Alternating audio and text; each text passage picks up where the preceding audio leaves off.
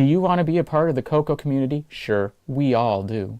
So join this free weekly live talk show to find out how easy it is to watch at home and learn about your color computer. At the CoCoNation, more than 9 million men and women have participated in the community without setting foot outside their homes. And now at home in your spare time, you can see what's happening, or even join the discussion. Choose from any one of these segments: panel intros, project updates, acquisitions, CoCo thoughts, featured interviews and events, the Game On Challenge, news, Ron's Garage, CoCo commercials, show coverage, panel goodbyes, or you can join one of our extra shows. You can choose from the Game On Challenge Live or CoCo Tech. Join the CoCoNation right now. Click the link for the free information TJB Chris spoke about. Then decide if you want to watch the CoCoNation Live Show, the world's leading live weekly talk show featuring the Tandy Color computer, its siblings, cousins, and redheaded stepchildren. Visit thecoconation.com. There is no obligation and no salesman will visit you. Visit thecoconation.com.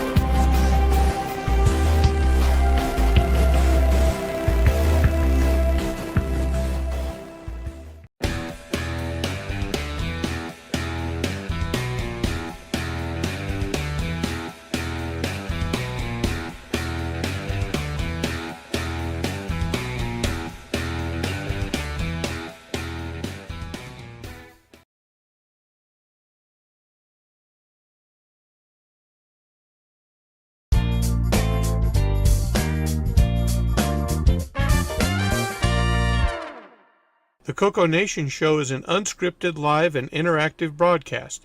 Anything can and will happen. The views and opinions expressed by members of the panel and the live audience are their own, and not necessarily those of the CoCoNation show, its sponsors, affiliates, or subsidiaries. Open minds are encouraged, and a sense of humor is recommended. Thank you for being a part of the CoCoNation.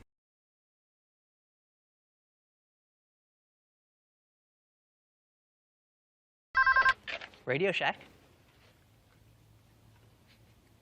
Okay. What? The 80s called.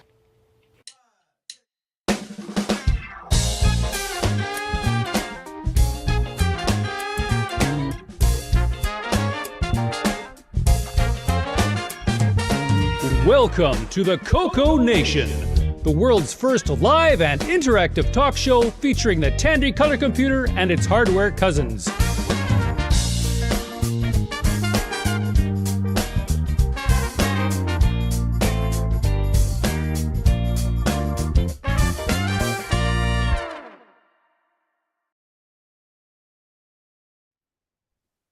My turn. Oh, hello everybody. Welcome to, where am I? The CoCoNation Show, episode 383. Yeah. Do you have a lot of shows, do you? Let's see. Asparagus already? Yeah. All right, let's see who we got with us today. I got things in the right place, I think so. All right, upper left corner, we've got Marco. Hey there, glad to be here today. And Bob Emery. Howdy, folks. Welcome to the show. And yours truly, the button pusher. Why is my camera in a weird place today? Next up, Sloopy Malibu. Greetings. And then we got Kevin Holloway. Hello, everybody. Hello. Okay, and Ron Delvo. Yeah, Ron Deluxe also, if you want. And Rick Euland. Greetings, all. And I disappeared into the darkness. Yes, yes. Yeah, you're too backlit. You're just a button pusher anyway, so. Descending into the sun. Witness protection program. Where was I? Oh, right next up, Rick Euland. No, I think it was the next guy. Blame him. Okay, Ken Waters. Hello, everybody. Hey, next row we got Brian Wiesler. Hello. Welcome to the show. Patriotic today. And last but not least, L Curtis Boyle. Welcome to the show, everyone, where we celebrate Canadian Thanksgiving this weekend. Yes, happy Thanksgiving, everybody. Hey, Because, What- we did it first, so we win. So what bird do you eat? Anything we can catch. Squirrel, usually. squirrel. All right, in the chat, Kevin Holloway, Marco, Jim Rye, Michael Zwiffle, 8-Bits in the Basement, Mark Siegel, Tom Eric Gunderson, Brian Walsh, L Curtis, and Where's our bug hunter? Bug Hunter? Yeah. Oh, David Croker just came in. Nick Marentis. Oh, well, He'll make it. he'll get here eventually. He's got to wake up yet. You got to remember, it's 3:30 in the morning for him. Yeah, it's Australian time. You think Yeah. his alarm went off? 4 a.m. comes late. Yep. And sneaking at the last second, Frank Linhards, William Athing, Mikey, N6IL. Let's see. Now, a comment about Facebook. Yes, we know Facebook is broke. If it don't work, sorry. Right. No, we just don't care. That's why it's not included. I think Facebook is broke is just a general statement. Yeah. Right, Facebook's right. been changing a lot of things because they don't want multiple streams for other platforms. They want it exclusively on Facebook, and that's it. So yeah, I do set up an event. It just doesn't seem to do anything. yeah, I've heard that from some other people too. That Facebook's been trying to get it exclusive. So if you broadcast on Facebook, they don't want you broadcasting anything else. So does that mean we're going to switch our show over to just Facebook? No. Do you think it would improve things? You're going to find out where you live there, Ken. You're going to get visit. He Yeah, keeps moving That's around. why it keeps moving around, so you can't target him properly. You know. It's called witness protection. Witless, you said? Yeah, Yeah, witness witness protection. There we go. Willis. That makes more sense. Okay, let's see. First up, we're gonna do project updates. And first up on that, let's do Brian.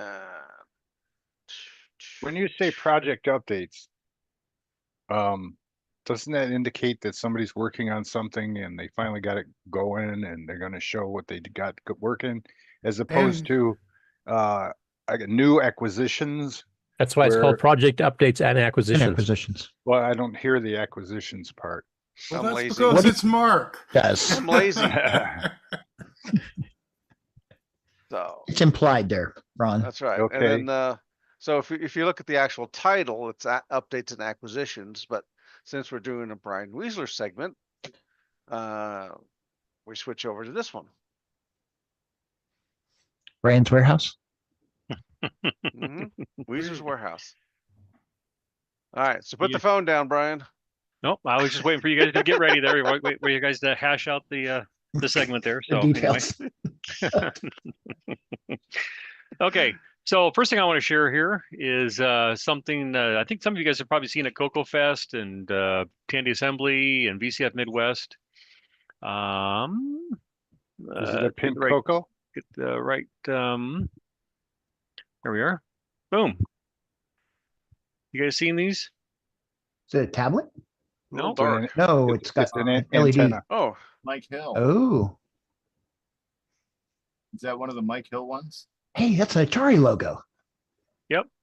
Yeah, this is one of the Mike Hills there with Tech Dungeon that he builds. It's a little LED display there, and it I'm comes. still waiting for preloaded. real logos to show up. Yeah, the next Yeah. one, the next one's a real logo. There you go. There we go. Hey, that looks Yeah. familiar. And then the next The one. others, I don't know. And the next one too here. So it comes preloaded with over 200 images on it, 16 by 16 Grid.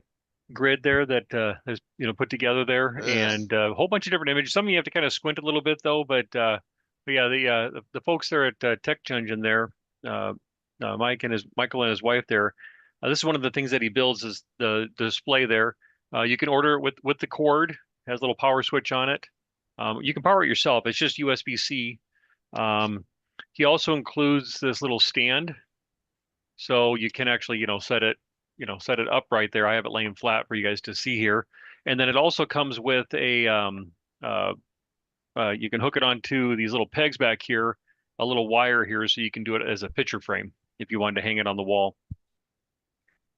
But it's pretty cool. And On his GitHub, he does have some instructions. I haven't gone and looked at it though, but if you're into the programming, I guess you can go in there and you can actually program this yourself if you wanted to. So On your but no, they're Coco? pretty- Hey, Brian. No, you do it through Windows. Yes. Kevin Holloway wants to know, will that work as a clock? I don't know. I suppose if this thing can be programmed, it could be programmed to be a clock. Yeah, it'd have to real time basically, but instead Yeah. of static pictures, but yeah. You would think you could program it on the Coco somehow. It depends on how you interface with it. Is it like USB you plug it into, or Yeah, it's serial, or what? USB. It's strictly USB-C on the back. Okay. There you go. Now you can see a little module on the back there, but it's in a 3D printed case. You can see the little light there, but it's USB-C.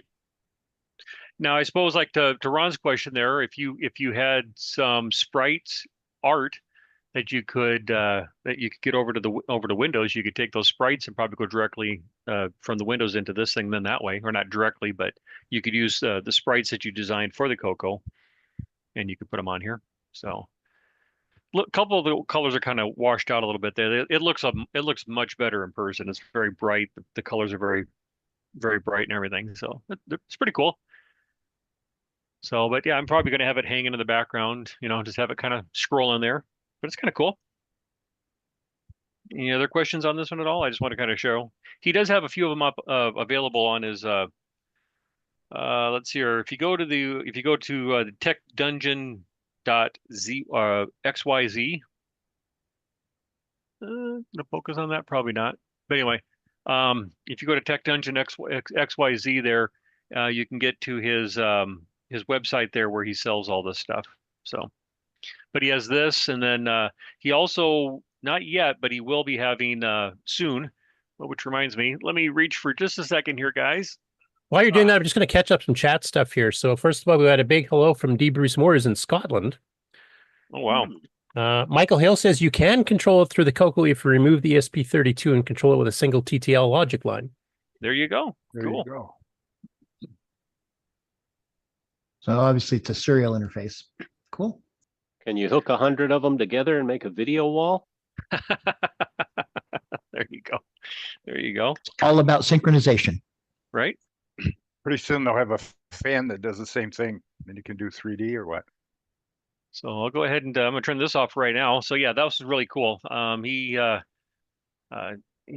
said he had a wonderful time at all the retro events there, and he's going to plan on being at CoCoFest again next year. So, the next thing, so I shared this on the show. We've seen this his digital joystick that he does, that they were making there. Those were available at CoCoFest last year, and then he recently came out with this one here that I think he was selling at Tandy Assembly and also at VCF Midwest, but they're now also making an analog joystick.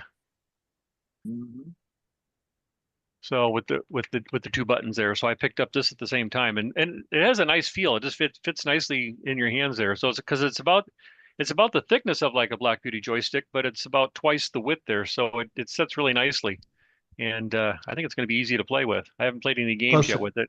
Closer to the size of an NES controller. Yeah, there you go. Super NES. So this is a Black Baby instead of a Black Beauty. Well, and it has the two buttons there. So versus the Black Beauty just has the one button up on the top there. This is in a nice, yeah, so it's Coco 3 ready too then. Yeah. Does it actually have a name? I don't know if he has a name on his website. I guess maybe if he's listening. Probably analog stick for Coco or something. Does it make a left-handed version? He does not, but I think in one of the emails that him and I were exchanging, right now he has the buttons on this side, but I think he's looking at getting it so the buttons would be on the right. I think that's a future offering. Yeah. Does he know that you can name them after, down under stuff? I think Jason has exclusive rights to that contract, so I'm sure he can. Then. So the other thing I wanted to show that I also bought from him. So Don Barber did his AM 9511 board. I haven't got the parts yet ordered, but I did buy one of his boards there. So Michael, when I was visiting with him at CoCoFest, I gave him a cartridge, and him and his wife had designed a 3D printed case for it. What is it? The AM 9511. It's a coprocessor board. It's just a math coprocessor board for the Coco. The Coco. Okay. I don't know what numbers mean. It's a math coprocessor. It's not a cartridge that you can plug in and just do something. You have to program it. So the math coprocessor board will do math calculations and things like that for you. You have to program it to do what you need it to do to get more performance, but it's strictly for math. Okay. I'm not sure if that's the best description, but that's an excellent description. So they did this prototype case here, but we talked about getting something that would actually have a label on it. Well, he now has this, so it's all 3D printed, and this isn't like something on the surface. This is actually printed into the case. And it's the same design, and the board sits in there just the same. And then it's really nice because they do this little snap fit there, so it just snaps right into place.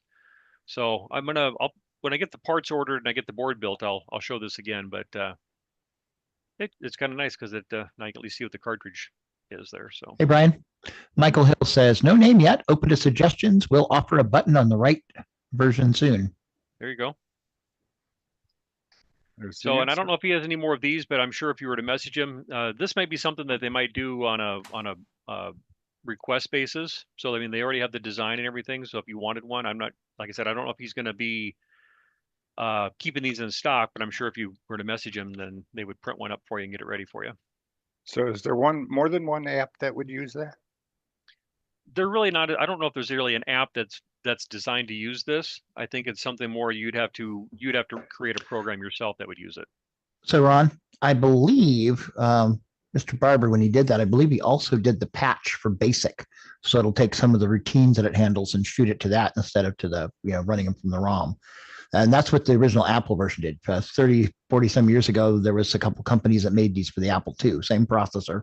And they basically patched the AppleSoft so that it would, use this instead of routines in ROM and use the 1 megahertz processor.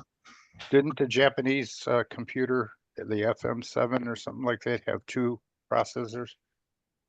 The 6809? 77 did, but not, they were just two 6809s. Right. I think one was dedicated to graphics or something, and the other one was for general processing. So what's in this one? What's a This math is a- coprocessor? It's for an doing math? AMD 9511. So it's a specialized, optimized processor for doing a bunch of math primitives. For 8-bit. Yeah, it's 8-bit bus. So, So, yeah, as so I why- remember, it does sine, cosine, tangent, square root. So it's got like 15 or so, 20 math functions that it does, and it'll do it much faster than your general purpose processors do. Okay. Yeah, like you can do an instruction to do like a sign where we have to do a whole table lookup or do an Or expanded. Do it the hard So- way. Yeah. Yeah. So Right. would that work on a Vectrix? Oh yeah. Would you think it would? It's not in that form factor, it won't, but yeah, you could hook it up to, well, you could hook up to basically any 8-bit bus, I would guess, if it's been on 6502 already as well. Yep. Well, I was thinking of making the screen print faster because it's, it's math, isn't it? On Nope. Vectrix. That's just moving memory around. Well, I guess it depends. If you're doing sine cosine based drawing, then it would speed that up. Right. Well, if you're trying to do But general drawing, it wouldn't do anything. if you were trying to do Vectrix emulator on the Coco. Yeah, I was just trying to figure out what use it is. well, if you were trying to do 3D graphics where you have to On do a a lot of Coco. trig, you could dump it on this. Yeah. So instead of just asking the ROM to do something and it comes back 500 cycles later, you can ask this thing to do something, and meanwhile you move on with your life. Yeah, so like if you're Get your doing like a answer. 3D wire art Mm-hmm. Mandelbrot's or and yet it's Ron? spinning or something. Yep. A Mandelbrot. lot of times, because there is a big penalty for doing the math, a lot of your games use lookup tables. They pre-calculate stuff and then they just look stuff up. But that's a speed versus size thing. You're using more memory to basically offload the work. So But doesn't that have to be programmed for this? yes, it would be. And so Yeah, how many programs are programmed for this? None so None. far. None. This is Okay. just Well- this is a well, project this is a project that he put together for people to have a math coprocessor available Oh. for the Coco. That's the Okay. problem with new Here's the hardware. thing. I've got some too. So that's the thing, Ron, is if you patch the basic, you don't have to change anything. From what I understand, the patch basically reroutes the various commands. So instead of cranking through the ROM and doing the work with the 6809 or 6309, it shoots it off to this thing. You So mean the- like how when the Coco 3 boots up, it's in all RAM mode and Yeah, that would I jump don't in know there? how he did it exactly, but yeah, it basically patches the basics so that it uses this extra hardware. And that's cool because you don't have to change the basic program. When you call the sine function, it magically goes to this piece of hardware instead of cranking through the ROM and doing it the regular way. Yeah, and depending on the function, like a sign, for example, might take 1,000 CPU cycles to do in software. This might do it in 30. And if you reroute basic when you do a sign command to go call this, well, now it's suddenly 20 times faster in your basic course. program. To keep So this if you rabbit have a- hole going, now Yeah. that you need basic programs that haven't been optimized with lookup tables and so forth. Yep. So So- that you Yeah. will get any advantage from this chip patching the basic to use it. Yeah, So but most the- basic programmers do not patch the ROMs to do sine cosine, so you're pretty safe. And on Don's GitHub page, he does have some link to some videos that he's done. Also, too, once I get the board built, maybe that might be a good tech segment that we could do. So this is a perfect use for the 16 slot MPI that's going to come out soon. Exactly. Mhm. Yeah, So, one for then each the, transcendental function. Yeah. and then the other thing that I also acquired here was a light phaser, which we've seen. The ones that work with David's, with the DICOM and also with David's remake of it. The reason I picked this one up because I thought it was kind of cool is you just don't see a lot with an orange tip, and I don't know. I just thought the orange tip was kind of cool. So, So it's not mistaken for a real gun. You're going to Right? burn your eye out, man. so I just picked that up there. I haven't had a chance to try it out. I need to get one of my monitors hooked up here and then get up like Iron Forest or something like that. But I just thought that the orange tip was kind of cool. It says so. light phaser what? Sega? Sega, on yeah, it? it's a Sega light phaser. It's the one that was that DICOM used back in the day. Or so. or do you say it better this way? Sega. So let me move some stuff out of here. The next thing here I want to show is a little heavier. Let me move some stuff out of the way here so I'm not stepping on myself here. You found another Coco kit? So Another one? okay, so this is one here. I'm hoping to get some input from the audience there. I haven't been able to find a lot of information out about it. I've only found ads. Okay. Boom. Let me back the camera up just a little bit here. Yeah, maybe. Looks like a melted Kit Kat. There we go. Let's see here. Let me do a little adjusting here, guys. Sorry about this. My battery's not been working on the camera here, so Is that a SCSI drive? looks like this is about the best I'm going to get here. There we go. Okay, so this is a cartridge, and then a big old beefy ribbon cable here. It's actually a ribbon cable inside this thing. This is a rubber sleeve that's copper lined, and so the Shielded. the ribbon cable. So it's a big shielding that goes through this whole thing here, and then goes into the back of this big old box here. And on the front of it, there's a green and a red light. Is that like a SCSI drive? Is it a Bernoulli box? And Wow, that is Bernoulli good now. sized. is that going to focus? There we go. Software So support? Yeah, software hard drive. support, Megabytes. Yep. Woo-hoo. Megabytes. It's a 5 megabyte drive there. And I've been able to find ads on the Discord. I did find where Curtis was commenting on a discussion, and he specifically mentioned this one and a couple others. But I haven't been able to find a whole lot of information about this thing at all, other than just the ad that was available. I think this was a bit older too, wasn't this like the mid 80s or something? Yeah, Or was it later? like 82, somewhere around there. Oh, early 80s. Okay. So this is Yep. probably a SASI, maybe even other than the SCSI. Well, I've taken the covers off here, or the screws loose, so we can kind of look at this a little bit closer.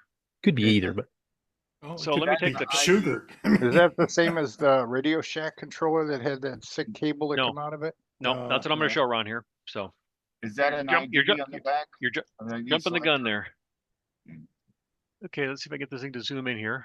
Wow, not a whole lot That is- there. no. There's not a whole lot wrong. there though, but Is what that there a- is though is it does have a ROM on it. And Yeah. so I have hooked it up to a CoCo. So like when you turn on a CoCo 3, it would say extended color basic. If you put in a disk controller, it's going to say disk extended color basic. This does the same thing. It does change it to disk. But there's this ROM and a couple other circuits there, but there's really not a whole lot going on in No. here. Glue logic. Is that a 6522? This chip here? Yes. Yeah. What's that? No, it is it's a Probably a Western six- Digital. no, it's a 6821. PIA. Really? Just a PIA chip. Just a that- PIA chip. Okay. Really? That is a SASI controller. That's That's what I was thinking too. Okay. Yeah, it's not think it is. Because a 6821 or 6521 or 22 Okay. can do SCSI with the chips that you have there. Okay. Beauty. And do you Yeah. remember what SASI stands for? Shugart Associates Small. Yeah. Systems interface or something. Yeah. And yeah, this is a sugar box, so it all makes sense now. I want to clear. make one of those. Well, I mean, I haven't dumped the ROM yet, but that should be easy enough to do. And I probably most likely all these chips in this resistor array would obviously be very easy to get. You could almost one- make the schematic that off of this picture. Yeah, Yeah. Most.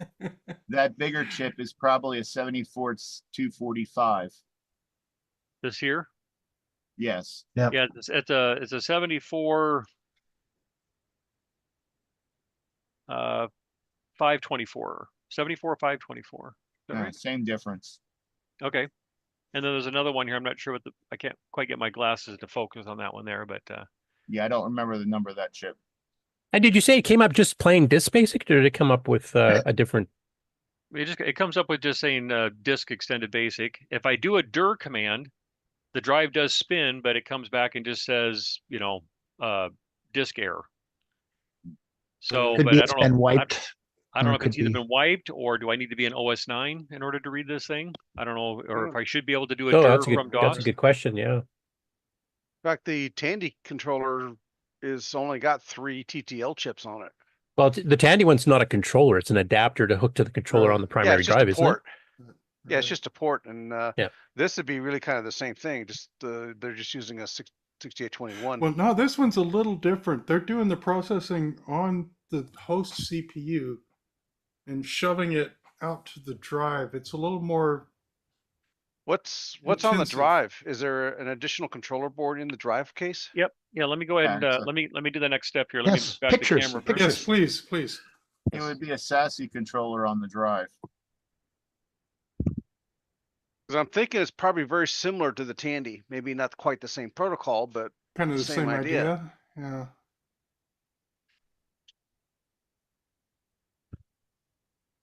oh yeah, what's the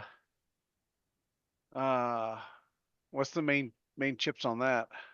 Let's see here. Let me move this out of the way here. If this will. I'm looking for like a Western Digital 1010 or something like that. Yeah, Rip it apart. I'm just gonna spin around here. 1205 or something. Who knows? That would be too old for those. So this over here, whoops, can't quite. There we go. There we go. So in the corner right here, it says WD 1002, Ah, Okay. and then there's Wow. some white out there. Looks like there's white out right there. Looks like somebody wrote the letters AN. I can't quite make it out there, but yep, right here underneath this thing right here. Let me look here. I think it does say SASI. Yeah. Yeah, because 1205 is what the Frank Hogg Eliminator adapted to. But that was a Yep, board that controlled 3 hard drives and 4 floppy drives simultaneously. Yep. Where the screw is at, they missed one of the letters, but yeah, WD 1000 something AN SASI 610310092 Rev. right. Yeah, that looks Y0, like so- that looks like a standard MFM drive with a Yeah. MFM to SASI adapter. Yeah, the fancy, 1002s usually were just the MFMs. Yeah, so underneath there you got like a standard like a Yeah, oh it should have a 34 and a 20. got a connect. beast. It's a beast of a drive. Yeah. I think that's a so- full height. Full height. Yeah, That's a it full is. height. It is a full height drive there. Yep. And back in And the the- day, they used rubber grommets to insulate it from the. Right. Yeah. And the Vibration. critical difference here is everything inside this case is standard and can be replaced outside of Tandy. There's nothing in Magic. this box that is Tandy only. It's not proprietary, in other words. Right. If you got the cartridge and the cable, you're gold. Where the Tandy solution, you also have to have the Tandy hard drive because you need the Tandy computer board that's.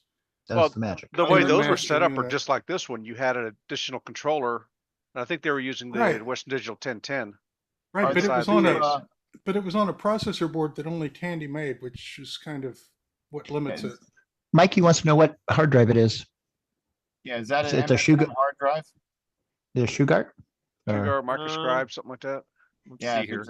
if it's a it should be like an ST40 or It looks 405? weird. What is it?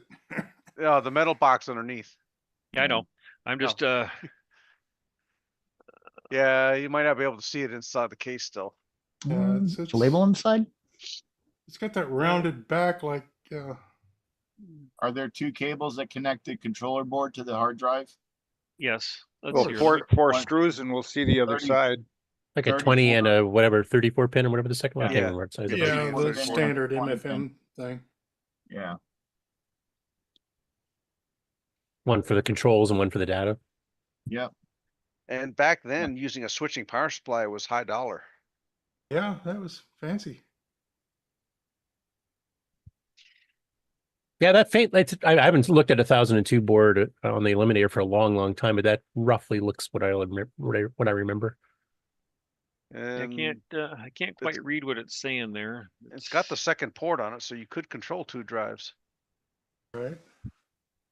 And have 10 meg. Woohoo. These were what, about $1,000, I think, when they first came out for the Coco? I remember correctly. Probably. I want to say I thought the ad said like $399 or I can't remember what it said. Well, later they did, but when they first announced the SSI 5 meg drives, it was like $995, breakthrough price on hard drives. Right? I'd say put a blue SCSI on it because the hard drive itself is probably dead. What are you seeing with that light? All I can see is ON at the end. It's upside down. What drive would end with ON? Tannin. No, Tan- China Chi- on or Chitin- something. yeah, China. Tandon? I don't think Tandon made hard drive. Yeah, They maybe just made floppies. but I think they made like 10 and 20 meg hard drives, not a 5. Well, it's not a Seagate, right? Yeah. It So, doesn't I mean, look like Yeah, an it's- ST506. So do you guys think that this should work from from just booting up into DOS, should be able to do a dir and read the drive, or would you have to be an OS 9 in order to Yeah. talk to this No, thing? it should. Well, the fact that it has a ROM in there would, because the Yeah, OS that kind 9 of wouldn't points use at the ROM. Right. Yeah. So you're since yeah. Yeah, the fact there's ROM in there, either it was supposed to auto boot if you had a properly formatted hard drive, or it was meant to be, gotten to at least one drive image or something like that on the hard drive that you Well- could type DOS or something to boot it. Yeah. And, If you and do a dir, does it just return an error, or does it give you garbage, or what? Or do you yeah, know? it just returns an error. Yeah, it just comes back and says disk IO error or something like that. Now these are very vocal drives, so when you do a dir, does it and do all No, of I'm that not hearing stuff? anything. All I see is the red light on the front here will light up, and then it comes back, and And the motor does spin up? yes, yep. But you and it don't doesn't- hear No, any but no seeking. stepping. Nope, I don't hear any stepping, and it doesn't sound like gravel. So Did you try banging it on the table? Well, I mean, yeah, it could be as simple as Yeah, that. something that could just shake the head loose if it's kind of yeah, Voice gross coil stuck. is stuck or something. That's what I would do. 'cause- Well, then it wouldn't spin. Well, no, but this is an old stepper motor drive. So you got a Right. drive motor and a stepper motor, and if the stepper motor's stuck, If then it's stuck, just a tap or whatever will get it loose Yeah. again. Right. I actually Oh, had to okay. do that at work with one of Pretty, these. yeah. I used to That's work a- with those years ago. It's like a Model T. Yeah, you hit it with a hammer and it'll run again. Little tap. right. So, but all they've done Cool. is spun it up so far. So yeah, I came across this thing here, and they didn't even have it listed as Coco. I just happened to be scrolling, and this was upside down, and it's like, well, that looks a lot like our cartridges that we see a lot, right? Yeah, it looks like a Yeah. J&M case almost. Yeah. And so I went out to the archive.org, and I did a search for the manufacturer, and sure enough, yeah, they made this for, like, I think IBM, Apple, Yeah, TRS-80. Model 1.3s, Cocos. Yep. Is that 40 pin there sticking out? This here, 50, yeah. I think, isn't it? Oh, no, Well, that side, sorry. This here, yeah, this is That's your 40 pin, your That regular would fit in the Coco. Coco. Well, yeah, this goes into your Coco, either your Okay. MPI or the Coco itself. Yes. Mhm. Yep. And because the case isn't very well laid out here, and I was looking at it, I do have some of these plastic molded cases I've talked about before, and I'm looking at this thing here, and I'm thinking these screw holes look awfully close there. I may switch this thing over to maybe it won't quite fit in there. I don't know, but it doesn't fit in this case very well. And with the screws on the side here, maybe I can get some tapered screws. Actually, when I took it apart, the company I even had see. this piece of cardboard over the top. And there's actually a piece of insulating cardboard on the bottom here as well too. So yes, they insulated it that way. And I actually took a little extra precaution myself before I plugged it in. You can't quite see it, but I folded some electrical tape over the edges here in case this thing was to move a little bit left or right. I didn't want making contact with metal. So I would try to do a little extra precaution. I even you really can't quite see it, but you can see the gray of the ribbon cable here. Mm-hmm. I carefully folded some electrical tape over on the edges because it was starting to wear a little bit where that ribbon cable came through this metal connector. I wanted to give it a little extra protection there. I just didn't want it to. I'd hate to have it short out before I even had a chance to even do anything with it. So, but I'll dump the ROMs and maybe put them out there, and maybe some of our experts there can tell me what this thing should or shouldn't be doing. But Yeah, Well, I remember this- these guys this used to thing- have full page ads that were cross-platform for all the different systems. You can install a 5, 10, 20 meg hard drive. So this wouldn't even hold very many floppies, would it? well, 5 I mean, meg worth. compared to an SDC. Oh no, not compared. Well, No. you're talking technology like 40 years younger. Right. So So you'd only have to put your favorite ones on there. Oh, but still, Curtis, you guys at your print shop there, you guys had a big drive on it, and what'd you? yeah, we guys- had an 80 meg and a 40 meg on Yeah, ours. Yeah. Oh. It's all Was time. access times pretty slow, right, to make it work? feel like Faster than drive, floppy wouldn't drives by about 10, 20 times from what I remember. But okay. yeah, slower than That's more modern. Yeah, ones. still- you could Yeah, can still hear it stepping. So you Yeah. know it did the. Yeah, I I didn't hear thought- that though. So yeah, maybe I'll play with this a little bit more and see if I can't get some clicking noise out of this thing here. But Any refit chips in there? Mm, I don't know. The ones that doesn't smoke? look like it. You'll But find out soon. Yeah. I'd like to see a blue SCSI on it.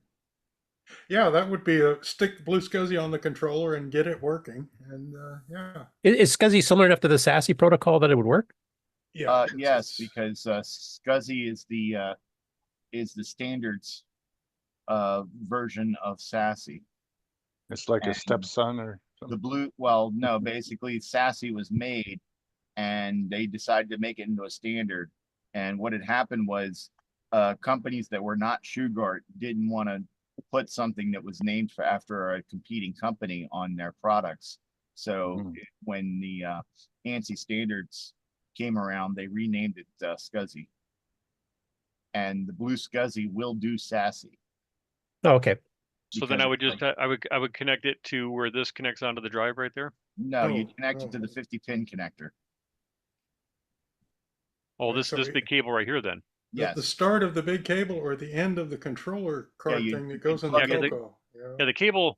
Yeah, the cable comes in right here, and then the cable comes in right here. So you'd unplug it from the controller board there, and then you'd unplug the power to the disk drive, and then you'd plug both of them into the blue SCSI. Okay. If you want to contact me on Discord, we can work it out, and there you go. I can send you a blue SCSI. You can try it out. Mikey in the chat says he said it spins up, so it's not the head sticking; it would be the stepper motor. Right. Yeah. Right. Yep. Yeah. Because I don't hear the where it's trying to find home, when it comes on. So yep. Yep. Yeah. Like Rick was saying there. Yeah. You should be a drive this big here. You definitely hear the stepper motor going. It's a vocal drive. Yes. Yeah. Yep. So, but yeah, that's like I said, I just happened to see it, and so I took a gamble that it was going to be the CoCo one based on this and based on what I saw in the archive. But yeah, I haven't found any manuals or anything out there. If there's anybody that has one of these, or would that maybe it came with a manual or something like that, I'd love to get it. Yeah, it would have came in manual. I think I'm trying to remember. I think Rainbow or CCN. I think it actually reviewed one of these systems because it was more meant for the diehards. What was the name of it? Because these were not cheap. You need to take the drive out of there and see what it says on the bottom. Did it have a name for its DOS? Is my question. That we could also. Well, that's why I was asking what the boot up screen, but he says it just comes up, disk extended basic. So it sounds like they just tried to copy the Tandy one and probably just patched it. Well, if you guys not like CDOS or JDOS or some of the other ones. It doesn't say anything like that. It just says DOS. But I mean, I can certainly in about 2 minutes here, I can have you guys looking at a screen if you want to. I just want to see like copyright dates if they mention like if it looks like it's just a Microsoft clone or if they've done some patching. Didn't old drives have a chart on the front label showing errors from the factory? Yeah, they did. You had that to would key them in yourself. It was great. Right. Yeah. I remember. I didn't know much, but I knew that much, I guess. Yeah, just give me a second here to plug a few various cables in here. You probably hoped you had a drive that didn't have the table full. Exactly. Yeah.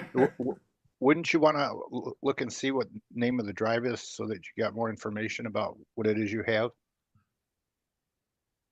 Eventually, you might.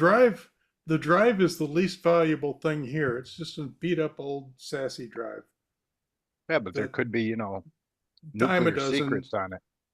Well, that's one thing, but you wouldn't want to use it for CoCo experiments. You'd want to set it carefully aside until you had all your ducks in a row, and then you could try to get the control codes off of it. Yeah, I mean, Rod makes a good point. It would be interesting if this person that had it on his CoCo was a developer or something. You might find like source code for stuff we haven't seen in 40 years. But like in the old days, your first option would be format the hard drive and see if that fixes it. That would be the last thing you do now. Yeah. Because, the Where's hard drive is not valuable, but its contents might be. Right? Where's our drive brain? He didn't make it. Yeah, David Ladd. Yeah, because he would be. He would know. Yeah. You'd be talking away about it. You'd correct all of us. Just about ready here, guys. We could try a disk I string and see if you can read anything that way. If it's completely I-wing, I'm assuming since it's not stepping, it probably is going to just error out completely. But okay, so got that. Isn't there a device you can put in between to see what's going back and forth? Okay, let's see here. A breakout thing. There is, but if the drive's not moving the head, then it's not really going to help. You'd just be reading the same sector over and over again if it's not parked.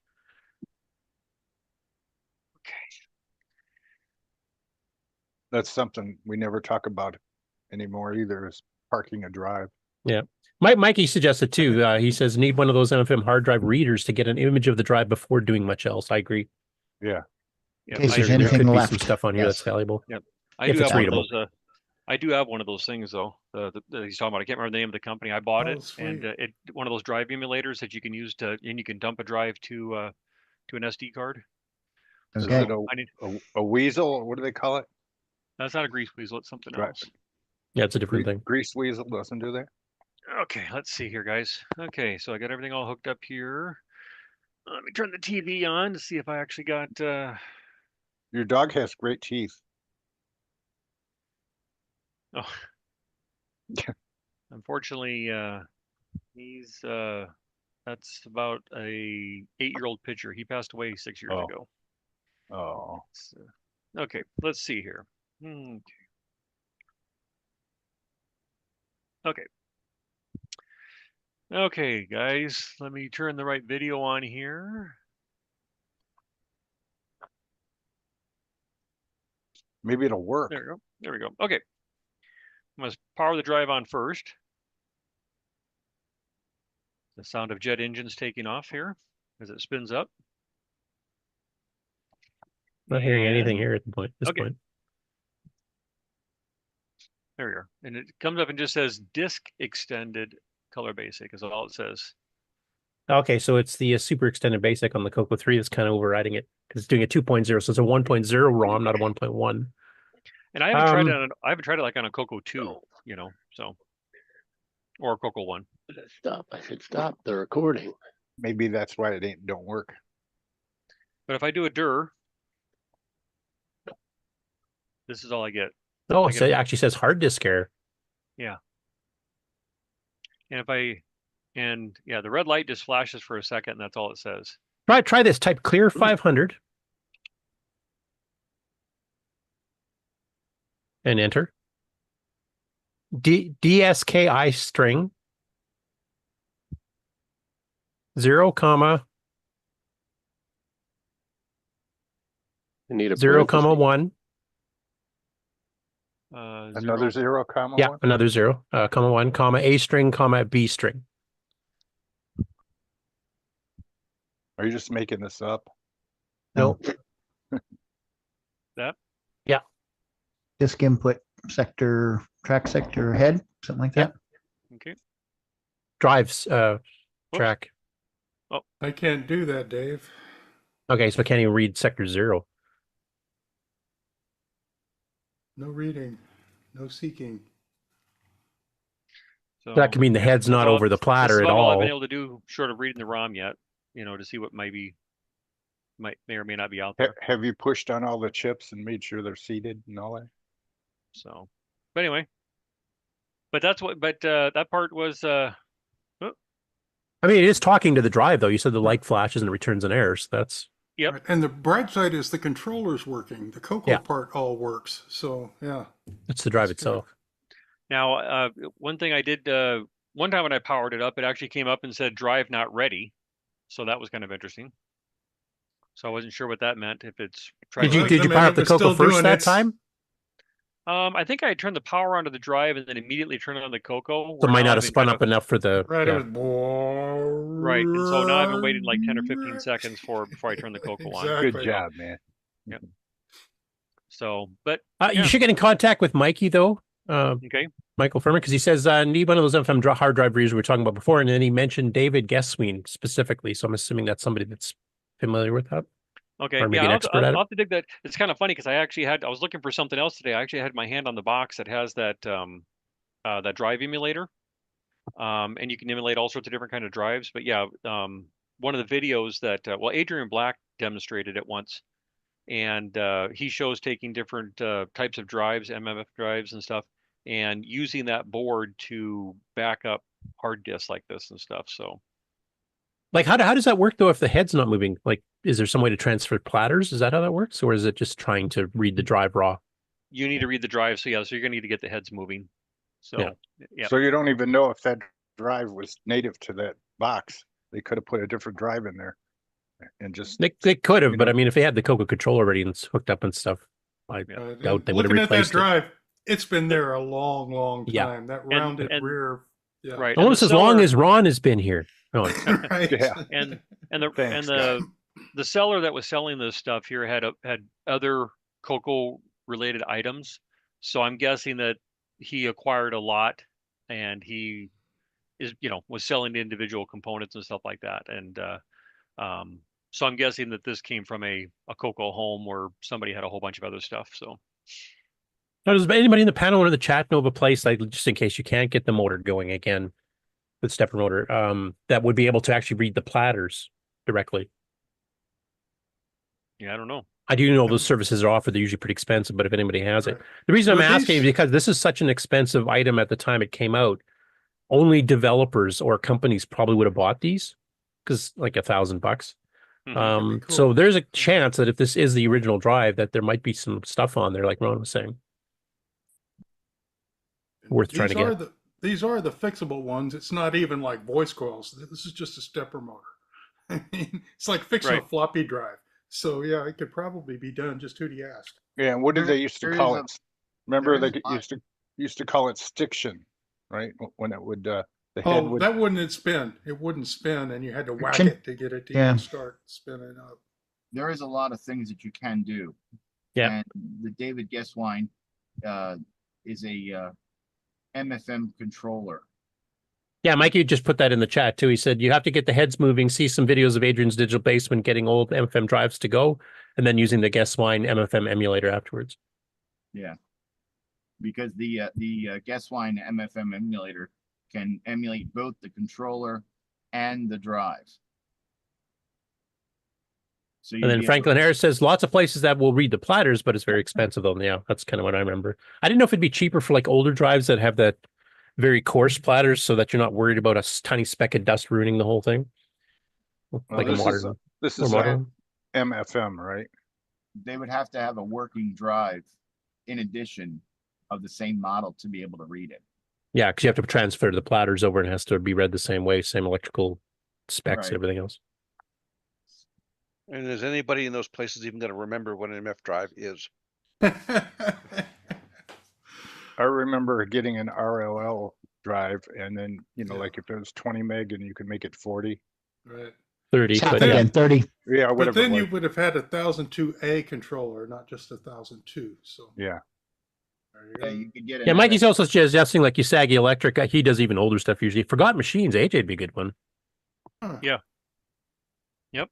So there are some people that might be able to do this that have the technical resources to do it without having to go to these really expensive restoration services. If you can't get the stepper motor working. Mm-hmm. I'm really curious where this came from, though. Did the lot have any an identification, or did you get any like sales slips or anything like that with it? Nope. All I know is Seattle, Washington. Seattle? Where was Spectral? I've heard of that place. Spectral was in Tacoma, though, wasn't it? Yeah, I believe so. But it's like a Spectral Tacoma Associates would be a good candidate, though. There's all kinds of software on there that was never released, maybe. I even just getting source code for some of the commercial stuff that we never saw before would be nice. That would be wild.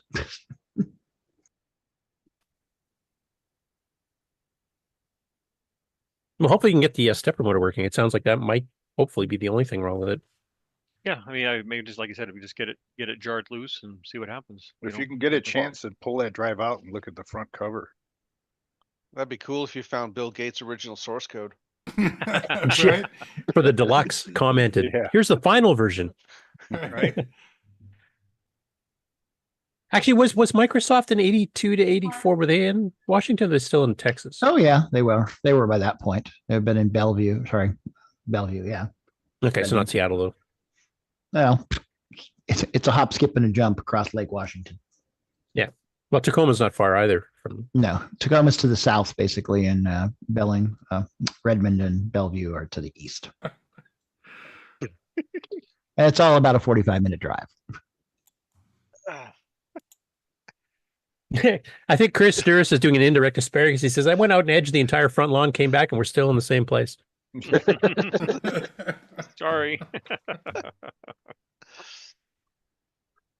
So anyway, that's all I have to share with you guys today. That was pretty good.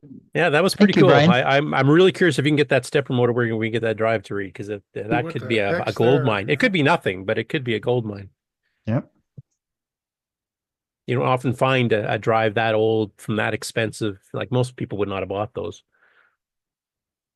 I got to Yeah, and Discord. I was trying to use Fine. the Internet Archive, and for those of you that probably visit that site regularly, you know that it's been down for a few days. So Yep. Yeah. I have an old Tandy 1200 with a mini scribe, 10 megabyte in it. Yeah, that's a lot younger than this, though. Yeah. What were you saying, Sloopy? Brian, catch me on Discord and we can go through a few things to try and get it working. okay, thank you, Nice, Sloopy. nice. Thanks for everybody for your information too. It's helpful because yeah, I just wasn't able to find a whole lot online. Yeah, as a last resort, if one of us wins a lottery, Flankenharris mentions that there are places that can use an electron microscope. Those are the ones that cost big dollars. Right. I mean, if we knew that there was something of that value on here, then that might be a different story. But Yeah, but we don't. We're guessing at this point. Yeah. Well, that was a heck of a piece of meat to chew on. Yeah. And I think the cool thing is having it here that kind of gets it out to the community. There is something like that. Who knows? Might kick up Right. something Look else. for more of these. Exactly. Well, Now, you said this was part of a lot sale with a bunch of other stuff. Was there any other interesting things like this in there, or was it more standard equipment? more standard stuff. I mean, there's software and things like that and stuff, but I wouldn't say there was anything that was considered exceptionally ordinary or unusual or rare or anything like that. So a lot of typical stuff, joysticks and Nothing the that would give a typical clue software as to stuff. the potential previous owner. No. I was just wondering, like, if they had, utilities, assemblers, C compilers, that kind of stuff that would have been listed in there, I because don't remember this seeing would be a anything, developer really. system. You wouldn't buy this to play games in 1982 or 83. That's for damn sure. Right. Unless you're rich. The bottom plate of the hard drive enclosure, did it say anything on there? No. Nope. Just the only label on is what I showed you on the back there. All Yeah, right, let's cool. see. Next person up, Sloopy. Oh, that's me. All right, let's see here. Let me change this so that it's there we go. All right. True layer revealed. Yes. Looks like the Malibu area in the background.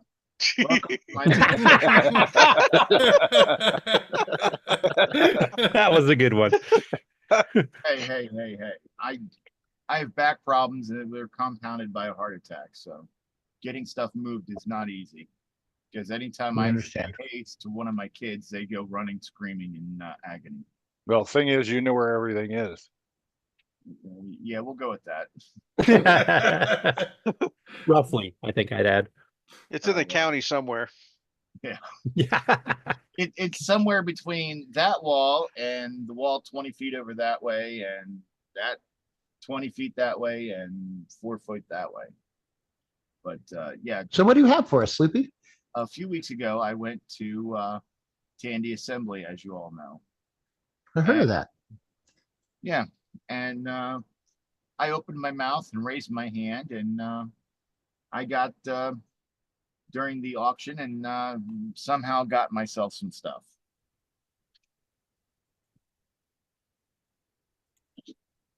Okay, no falling.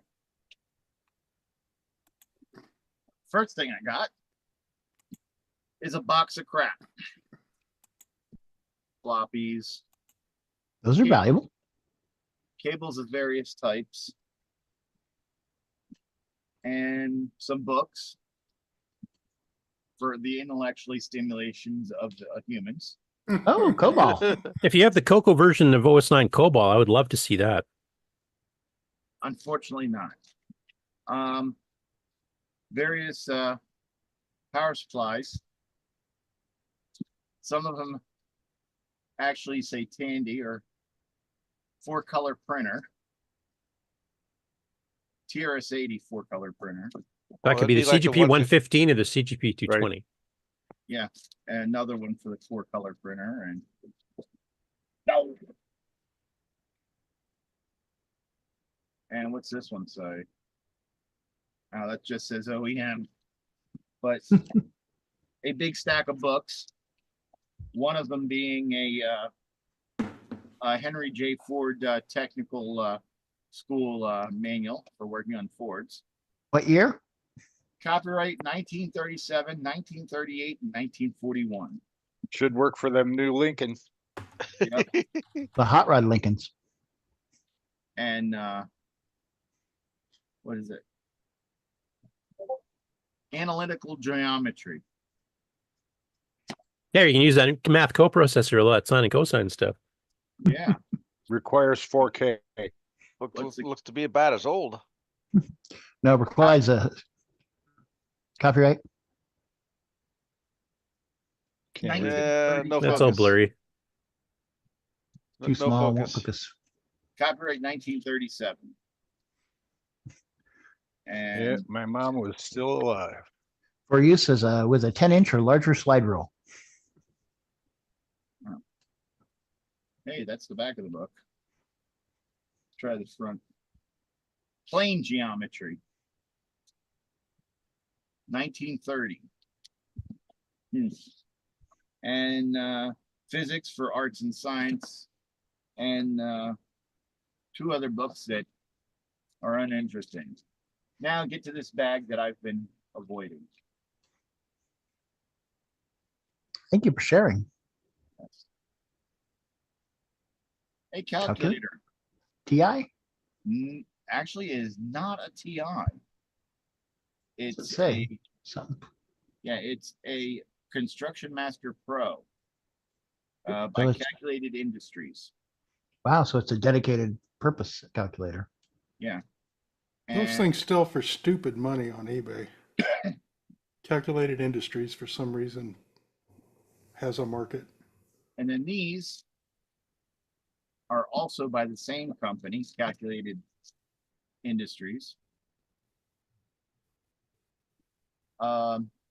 Professional Measure Master. There's actually two of them in here. One of them, the front flap that is missing. The other one has the front flap. Protect it when it's in your pocket. So calculator specific for construction people? Construction, that's what it sounds like, yeah. And Like calculate angles and stuff like that, dimensions. Then we probably get has. The main reason why I bought it, the box, is because it had this in it. Ooh, Rockwell. Yes, a 61R. It's like what, 4 function and square root? About It's like 73? 3/4 of an inch thick. 74, and it's got several functions. Okay. I bet it's got a red LED display. Yes. Sine, cosine, tangent, arctangent, has a memory, exponent, log, square roots. Wow. Scientific. The other reason why I got this box is because it had the manual for another calculator.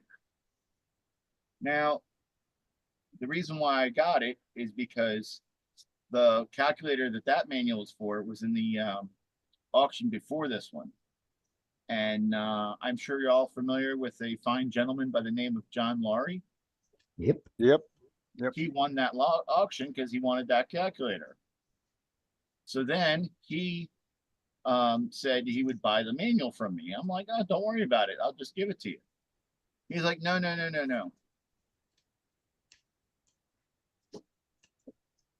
What's that snack pack down there? Don't bend down too far. So he said, I'll give you something for it. I'm like, okay. So then this other auction came up, and he starts bidding on it. I'm like, cool. Those are nice oscilloscopes. Well, I wasn't feeling well, so I went to lay down and I gave him the manual and found I had a oscilloscope. I'm like, I don't want an oscilloscope. And he said, well, you got the manual for me, so I'm giving you an oscilloscope. I'm like, but I don't need an oscilloscope. I've already got an oscilloscope in my car. He goes, you There's don't want one an behind your oscilloscope? head, isn't there? Yes, Yep. there's one there Back too. by the monitor. Yes. He goes, okay, you don't want an oscilloscope? So I'll give you 2 oscilloscopes.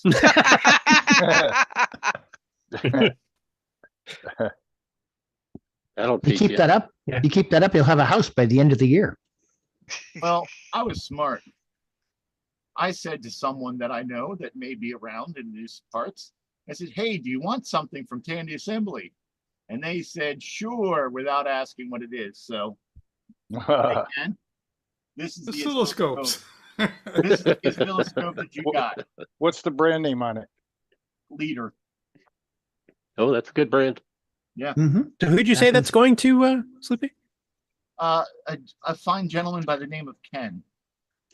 He's not piping up here. Doesn't sound too excited. He maybe wandered away or he may have fallen over. He's looking around to see if he has room for the damn thing. Right? Yeah. And for those that were wondering what was in this case of floppies, it's software. dBaseIII Plus for the IBM PC, XT, AT, and 100% compatibles. dBaseIII Plus. Wow. I used to Are tutor they, that. are they all there? There's And by the way, I was getting coffee. That's why I didn't respond. And, Curtis, it's got to fit into your car for the drive home. No, I don't. Ken wants to know if there's all the hookups for that machine. Probes, power Probe. cord. Yeah. well, it's got the power cord connected, but they don't have any probes. And the dBaseIII Plus has 8 discs. So Sounds about right. They 360K?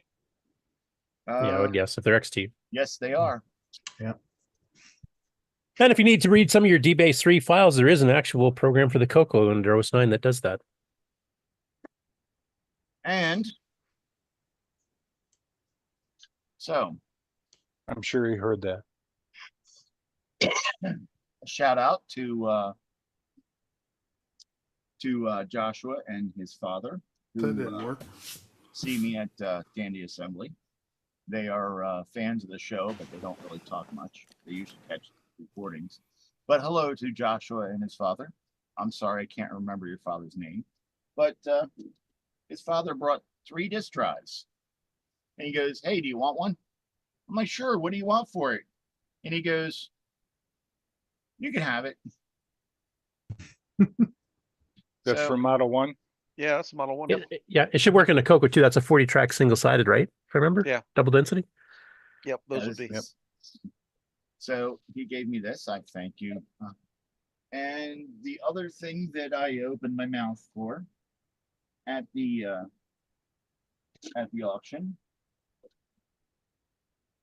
was a wire that was cut off. Uh-oh. And on the other end of that wire? No, an external CoCo keyboard. Yeah, I saw that. Yeah. So Nice looking case. yeah, it's got a hole in the front. I'm not sure what for, but it's a very nice case. You can put a Infrared Cocoa Pie in receiver. there. Too small to put the coins in. I like Probably that, put a whole Sloopy. CoCo in there.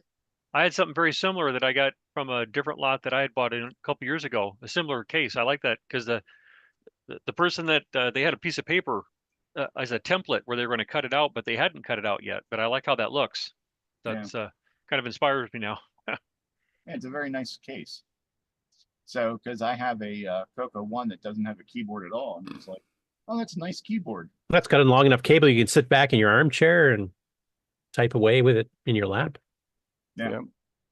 So, but yep, that's I have a few memories from Tandy Assembly. Good ones? I think so. I don't remember them. I'm getting to a certain age, you know. Hey, what happens at TA stays at TA. Does it have to do with the free table? I don't remember there being a free table.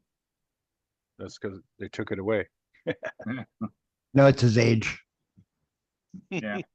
Right. It was a nice show. I mean, as I've said before, I mean they are very focused on the Z80 based systems and the 68K systems, which I'm not. I mean I've got a Model 1 and I've got a 1000 because there's also a little bit of PC, early PC stuff there too. But I'm not really big into them. They are trying to expand their CoCo representation, so maybe more CoCo people can attend. Because this year there was I think 4 CoCo displays. So, but yep, that was Rick Adams was there, was his obviously, Yep. and Jim Brain, I'm assuming, had some. Yep. John Strong was there, so he probably Yep. had something. Yep. And Brandon Donahue, yeah, he was there, but he was more pushing the MC10 and the high key and such. So Coco Man didn't make it. No, I don't think he's been down there for a while. no. Yeah, I had a great time with Rick Adams. Went out to lunch with him on Saturday. So Yeah, but we've mentioning Rick in the news too, so teaser. So that was all that I got at Tandy Assembly. Oh, there was one other thing that I got at Tandy Assembly. I got a potato.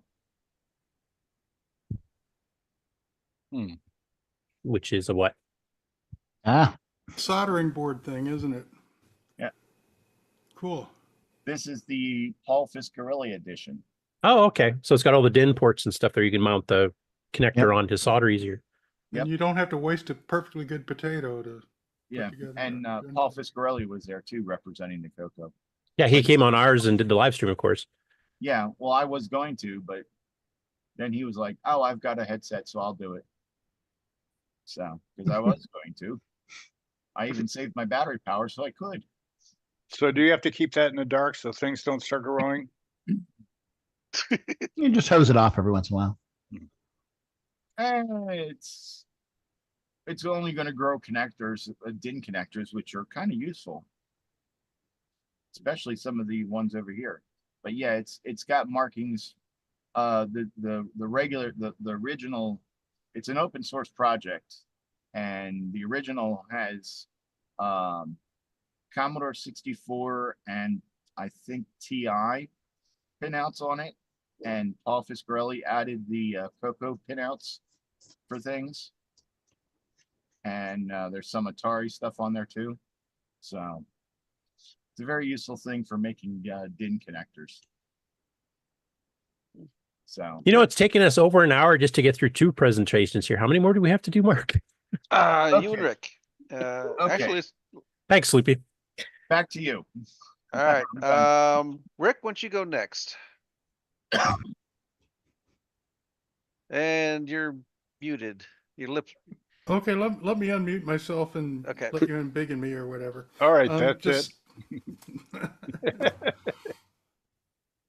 All right, so just kind of a quick one. So the backstory, this CoCo project I've been working on, we have to test on multiple kinds of hardware, and so there are several projects, which means I've got a bunch of different VHD that I need to cycle through anytime I change anything to make sure everything works. And DHCP on the CoCo is really slow. So each of these VHDs has a config file listing a couple of trusted, stable sites so that I don't have to keep typing in a lot of crap every time I want to connect to somebody. And what were those 2 sites? L Curtis Boyle and PlayClassics.net, who have changed their IP addresses in the last week. I changed mine a couple weeks ago because my server was starting to die. These 2 guys have changed their IP addresses, so I had to go back and type this in. This Post-it has a place of honor on my CoCo because every time I go to do something, I have to type those addresses back in again. My site was completely down for 2 weeks, so at least it's back up. Mine was down for about 3, but yeah. And then I guess torches and sharpen the pitchforks. All right. And then I guess also related to the someone had mentioned the 16-slot multi-pack. Here's my new website front, which is the 18-slot multi-pack. Holy cow! It exists. You didn't put it up at 90-degree angles like Danielle did, though.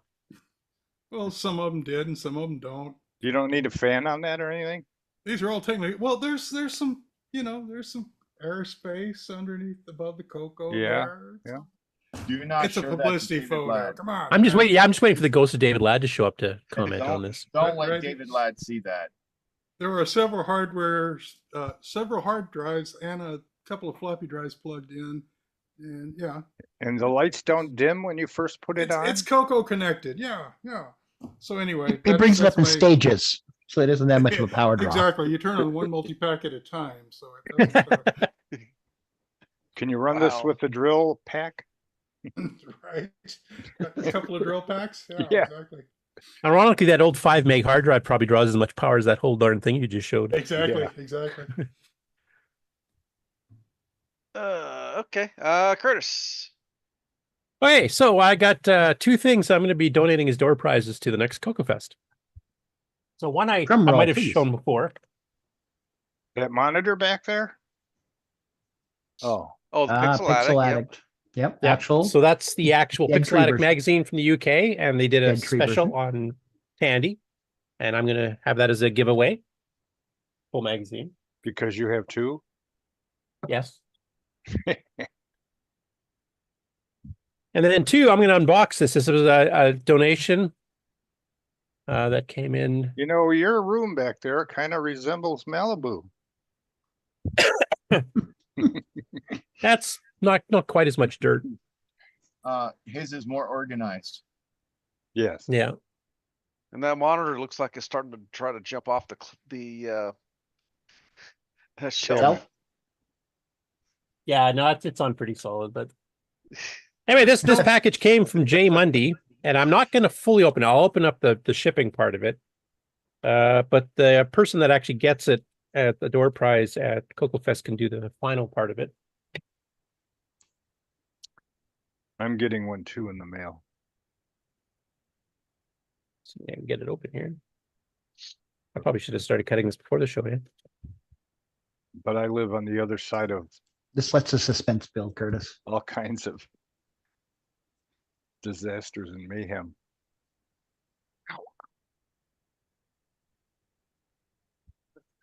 So it contains a white box. Uh, Is that white or off-white? You got the premium one. And it contains this. Um, So this is the MC10 game we've been talking about the last few weeks that actually comes professionally boxed. So like I said, I'm not going to open it. I'm going to leave it in its pristine shape. So whoever gets it's not going to have too many of my fingerprints and stuff on it. But that's the actual boxed MC10 game then. Wow. It's a great looking artwork, isn't it? Yeah. So Ron, if you make it to the fest this year, you can enter the door prize and you might be able to win this. Yeah, I'm going to get one. It's coming. So anyway, big thanks to Jay Mundy for donating that. He sent it up to me just so I could show it on the show because people were kind of wondering about the actual physical box because of course we took all of his ads on his itch.io page. But yeah, it comes fully boxed up in the SD card and everything else. So it'll be a freebie at the show there if you're one of the people who draws for it, and the magazine as well. That Magnavox back there probably draw more money. Yeah, but that's not leaving my house. Same with my neck multi-sync too. Those are gold to me. It would be worth coming to your house then. Yep, sure. Come up in the winter.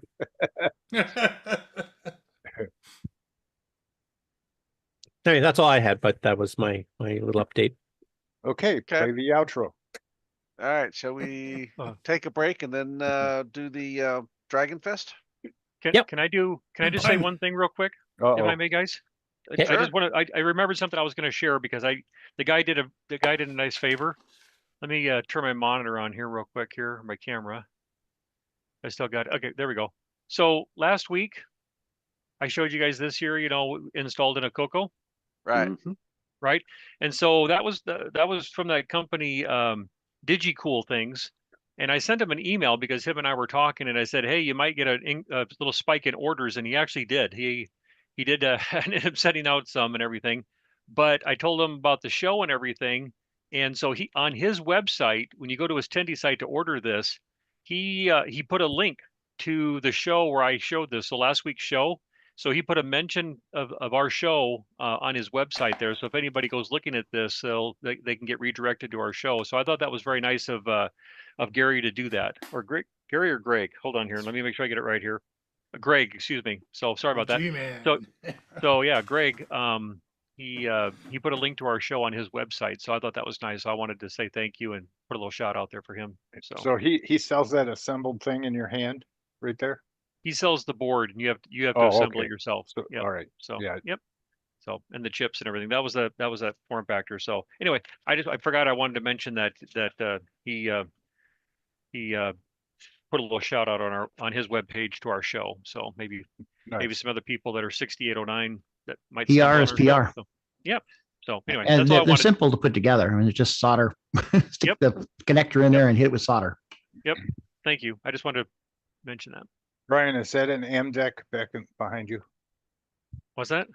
Is that an AMDEC monitor back behind you? Yes, I got an AMDEC and some other monitors back there. Yep.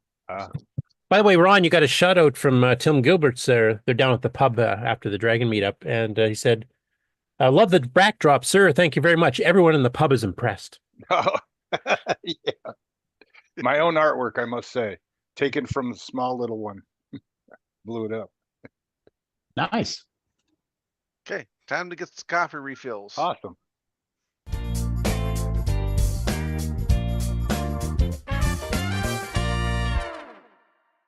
Hey, Amy. Hey, Taylor. We're watching the CoCoNation show. Yeah, we are. Woo! You should too.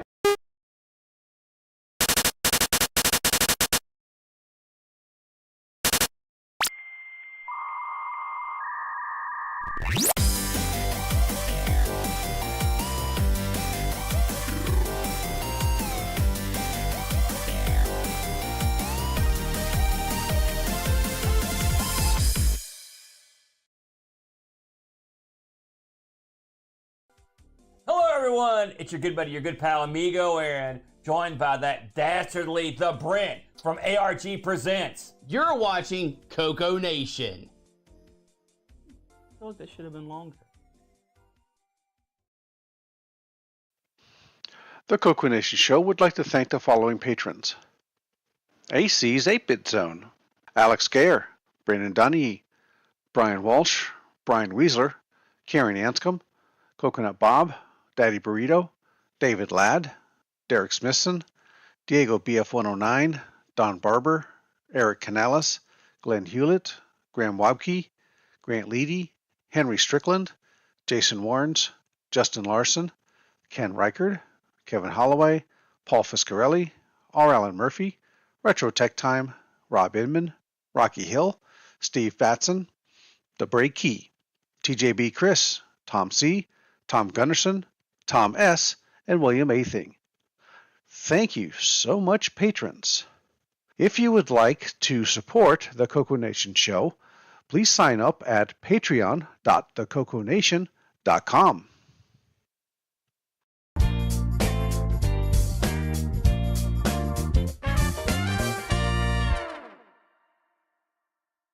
Welcome to everybody's favorite segment, Who's New to Discord?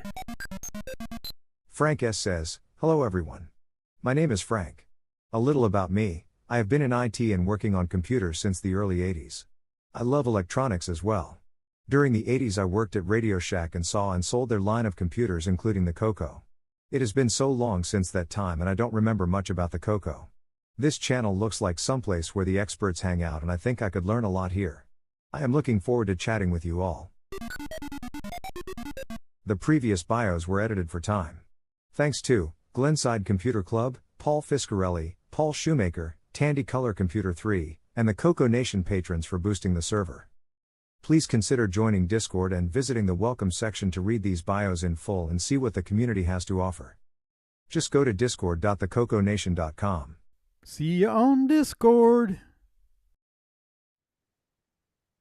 And we are back. Okay. So I'm going to share a video that Tim Gilberts, who is the guy who's been kind of commenting on Ron's background, uploaded earlier. It's about 4 minutes. I'll just play it. I have no idea. I haven't had a chance to actually listen to it or not. So I don't know if there's much discussion or just kind of showing the show floor. But we'll see what we got here.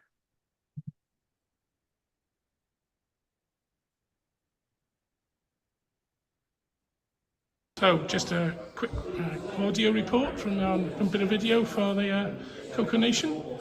As you come in through the door of the Pi building, which is a great little museum full of, this time it's about the history of Pi and their telecommunications, as they eventually, I think, ended up with Supura. We got a free table, which is now pretty depleted. We got No Stand Simon doing the doorman.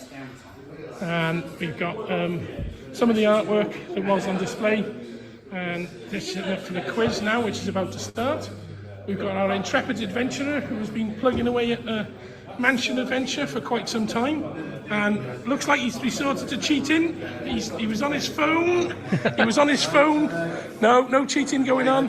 Curtis, do you want to blow that up full screen? And this is like a Dragon 32 with a disc drive. Did it share the whole screen again? Disc. And we got Ian's Dragon 64 behind us with all the Dutch club. And we got Mr. Atkinson's. I'll pause it and just restart to share them. Sorry about that. I thought I clicked the window. He's cheating, and now he's been outed on the internet. Everybody's going to know. I said that should be just the single video. Why is it doing that?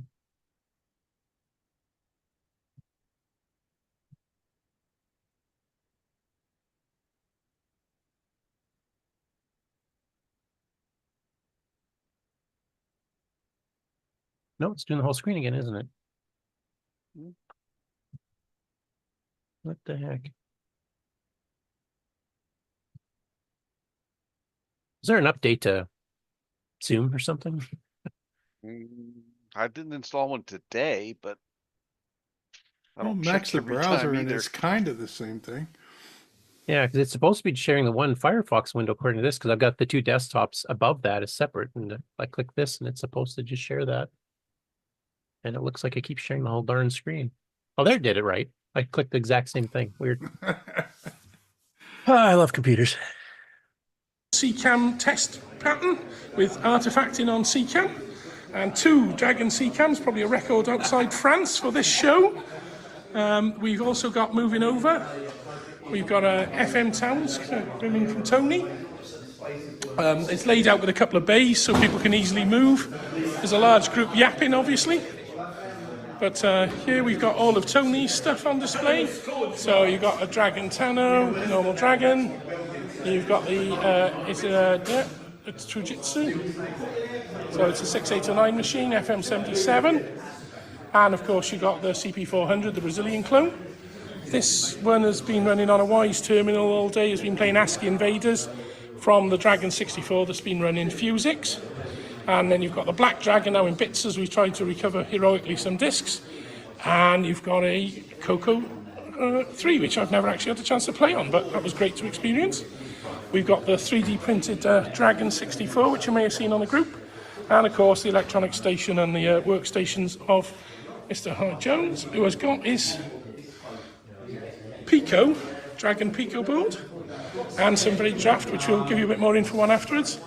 We're moving on then to the stand where Julian has done an exclusive for this show, which I'll try and upload the thing.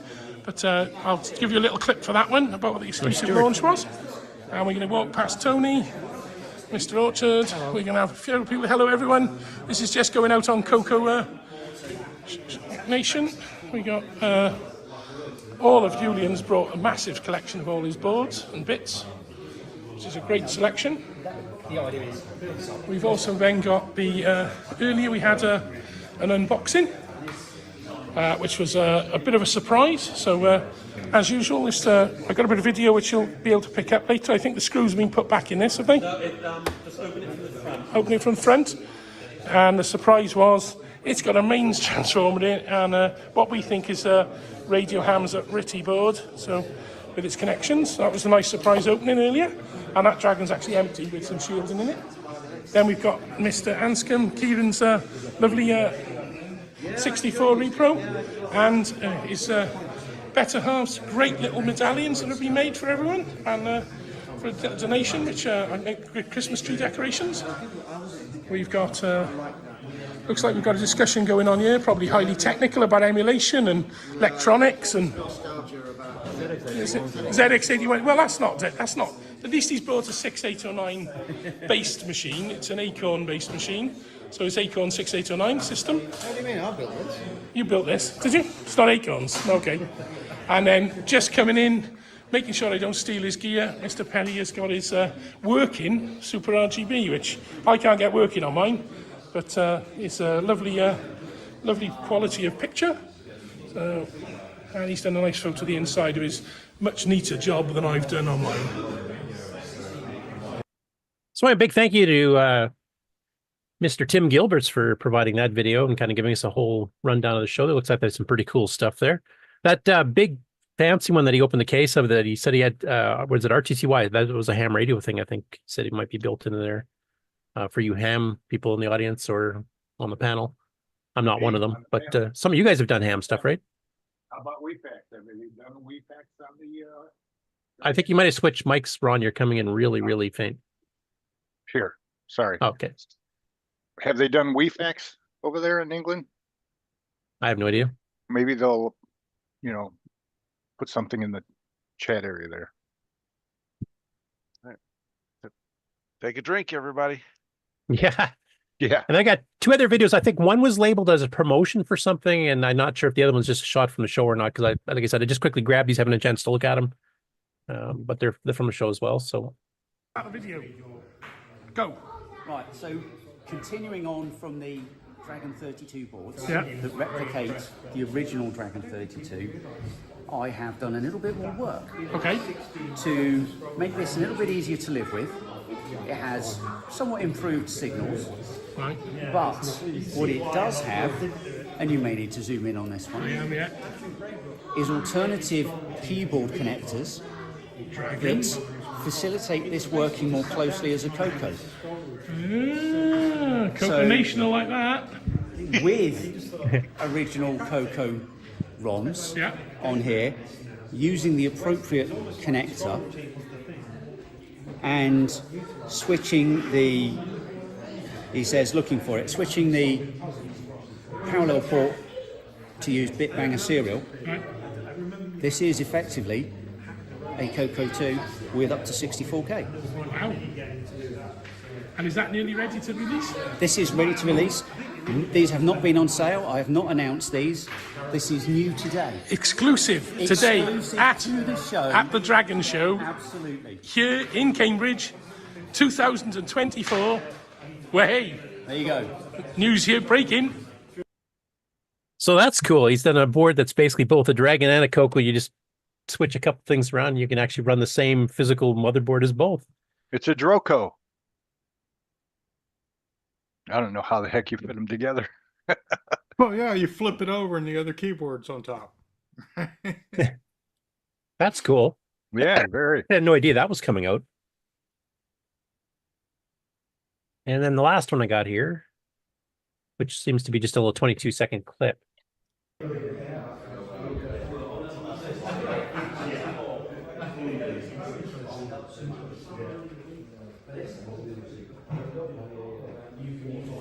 I think these are must be the Dragon Beta, the original boards that came with it. And I know they've been trying to reproduce those too. So I'm guessing that's what these are. But if Tim's watching, he can let me know. Sorry? Maybe that's a gimmicks box? Could be that too, I guess. Did it say anything there, Clint? Because that was 6809, right? Yeah. Or 6800. And the Dragon Beta was a dual 6809 up to 768K and a whole bunch of stuff on it too. And they actually have one that they've been, figuring out how it worked, and they've been rebuilding the daughter boards and the RAM upgrades and the controllers and stuff like that to plug into it too. So I'm assuming that's what this is, but Yeah, it could be something else too. But if Tim's still in the pub there, if you can hear us over top the pub chatter here, you can let us know in the chat. Look in the chat. So these were both SS50, was that the bus? So this case would fit S100, you mean? a whole, well, no, there was like a different bus for 6809. It was like SS50, I think. S50, I don't know. My brain is. Ron, you said you saw something in the chat? That's Chris Dries is saying it's the Draco. I don't even know what that is. Dragon Coco. Oh, okay. For the name of that. Besides, I believe back to male that dragons story. are called Okay, the I thought we were Drake. talking about this one. Oh. Well, that's a lot better than what I was trying to say.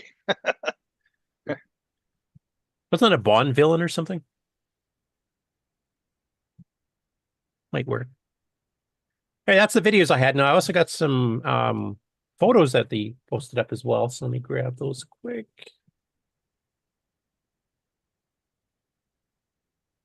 So this was in England, right? Yep, Cambridge. they're at the pub Cambridge. gathering afterwards right now. So the show itself was done for the day. I'm a quarter Scotch, so makes me feel good. Did you say you drank a quarter of scotch? No, Oh. no, don't do that. Okay, I think this is the right one.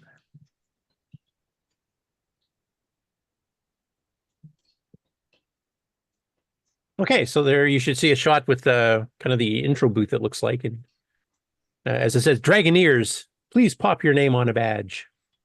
And don't forget to pay the museum entrance fee. Now these, excuse me, these three paintings here, I remember they were being mentioned. I think it was Richard Harding that said it. It might be somebody else, but I think that's who said it. He actually had some original art. These are actually for some software products that were sold for the Dragon. So this is the original art that the software would have had, kind of gathered with it with added logos and other things on it. But this is the original art that was behind each of the three software projects. Oh, that's neat.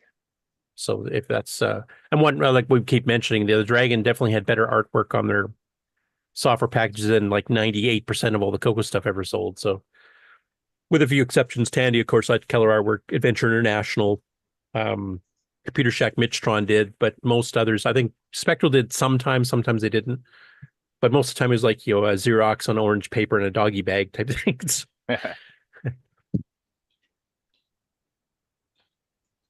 There's Tim kind of showing the background behind.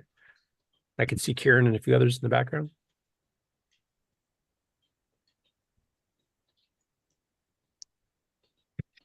I think they're suffering from the same thing we are. There's no ladies there and no young people. Yeah, but they got food and beer, so Well, yeah, there's makes that. up for it. And this is part of the museum display part of it. This I do really want to get to one of these years. It looks like an interesting place. Museum of Technology, I believe. There's Richard. Man, he's dressed up for the show. I've never seen him dressed up like this.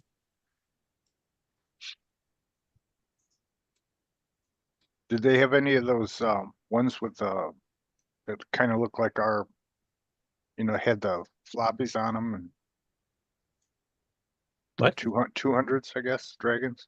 No, 200s were just like the rebrand when they started getting sold by Eurohard out of Spain. They're basically just a regular Dragon 64. But you're thinking like the deluxe or the beta? Or... Yeah. Well, that's what that one I was wondering before with all those cards, if that is the... Oh, I see. The beta. I don't know if you noticed, but next to that machine, I think was the Dragon 200. Oh. Yeah, and it's just a standard Dragon, basically, just rebranded a bit. So look at that keyboard. Yeah, I can actually... It's white.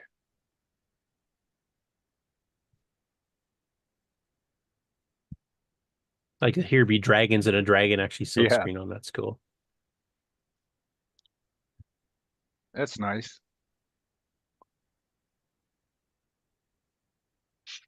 Red brick key. Remember, and there's the one that he was mentioning, if I understood right, that this is basically a bunch of hardware hacked on to do ham radio stuff.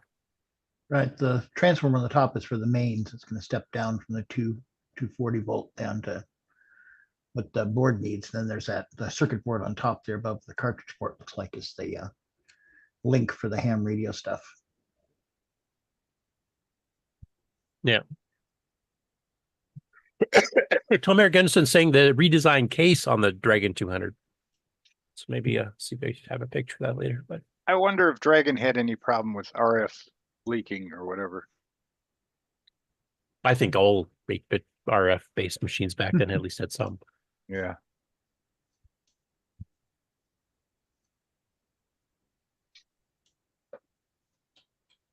There's that Dragon 64. You can actually see the seam here from 3D printing the case. So this is entirely modernized stuff. The logo's brand new for 3D printed. The case is 3D printed.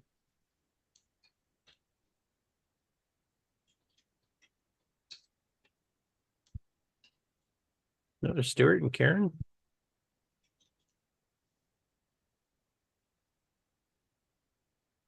And I noticed they were playing Lava Hero.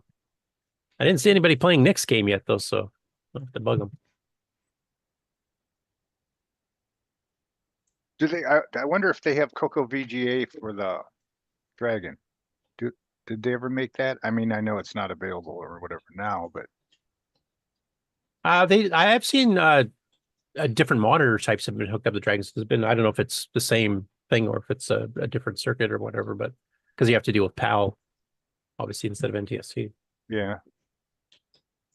Not quite sure what that little breakout board's doing.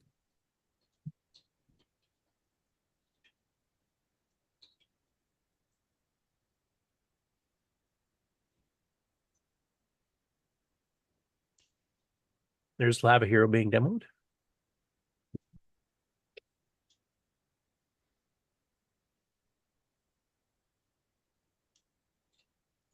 There's the Dragon 200 box again.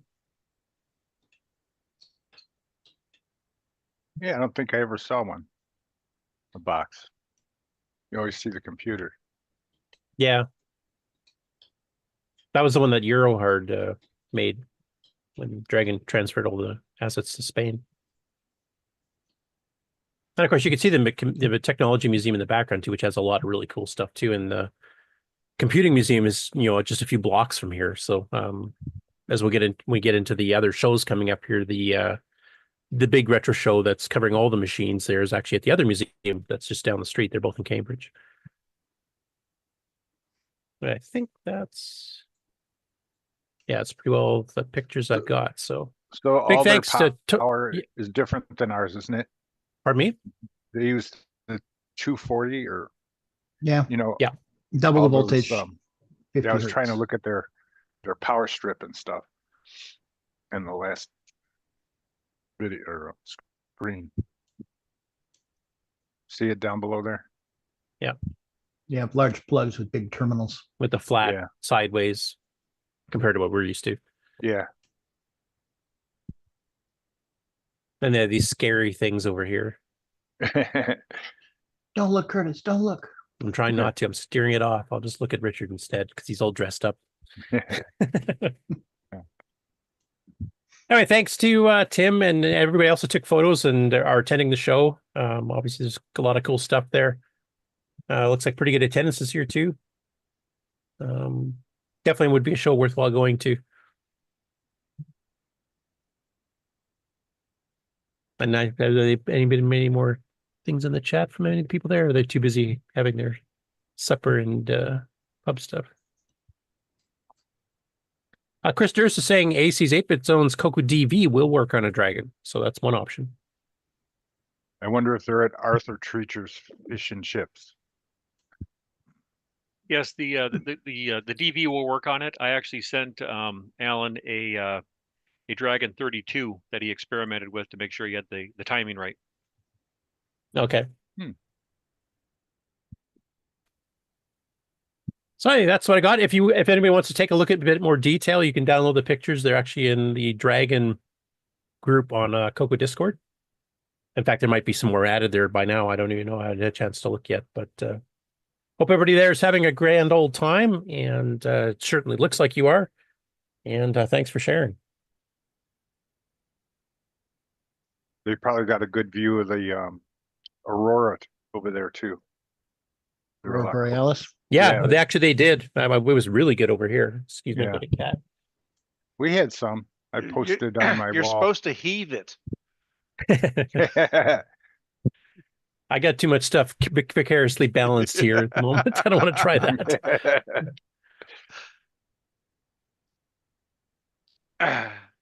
Okay, we ready for game on? Yeah. I'm just saying that on behalf of Ken because I have no idea if he is or not.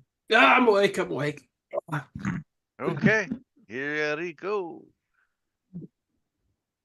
Look at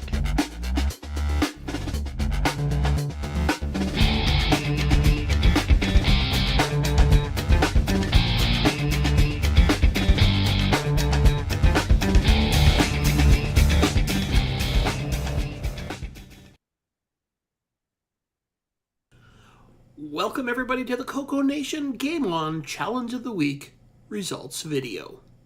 This week we played Hungry Horse. We had a total of 12 players. We had Henry, who submitted a screenshot, but it was of the default high score, so I don't know what he scored. Marco with 16,609. Henry III with 21,395. Retro Rick with 124,136. Tasman with 553,680. Ed Rhodes 694,331. Mark B 1,214,940. Sloopy Malibu 1,263,245. Canadian Retro Things 1,414,348. Shenley, 2,012,401. Buck Owens, 2,836,548. And this week's number one score belongs to Dr. Ted with 5,155,401. Thanks everybody that played. We'll see you again next week. Oh, and the CoCoNation salutes Dr. Ted. Salute. You can definitely tell that there was a break there between the people that used the bell cheat and didn't use it.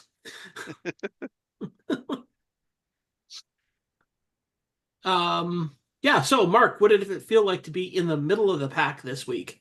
In the top 10. Wow, that was pretty good. You were 50% of the way there. Yeah. So, and then on Thursday's show, I was trying to play it without the bell trick, but it wouldn't save my high score for some reason. I'm not sure what that was about. You couldn't beat the 38,000? I thought I did. I thought I got into the 100,000 range, but maybe not. All right, so I could only find one mention of this in any magazines, and that was in Dragon User June 1984. And it was just one of the ones where they kind of go through and talk about a whole bunch of different games, like basically one per paragraph. And the reviewer just basically said, if you like maze chasing with a difference, then I can heartily recommend Horus. Perhaps Microdeal's Cuthbert has a new rival. So. I mean, tricks aside, I was still able to get through all the screens. Yeah. It wasn't a terribly difficult game, but it was interesting. It was an interesting take on the Pac-Man genre. So, like, you didn't have to complete the entire screen to actually move on to the next level. And one of the interesting things, if you actually use the bell like you were supposed to, and you rang the bell and then went and hit one of the security guards, that's basically like eating a blue ghost in Pac-Man. Yep. But once you did that, all of the security guards, no matter how many there are on the screen, disappeared. So it started back over at one as soon as you hit one of the security guards. So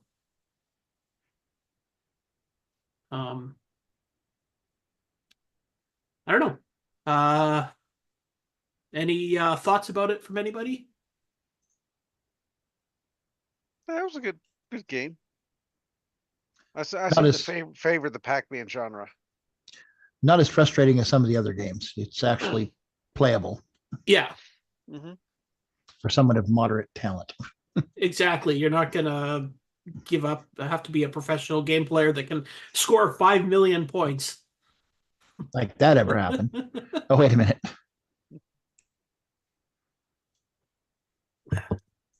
Did in your magazine search, did the high scores show up?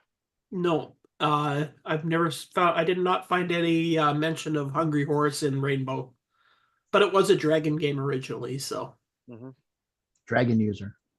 yeah, Dragon was the only place that I found any mention of it. So, I don't know what else is there to say about it. I think it's more of a playable game than Horace Goes Skiing, which is kind of like a Frogger game, but yeah. I don't know, Curtis, any words of wisdom about this game? No. All right, well then I think for the second time we can put Hungry Horse to bed. We still have to play the other one though, right? Like the other Hungry Horse game. I don't think we played that one yet. Which other one? Skiing? Oh, the skiing one. Well, we kind of did. It was included in the Frogger extravaganza. Oh, right. Even though it's only half Frogger and then it's half skiing, but Yeah. But we could play it as a standalone sometime. Definitely. Yeah. So the other game that we played, which was I have that written here somewhere. What was the other game that we played? Catacomb? Catacomb, that's the one. I forgot to write that down. So that is a bit more of an interesting game. It has the first screen, which is like the first screen of Poltergeist, where you're collecting fuel. And then you move on to the second game, where it's your average space shooter game. Now, I haven't figured out how to go from the second screen back to the first screen without dying first. You have to, apparently there's an end to the second screen. There's a mothership you're trying to get to. I'm not sure if that actually exists. Has anybody actually gotten there yet? I've seen some screenshots of it. So somebody did in the Discord. Okay. So the mothership does exist. It's not a figment. A figment like some games where it says that's what you're trying to do and it actually never happens no matter how long you play it. Pretty sure I saw it on Discord. Somebody posted a screenshot of docking. Good morning, Nick. Good morning. Just woke up. You missed the whole Dragon meetup part. I woke up to my nightmare. I got onto the show. Oh, you got some more bugs to report on Hero? No. No, he started finding bugs in his other games now.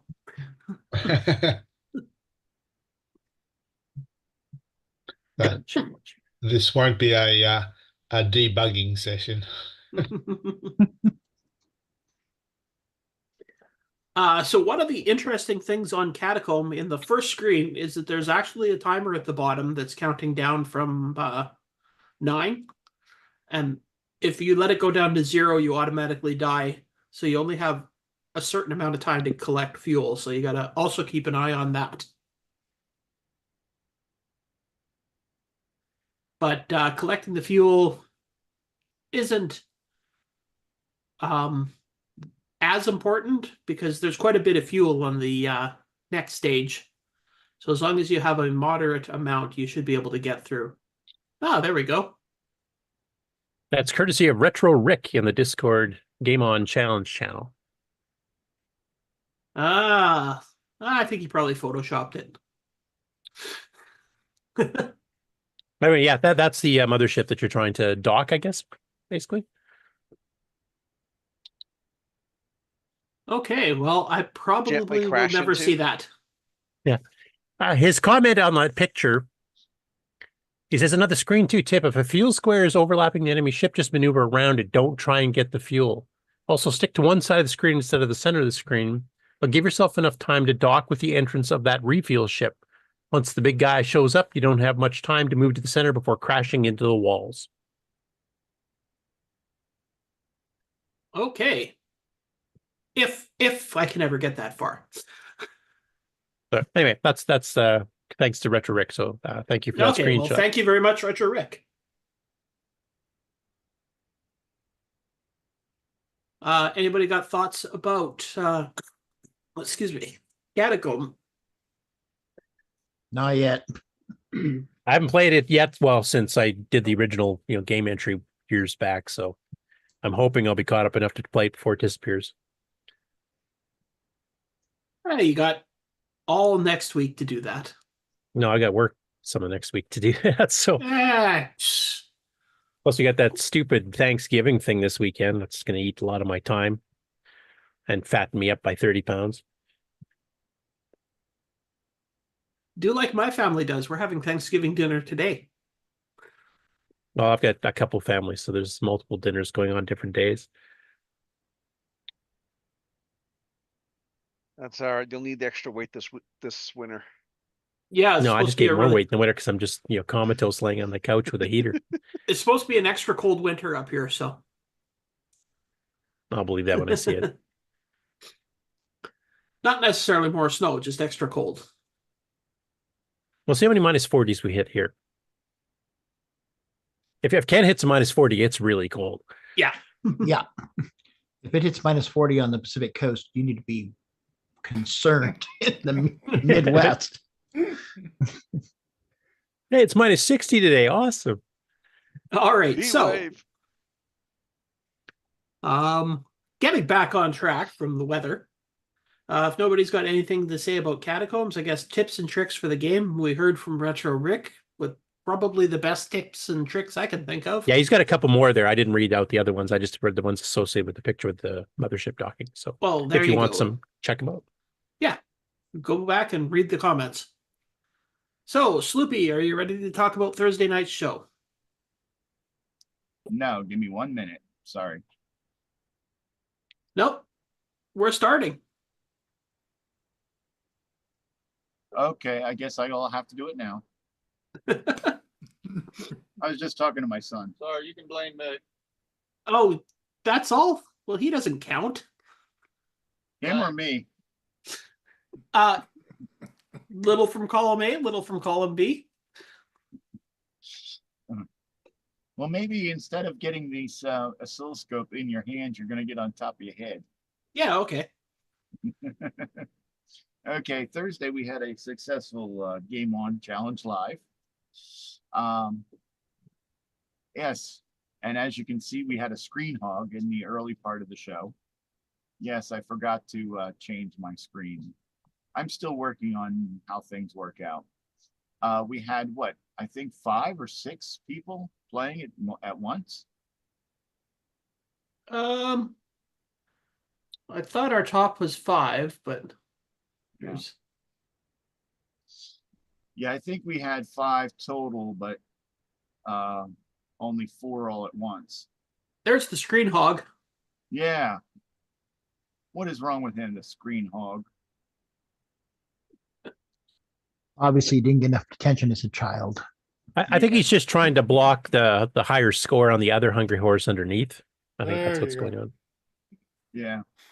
Oh yeah, that professional game player that's playing with us amateurs.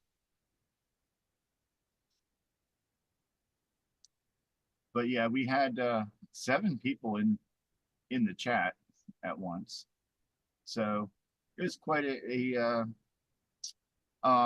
successful episode. There was only one thing missing, and that was Curtis. Why were you not there? Who? Any of you. You. Oh, I was working. Trust me. I know, sick as a dog with a stupid cold. That I'm much better right now, but yeah, I wasn't feeling well either. I didn't do anything Thursday.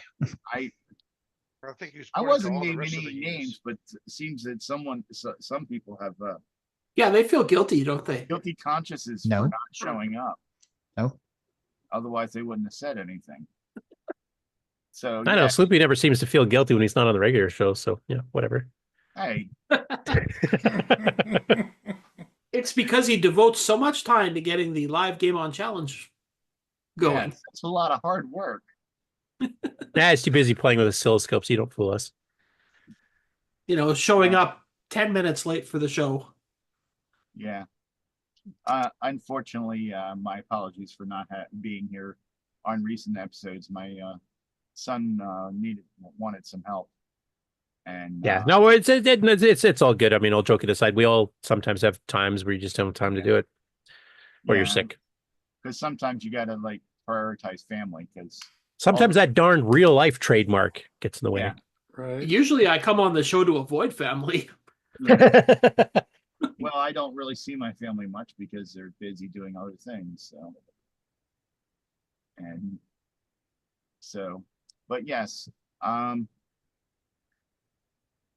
yes, you, Curtis, Marco. Let's see here. Who else shall we name? Yes, you in the chat. Where were you? Do I need to bring a note for my doctor? Yes. Okay, Mark, I'll be your doctor. You can be mine. Okay. Ooh, Mark and Curtis are going to play doctor. Pinky. That's just Ken deflecting his crappy scores. Asparagus. I think that skips asparagus and went straight to broccoli. Yeah. Grant, yes, we played Downland, and if you actually played with us, you would know that. You know, if Grant showed up to any shows at all, you know, Yeah. he might know this kind of stuff. So, but yes, thank you to all who come and play with us.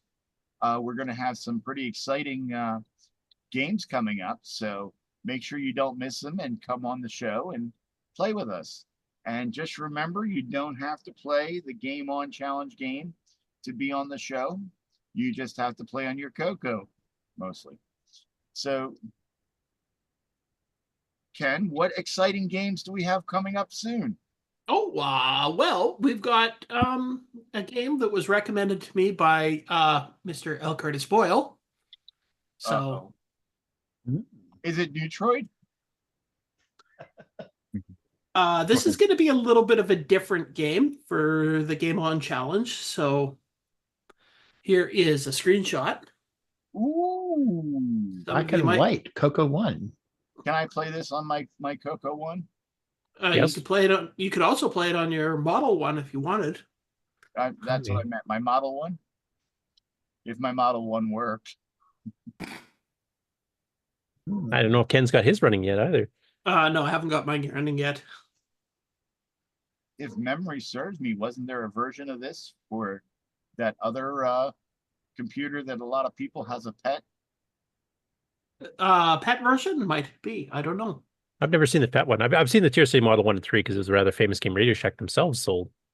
Yeah. And as you may notice, it's got a little ghost there above the house. So we're getting into a little bit of a Halloween theme here. Mm-hmm. So anybody got guesses that other than Sloopy and Curtis on what the game is called? Have you even seen this on the CoCo before? Would it be Haunted House? Nope. Honestly, I don't know the name of it. I know I've just played it. I actually played it on my Pocket TRS the first time. Well, it is 13 called Ghosts. Ghost Town. Ghost Now, it's a little bit of a different game because it doesn't have a score. So this is going to be a participation. Everybody's going to tie for first because there's There no you way go, to Mark. really- You're going to be on top at last. There's no way to really score this game. So Sounds like a game I could play. it's a shooting gallery game, basically. Yeah, you'll pretty need an much analog joystick or mouse an for this. analog joystick or a mouse, and you just have to shoot the ghosts. And it's interesting because it scrolls. The whole screen scrolls. You go across an entire kind of town. Western town, I guess, old Yeah. West. Old West town. And there's ghosts popping up everywhere, and you have to shoot them. And as brought up by other people, it is based on 13 Ghosts for the Tier Setting Model 1 and 3, which you might remember from the late 70s. That's it. 13 Ghosts. That's the name of it. Now, this is a game I don't have my website yet, but I also don't have that much information on it. It's by Peter Burrell, as you saw on the screen there, but I don't know what year it came out. I don't know if this was commercial or if it came as part of a magazine or something. I haven't had a chance to try to find it. And if I remember, Ken, if you do it during the disc, I think it even has assembly source for it, doesn't it?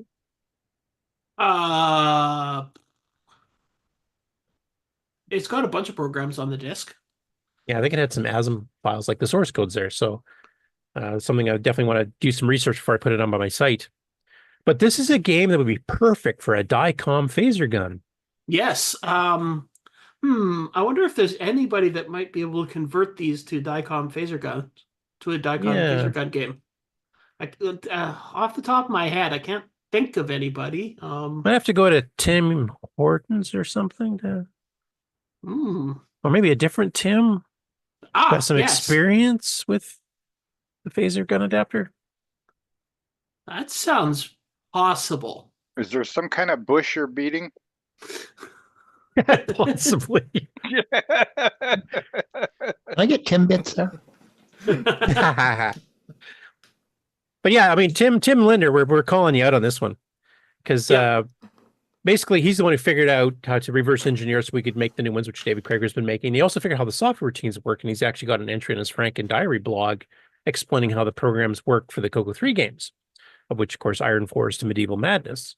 But this is a game that was designed to be a shooting gallery, as Ken said. So basically, it's perfect for light gun. It's black and white, so it should be easy for the CoCo 1 and 2 to do it. And the source code, I believe, is on that disk image, which means you don't even have to reverse engineer. You could just throw in code. Speaking of that, here is what you get ASM. There you go. Both ASM files. So, Tim, this is a challenge for you. Take a break off MAME for a little bit there and see if you can maybe get a CoCo 1 and 2, the first light gun game. And then you actually got source code there for the actual game itself. So it's just a matter of changing it from an analog joystick to handling the light gun.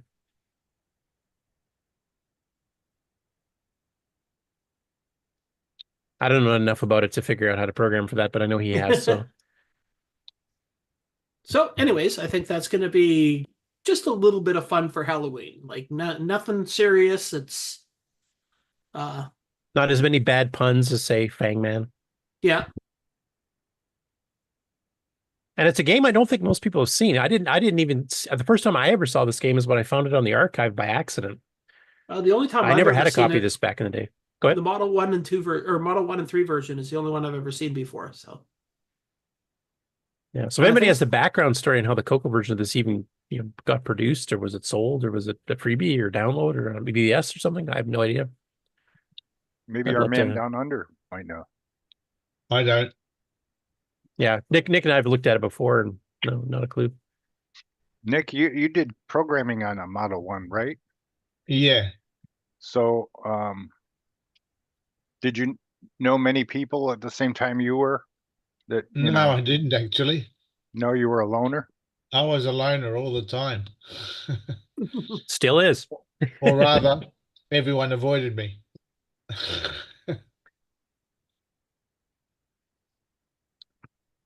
So what was that game called? Ghosts. Ghost Town. Ghost Town. It's available in the archive if you want to download it. That's where I'm looking. I didn't even look to see what kind of assembler. I don't know if that's Ed Tasm or one of the more I ones was against these. I was going to look into it now, actually. I don't know. It might even have some details that I was going to try to find out. I haven't had a chance to look at it yet. But yeah, that would be a perfect one. If somebody wants to try to get a CoCo 1 and 2 light game to use the DICOM adapter, that'd be a perfect opportunity. It's a game kind of designed for that type of interface in the first place. And since it's just black and white, and I think that's how you program the thing. I think you have to flash the screen white and then count the scans until the black square shows up where you fired. And you time it to figure out where on the screen the shot is. I think it would be a perfect one. That's fun. I mean, yeah, there's no score. That's one sucky thing about it, but it can't be done. Can't be played on LCD. Well, you can now because it's just joystick. You can because it's just joystick. But if it gets made to to go with the DICOM, it'll have to be on a CRT. That's what I was saying. Yes. Yeah. And there's on the disc is Ghosts and Ghosts 2. Yeah. So there's 2 versions there. 2 versions or 2 parts of the same source code. They just can load it I all think in it's 2 parts of the same game. Right. Yeah. Because it's got a bunch of assets and stuff that it loads in while you're playing. And yeah, it's a pretty expansive town. And I think it's in P mode 0. So it's like a 1.5K screen. It's scrolling horizontally through as you go. Yeah. So is this basically black and white because it's supposed to be at night? Probably. Or it was meant to look like the Tier City Model 1.3 original. Oh, yeah, as close as it could, because it's black and white, of course, too. Yeah.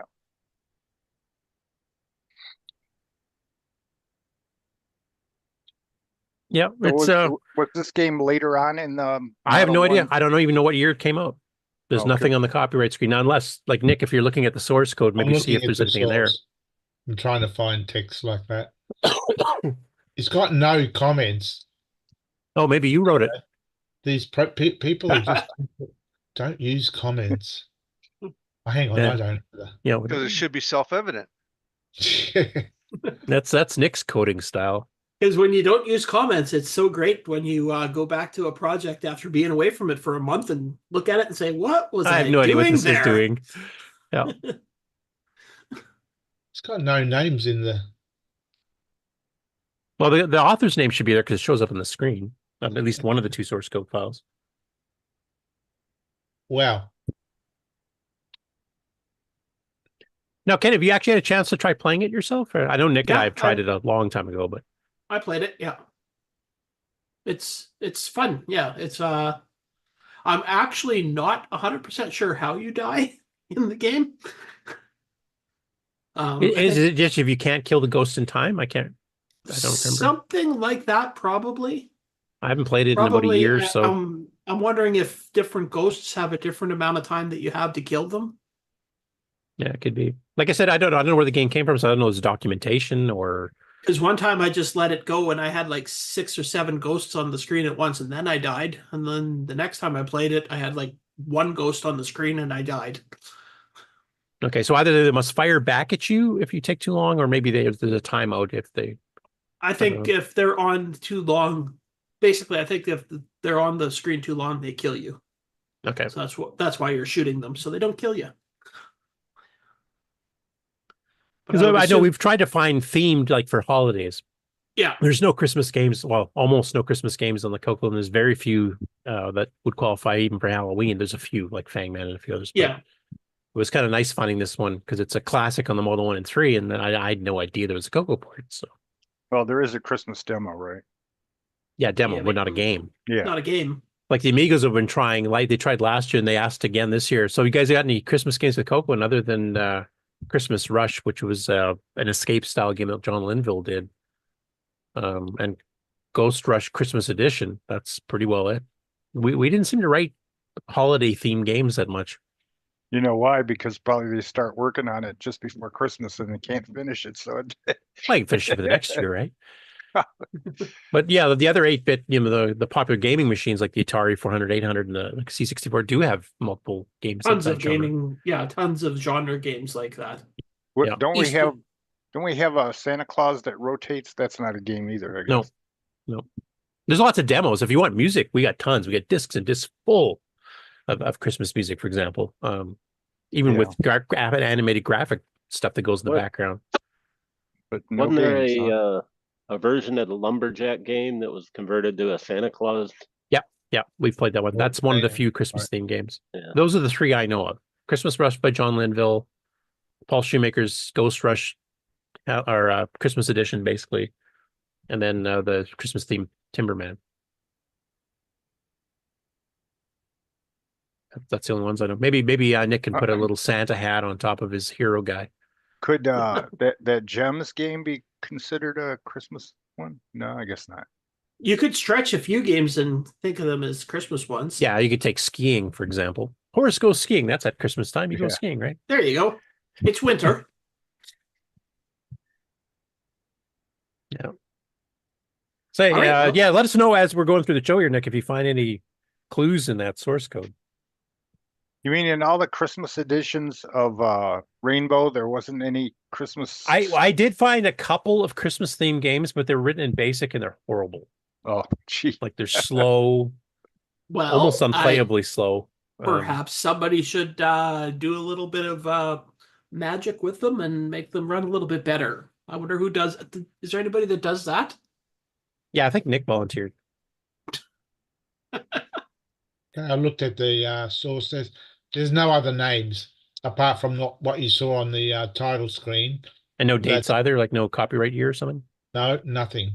So, and it's not too big a listing, so it wouldn't be a bad project to modify for the gun. I just played it now with my mouse in VCC. Yeah, it's not too bad. It's a pretty good little little effort. Yeah, it's just a little fun game for Halloween. Yeah. Yeah, exactly. And a rare one. I don't think too many people have actually seen it before. For example, anybody in the panel, anybody in the chat, has any of you guys ever played this before? Because I'd not found it until, when was it, Nick? A couple years ago we stumbled on it? Yeah, I think so. Yeah, it was a couple of years ago. It was when I downloaded one of the SDC, master downloads of everything. And what the hell is this? Never even heard of it. We don't have much more Halloween games, do we? I mean, there's a few, I suppose. No, it was like Fang Man, like Phantom Slayer. Some people consider that a Halloween game. I don't. Basically, we played pretty much all the games that might be considered horror themed, other than text adventures. Yeah, there's a ton of those, I guess you could. Yeah. Well, some people might think Neutroid's a horror game. I was going to say that. Yeah, with all the feedback, right? No, it's horrible. You're almost there. Horrific, something like that. There's scaring small children, and then there's traumatizing small children. Yeah. And Neutroid traumatizes. I'm pretty thorough.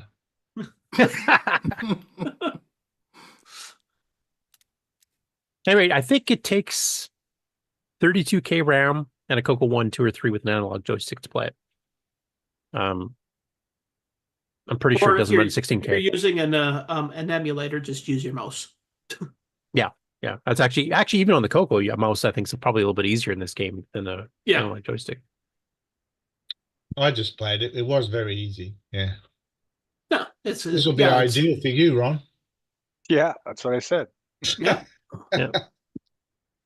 So we expect you to submit a screenshot, Ron, even though there's no score, so you don't have to worry about being embarrassed about it. But we want to see you at least play this one for the Halloween theme. So yeah, it's just submit a screen score to show that you played it, and you'll put me at the top. I'll put you in alphabetical order. Deluxe D. You'd be pretty near the top then. Yeah.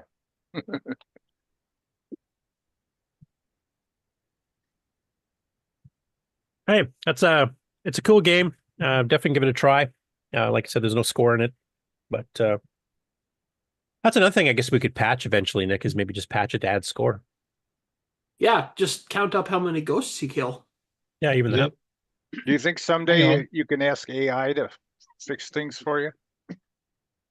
And actually get it done right? Probably not. No, it'll just break it worse. If you asked it to fix a CoCo game, it'll give you a Commodore code. The first thing though you ask it to fix is your bank balance. Yeah. Actually, there was an interesting study that was released last week about AI programming in particular. And they've said if you're a beginner programmer, then it can help you sometimes get on the right track. But if you're a fairly decent programmer yourself, it actually introduces 40% more bugs than you would have done on your own.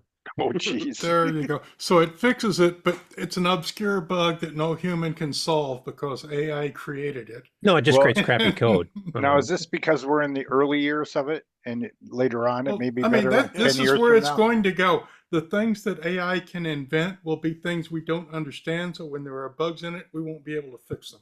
Yeah, but because we won't know what they are. But 40% of 0 is still 0. Right, Nick? Yeah. So we're going to wait for Judgment Day when the AI takes over. Right. Brian Walsh made a suggestion in the chat. He said we could play Black Sanctum for Halloween. Lowest moves wins. I think we did do that some years ago, didn't we? when we were experimenting with doing adventure games? I thought we did a Halloween Black Sanctum one. I can't remember. I'd have to look it up. Yeah. All right, that's the 2 games. So Catacomb, 1 more week. And then 2 weeks for Ghost Town, right? That's what it's called? Yep. Okay. I should mention, too, I did get a couple more photos for the Dragon Meetup I can show before I go into the news, but we'll finish this segment first. Well, I'm done. I don't have anything else to say. Maybe Jim will make a version by the end of the 2 weeks for Jim, you mean? The MC10 Ghost Town. Jim Gary. Yeah, Jim. Oh, that graphic mode is supported on their MC10, but I don't know if there's enough RAM because he buffers the whole town as you're scrolling across. Well, I got one of those. MCX 128, maybe 32.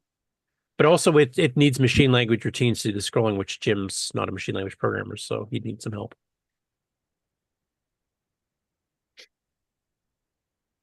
Well, if he hears that, he'll be a challenge. And he's kind of busy, actually, as you'll see when we get into the Game On News, because he's busy on another project that may take him a while.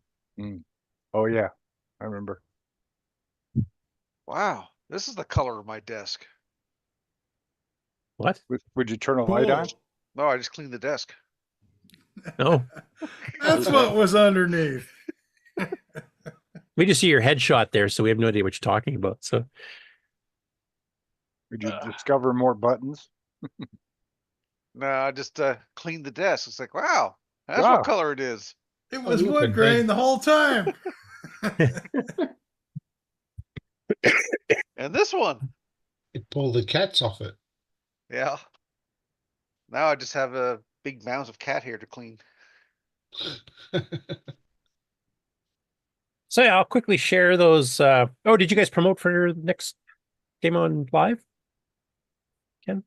I think Sloopy mentioned something about that, but if not, as usual, Thursday nights in the Discord channel, the Game On Challenge Live Discord channel. Be there to play games starting at 8 o'clock Eastern Time.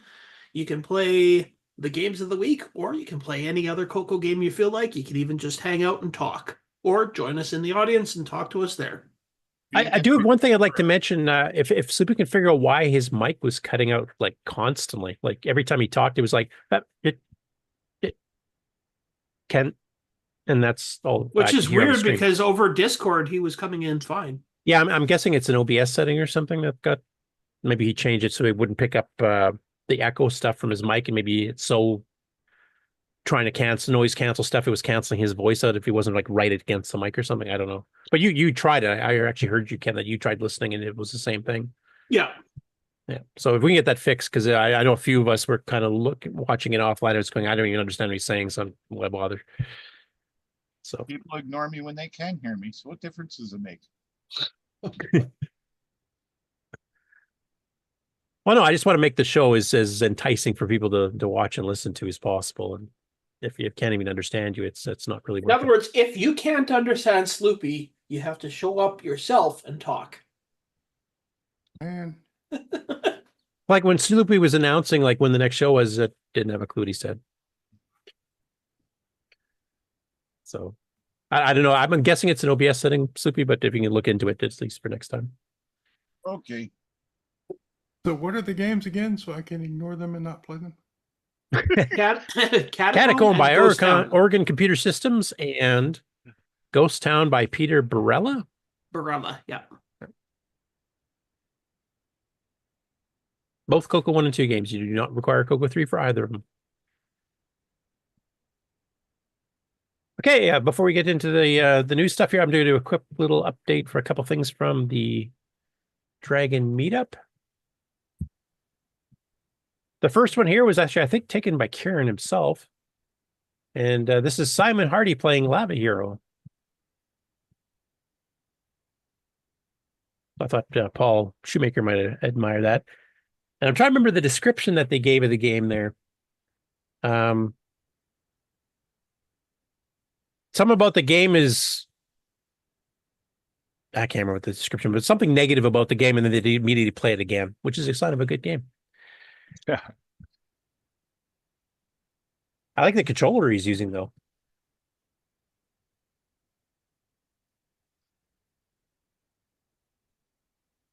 And then the second one is I a think that little was video. a Sega controller. Looked like. Yeah, Sega 6-button. And then the second one was a little quick video clip of them gathered for at the pub, which is where we would have them in the chat right now if they're still there.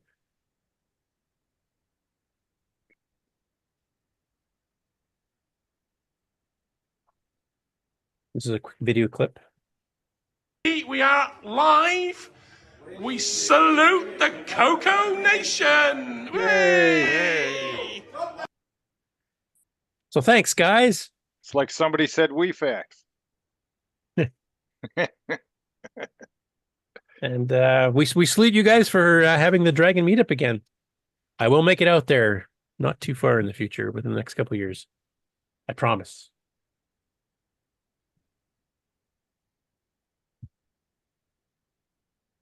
Anyway, that catches us up on that. I don't know if there's anything in the chat. I haven't been able to watch it lately. Mike Zeffel just said he just, I like it, just playing it. And first time he's ever seen it. He's talking about the Ghost Town, of course.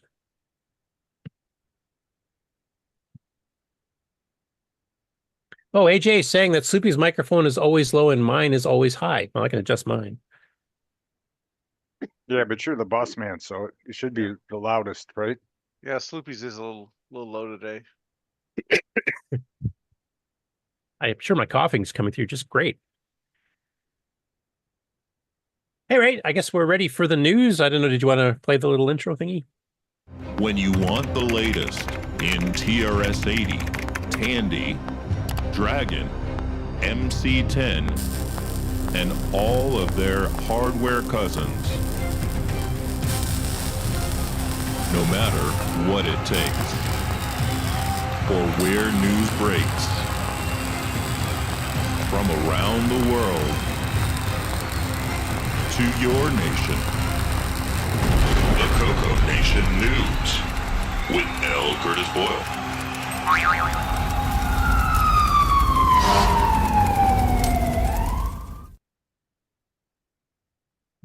Okay, so quickly go through the upcoming shows. One actually just finished, and they're probably still at the pub, but just give them a last shout out here. And that's the Dragon meetup, which is today and tomorrow. I guess it's actually a little bit more. So if you're in the area, you can definitely go check it out on Sunday. And you still got time to hop on a plane? Yeah. Too bad they don't have the Concorde. Still, 1 hour. Yeah. Yeah. Quick fly over, then you come back and attend VCF or something. Or I guess there's probably not any of those going on. And if anything else really cool happens there, guys, feel free to send more photos. We can put them on next week.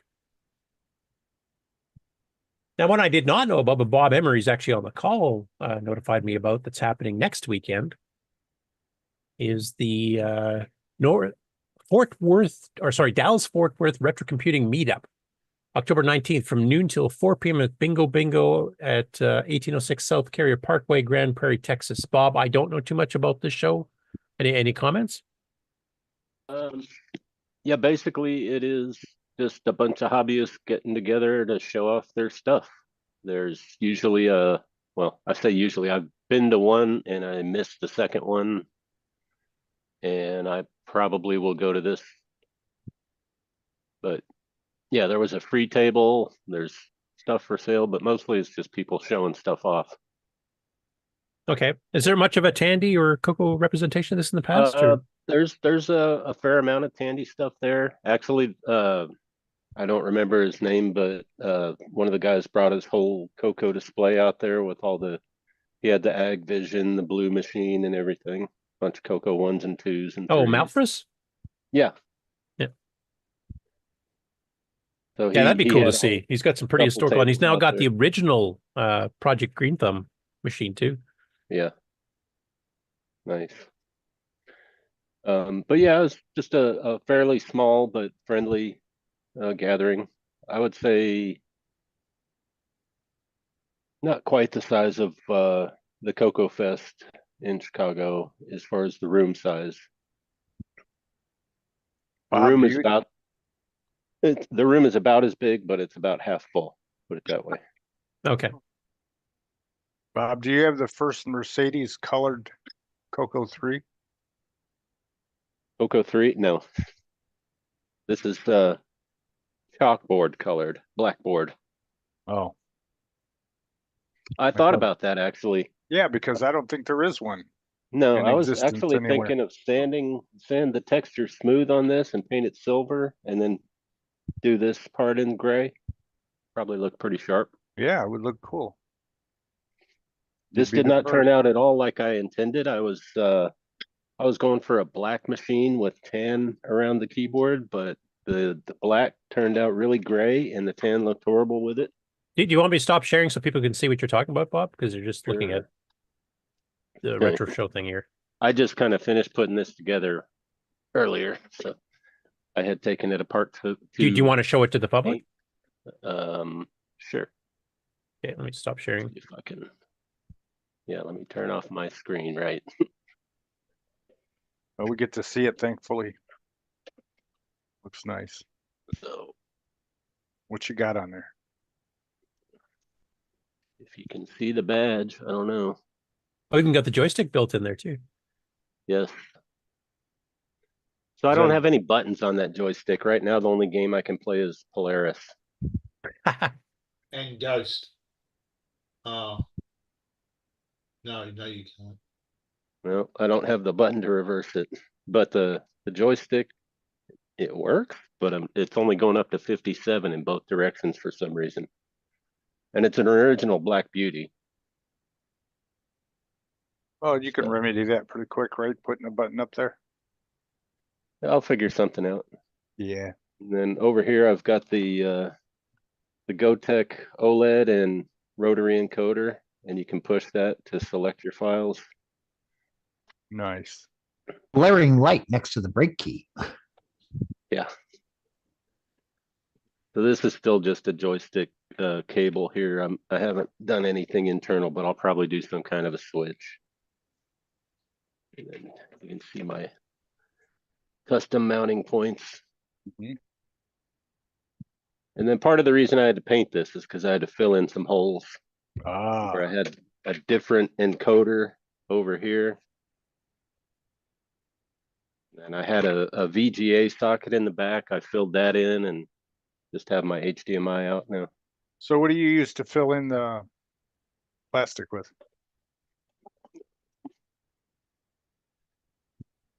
White milliput. So there is something. Yeah. So this is like a two-part epoxy. Yeah. Oh, okay. Yeah.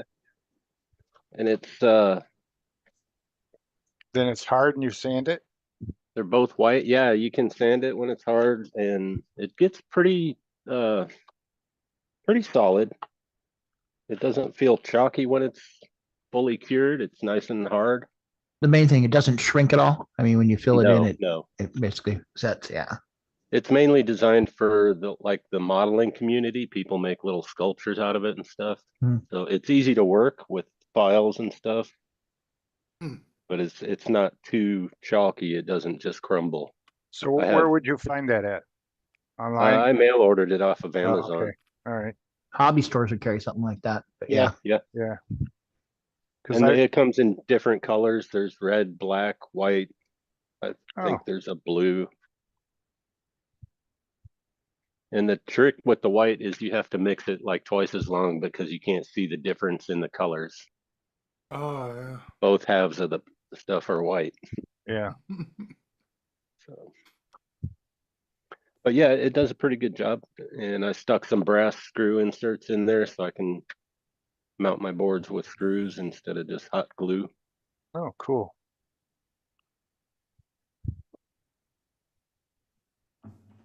Terry Steggy's computer is another one that's not typical, black. Yeah. His stealth one. Looks good. Well, thanks. I came in specifically to put this back together. I was trying to get this done for Septandy, but I've just been swamped at work lately. Oh, you got Octandy. Yeah, yeah. So I filmed it. Still a little time. Or wait, what are they calling it now? Wasn't Octandy, there's something else. Shack Tandy. Shacktober. That was it. Oh.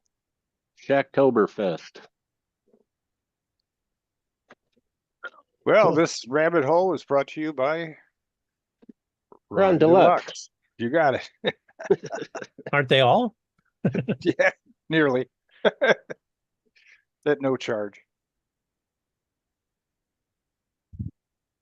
Well, at least we're getting our money's worth. Yeah. Yeah, we all learned.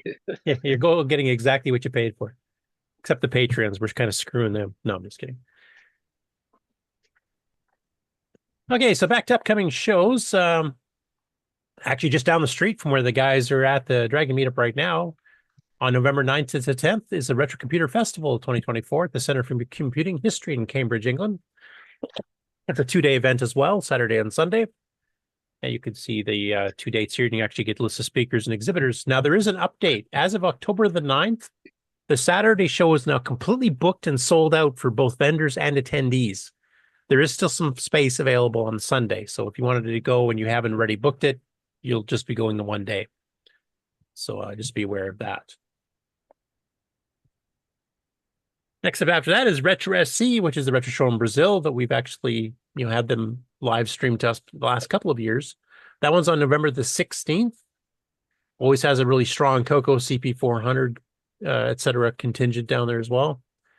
And we'll hopefully be getting some more live feeds from them. That one's in 34 days, 18 hours, etc., as you can see on the running countdown screen. And that is in Santa Catarina in Brazil. So, and as I mentioned fast, there's some people there know English quite well, can help translate for you if you need some help, and are actually offering to give you tours in the area because there's a lot of beaches and stuff in the area for your other half to be more interested in going to the show. Well, that artwork's unusual, nice. Yeah. Yeah. VCF SoCal has been announced officially for their next show. That's February 15th to the 16th in 2025 at the same place, the Hotel Farah in Orange, California. And it's also on Saturday, Sunday, a President's Day weekend. I don't think they're actually selling tables and stuff until January, if I remember correctly. But they've booked the facility, so that's a for sure. VCF East is April 4th to the 6th. I haven't got too many more details on that. Same place as it was last year as well. The Info Age Science Museum in Wall, New Jersey.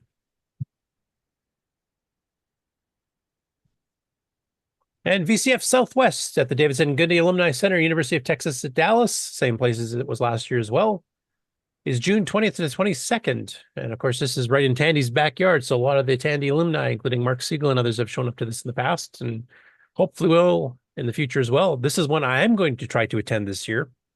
Because it's usually been pretty close to Boat Fest. I'm going to give Boat Fest a skip for 1 year, just so I can attend this one and actually visit some of the Tandy people and ask them a bunch of questions.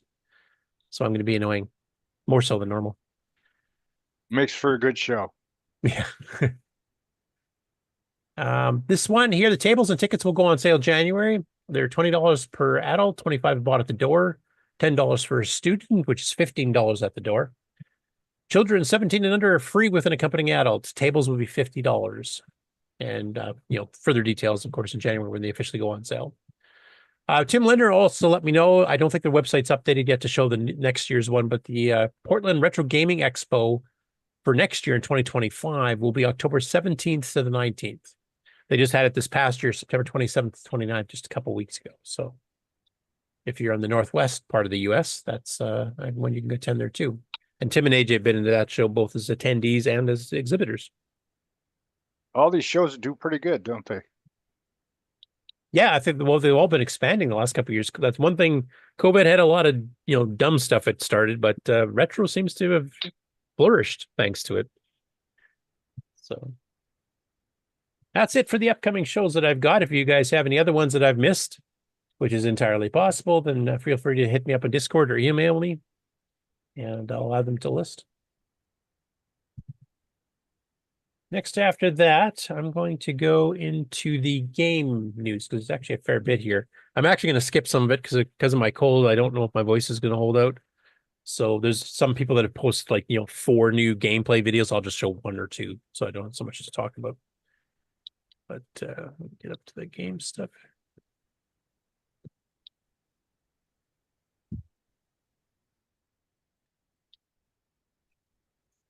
Here.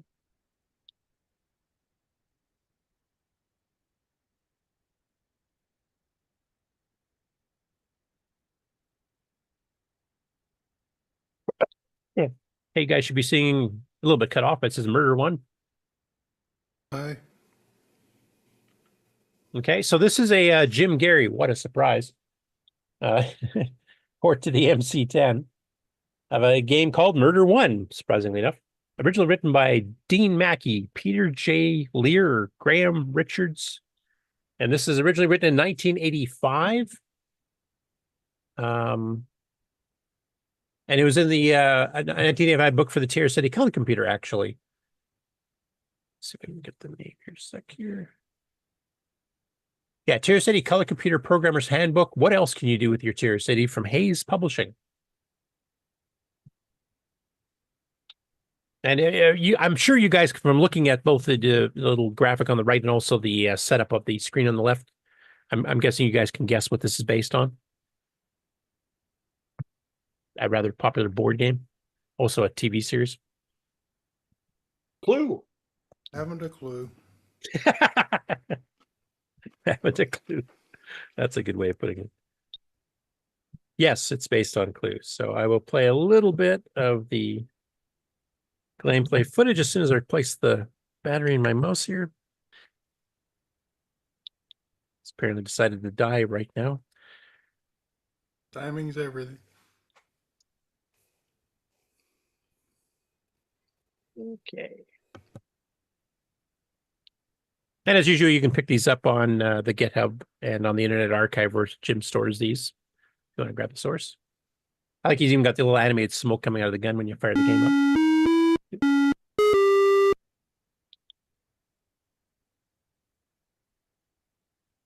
Fast forward a bit here.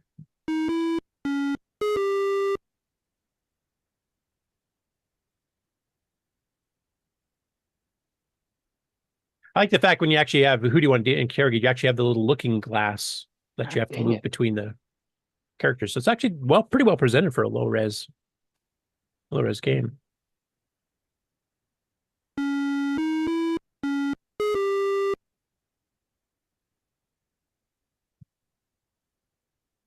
All right, I'll let you watch the rest of it if you want to check it out, but you can of course download these for the MC10. And this one, because it came from a CoCo book, I don't know if anybody's typed this particular one in or if anybody has this particular book. I know, Ken, you've got a fair number of CoCo books. Is this one of the ones that you have in your possession? Oh, you might have stepped away again. I don't believe I have that one. Okay.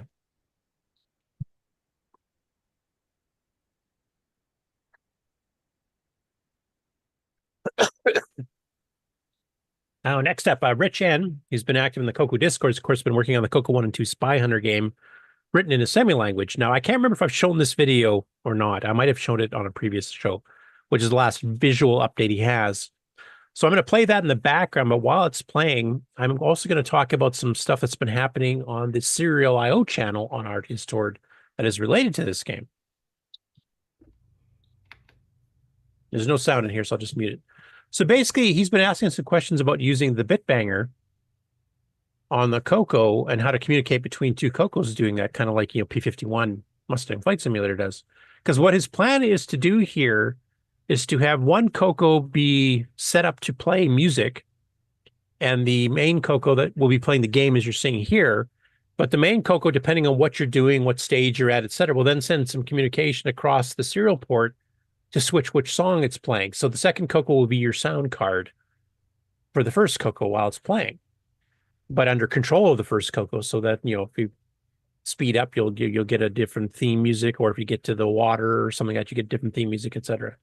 So I thought that's a rather interesting way of doing things and kind of keeping it all CoCo. But yeah, the game looks like it's coming along great. It's got great artifact colors in here. He's done a really, really good job on getting that. As you can see, this is on a real Coco on a real monitor. So he's got it firing and blowing up stuff now, and your truck comes and actually lets your car out, etc. So I don't remember if I showed this particular video recently, but it looks really, really good. And if I remember his description of it, you're actually going to require 2 joysticks to play this because there's so many controls. For those of you who played the original arcade Spy Hunter, you had kind of the fancy steering wheel thing, but you had like 4 or 5 buttons, I think, on there for the different things like your missiles, your oil slicks, your smoke screens, etc., your actual firing. And you would just steer, and you had a gas pedal on the floor, and then you just hit the buttons for whatever you wanted to fire off. Well, of course, you can't do that, especially on a Coco 1 2, and you only have a 1-button joystick. So the one joystick controls which one of the things you're going to light up to try to use, which you can see on the bottom here. And then you use the button to activate it, but you actually use the other joystick to actually select while you're playing. So it'll be a 2-joystick game, but it looks really good. And this is a game we never did get a port of on the Coco. Many other machines had ports of, or even direct ports of, or clones of, etc., of Spy Hunter, which is one of my favorite arcade games. And it'll be really nice to have a Coco version of it. And here we're at the very end of the Game On Challenge ever, because we're going to show Predator play. No, I'm just kidding. There's a lot of gameplay videos, and it was surprising because we had a few good ones that came out during September, but all these came out afterwards. Now, I'm not going to play all of these because some of the games are ones we've shown lots of times before. There's quite a few of them this week, too. So, wait, CM8 warning. It has a cover. Yep. Yeah, he's playing it on real hardware here, too. So, this is a I like his YouTube channel, Non-Maskable Interrupt, and his little symbol is NMI. I'm not sure that's somebody we know in the community directly or not. Could be. I don't know who this is specifically. But they released several YouTube shorts. Now, YouTube shorts for me are annoying as hell because they sometimes let you control the volume, sometimes they don't. So I don't know how it's prepare your ears is what I'm saying in case some of these blasts for you. I apologize ahead of time. But I'll play a little bit of the Predator one. He also played Silpede and Megabug. I'm not going to bother showing Megabug because we've all seen that a bazillion times. Silpede, I think most of us have seen. It's one of those fat binary cartridges that has both Coco 1 and 2 version and a Coco 3 version. But Predator is one we don't usually see because it's usually a sign of the impending apocalypse if we're playing this game.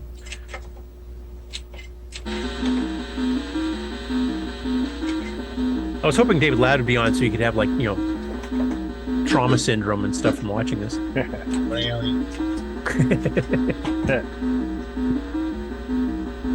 Notice that awesome theme music running in the background?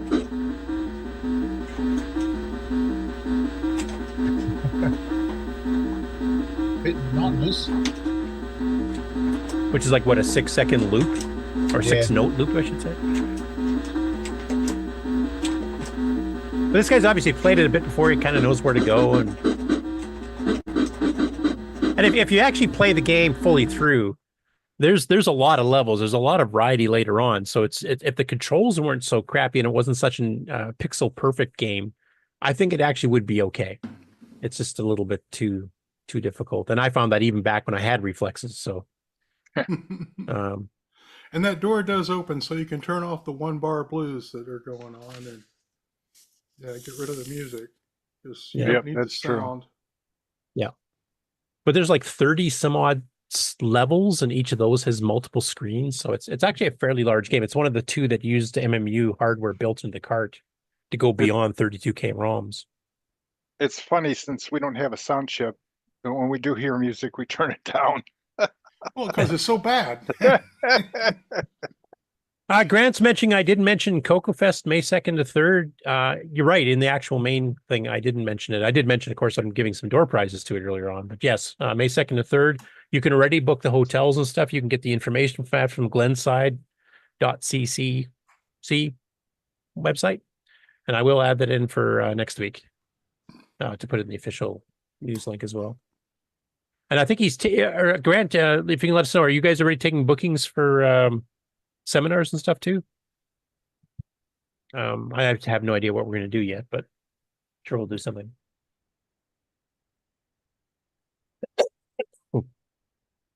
Next up, Nostalgia Vault did a bunch of videos too. I won't cover the ones like he covered in Infudo's Ascend, and he covered both the Coco 1, 2, and the Coco 3 versions. We've seen that quite a bit recently. Megabug, once again, that's a hugely popular one.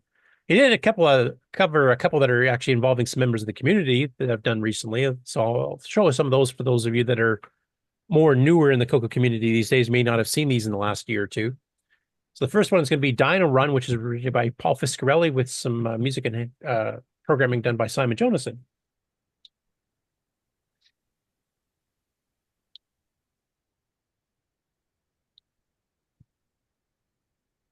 Speaking of Simon, go to Ron's Garage. You can hear his latest. Yeah, that's coming up. I got that already. Yeah. Cool. All right.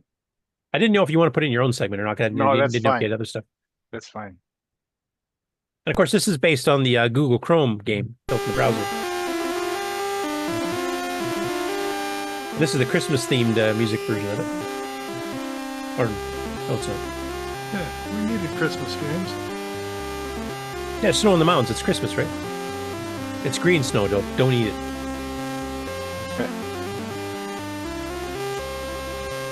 That was cool. We actually had this as a game on Challenge back when it was first released, and I haven't played it in a while. Kind of honestly forgot about it, so it's kind of cool seeing it show up again. You know that little logo shown in when people make those little square things. You know, what are they called? You know, if you want to link QR codes. Yeah, QR codes. Is yeah. that because they're made by Google or something, or why do they show up? Why does that little character show up in the middle of it? Anyone know? There's a free version of the QR code creator that puts little symbols in the middle. Oh yeah, you can fudge them around so it looks like Yeah. there are pictures in the data. Yeah, QR stream. codes are meant to be adaptable in case they get somewhat damaged up to a certain percentage. That's what those little squares for locking and syncing So stuff is. you damage them to make them look like pictures, and they still work. Yeah, and they still work because I think it's up to like 20 or 30%. You can change from what it's supposed to be. It could still figure out because redundancies built in. Cool. Now, Rick, you mentioned in the chat here it's not working. What is that about? Did I miss something? Oh, yeah. Kevin was attempting to summon David Ladd by summoning him thrice, and no David Ladd has appeared, so it's obviously not working. Oh, You gotta click them shoes together. I think that was Nick Marotta that you summoned. Oh, thrice. that's right. That's right. Yeah, not David Ladd, so that's why it's not working. yeah. So a Nostalgia Vault on YouTube, which is a rather larger subscriber base of almost 36,000 subscribers here, did 5 or 6 different Coco things. He also did George Jansen's 2048, which we played recently enough, so I'm not going to play that one too. Then he did a bunch of stuff that wasn't game related. He did some Christmas scenes, Christmas songbooks. I think it's a little too early for that for me. I think you wish too hard. Yeah. One that I have not seen too much before, and I kind of forgot about it, the Children's Computer Workshop or Children's Television Workshop, which spawned it, of course, had a lot of educational games on the Coco that were sold directly by Tandy. And one was called Color It, and I kind of forgot about this one. It's not one you see too often. So I thought I'd play a little bit of that and see how many people here actually remember this. Because I didn't.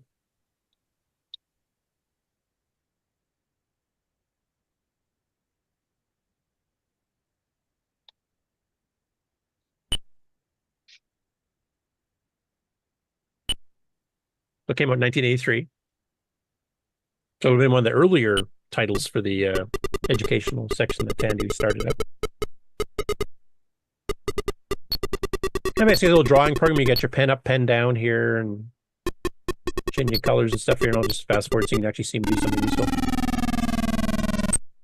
So it's kind of a drawing program with a lot of sound effects, which would drive me absolutely bonkers. But I guess it's meant to be educational, so it keeps the children's interest. Good artifact colors, though.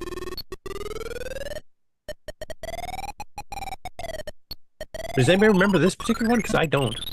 I think I've run across it, but it seemed like for little kids. Yeah, it is. It's meant for, under age 8 or 10 or something like that. So I just thought it was interesting that he picked that one. Jostiv Phazer on YouTube also did some Coco game related retro gameplay videos. And in his case, he's using Kieran's XWAR online emulator. As you can see, we're at the Color Computer Archive, and it's actually firing it up right in here. He played 3 games this week. Apples by Bob Crispin. I think we've actually played that one on the challenge. So I'm not going to play that one again. He played Vultures, and because Vultures was originally on the Dragon, I thought I'd play that in honor of the Dragon meetup this weekend. And the other one he did is he played Pac-Man Tribute by Nick Morantes, but he played the original demo version. Now, Nick, it's been quite a while, I think, since you basically released the full version for free. But originally, when you were charging for Pac-Man back in 1999, you had a demo version for free that you could play at the first level, first screen, basically. And if you cleared all the dots, the game That ended. sounds right. Yeah. Yeah. And then the challenge was, if you had that and you hadn't bought the main one, was to see, could you go get a good enough score, like get perfect and get all 4 ghosts off every power pellet, and then see if you could get a free man at 10,000. Because if you got all the ghosts, like up to the full 1,600 for each power pill, then you actually could get a free man before it ended. That was what I used to use as a challenge on it. And then I finally buckled down and paid Nick some money. Well, I bought it at the show from Bob Emery's actually playing Pac-Man right now. yours or Glenn's? Mine. Yeah, there Okay. he is. Have a look at him. I'll find him here. But like I said, I'll play Vultures here because this was originally a game for the Dragon, and since it's the Dragon meetup this weekend, I'll use this as the demo one. And this is kind of a Galaxian style.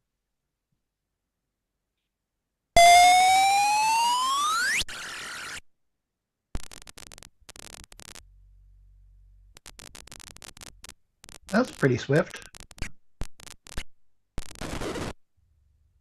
Yeah, it's Jay Morrison Micros that did this. I think they were one of the companies that started doing the cheap games, like £4 or something like that for a game, like $10 at the time. And that was a discount. Yeah, one of the discounts, like pocket money software, that type of thing. That purposely went for the cheap market. So the games sometimes were good, sometimes they were nah. And this is one of the earlier ones. That's not a bad little, Galaxian clone. If you got it for that cheap, I mean, that's hard to complain.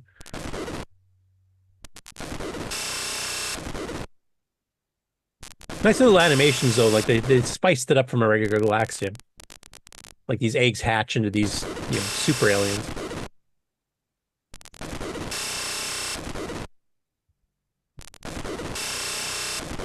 There's a throwback for the Dragon guys. Assuming they're still watching and not paying too much attention to the beer. Now, next after that, Chronologically Gaming. This past week finally finished October of 1982.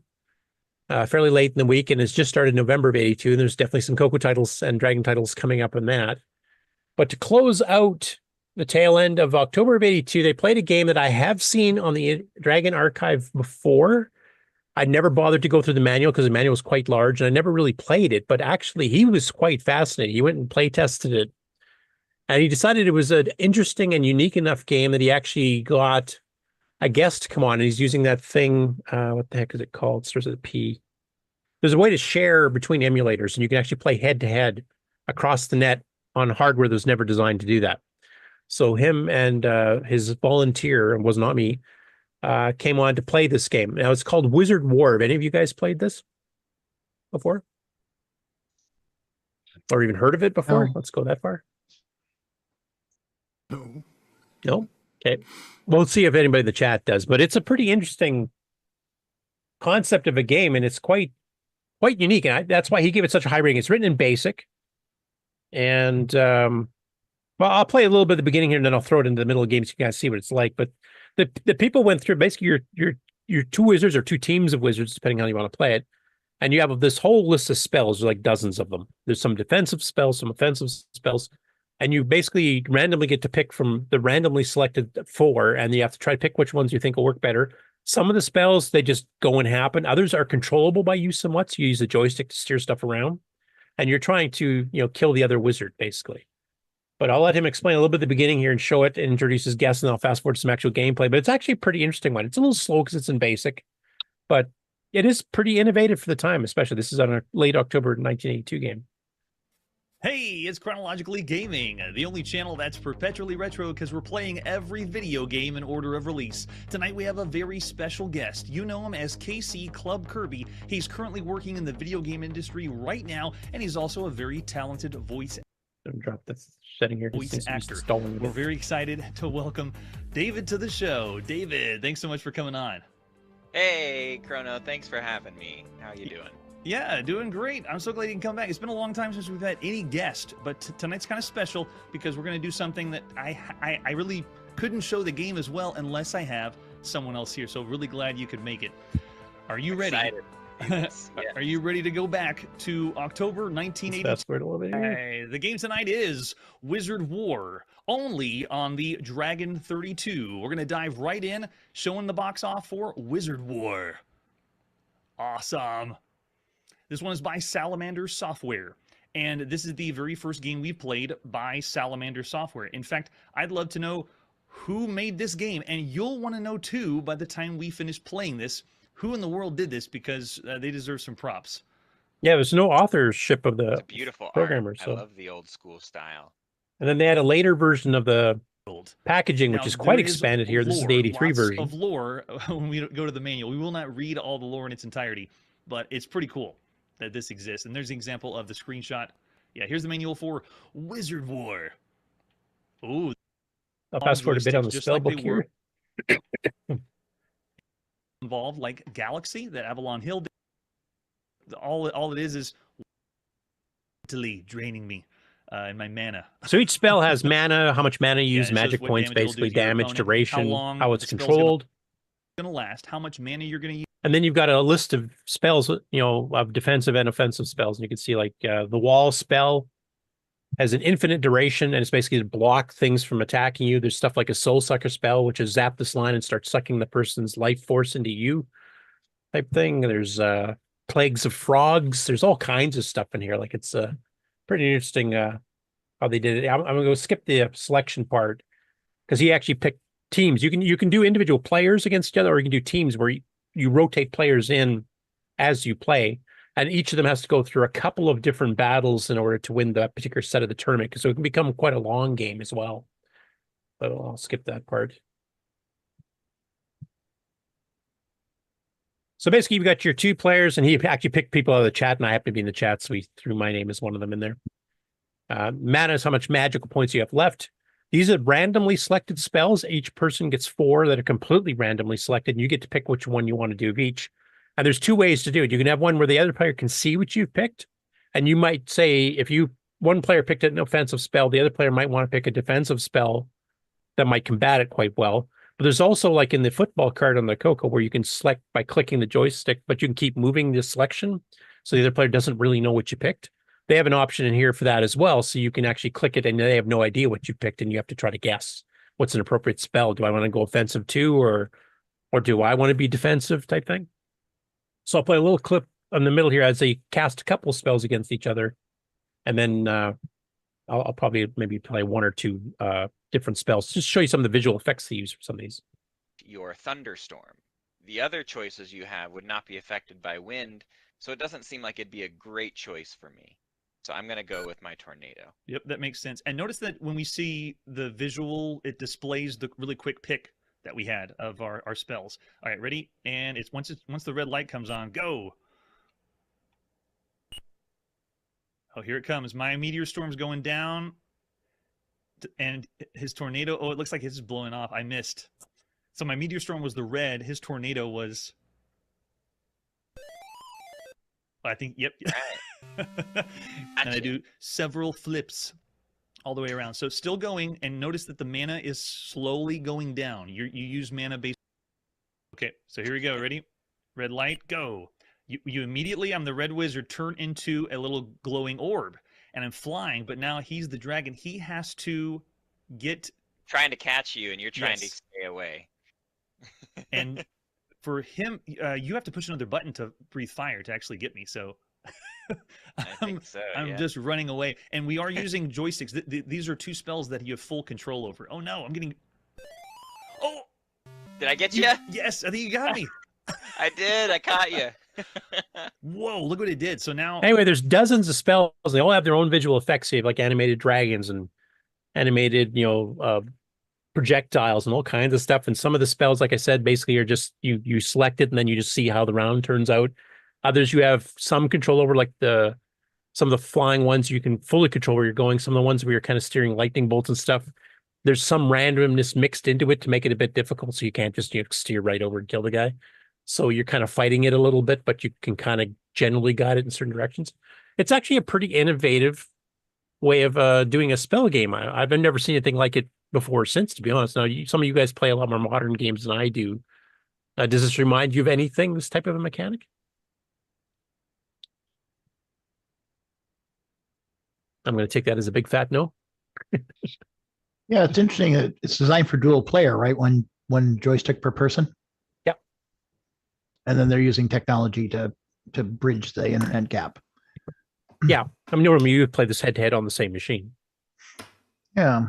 And since it's basic, it should, as long as you convert the tokens, this should run on a Coco just fine, too. Yeah.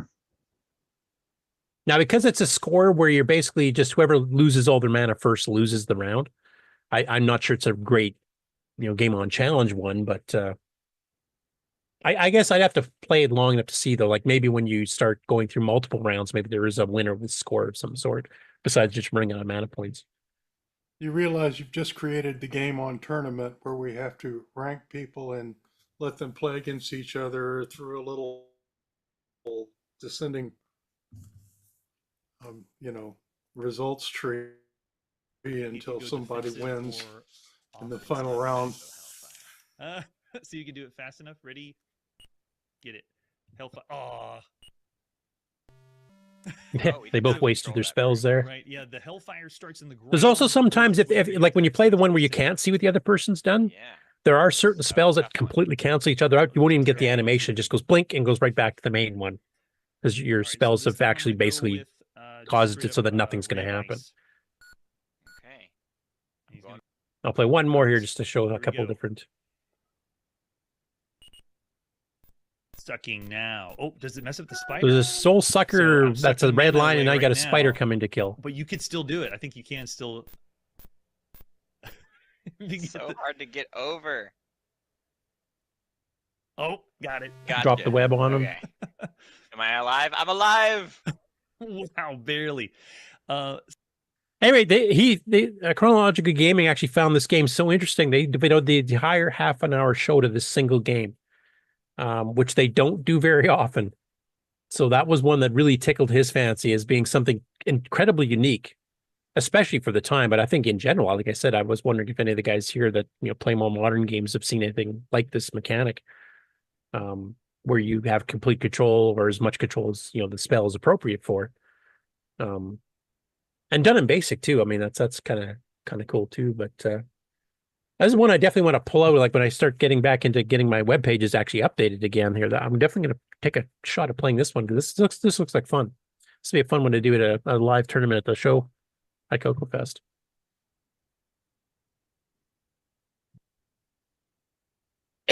And then the other one he covered from the Dragon is Williamsburg Adventure 3. This was originally published in the States. I don't remember which company did it off the top of my head, but it is one of the ones that the U.S. North American version has disappeared. It's not in the archive. I haven't seen it in any of my collections. I don't know if anybody else who has it, but the Dragon one's around. And from my understanding, the game is pretty well identical. And it's just a text adventure game. I mean, I won't play any actual footage of it, but you can see the cover here. He was kind of amused by the cover here because when he read the text title of it, Williamsburg Adventure, it's a historical adventure game. And you got this guy with an axe covered in blood or a cleaver covered in blood running down the street. So it looks a little bit dark. And you got a ghost and stuff. It's kind of a Halloween theme actually too. So that's could be another one we could do as a side project on the Game On Challenge, I guess, for Halloween. But text adventures just generally don't work too well on Game On Challenge stuff.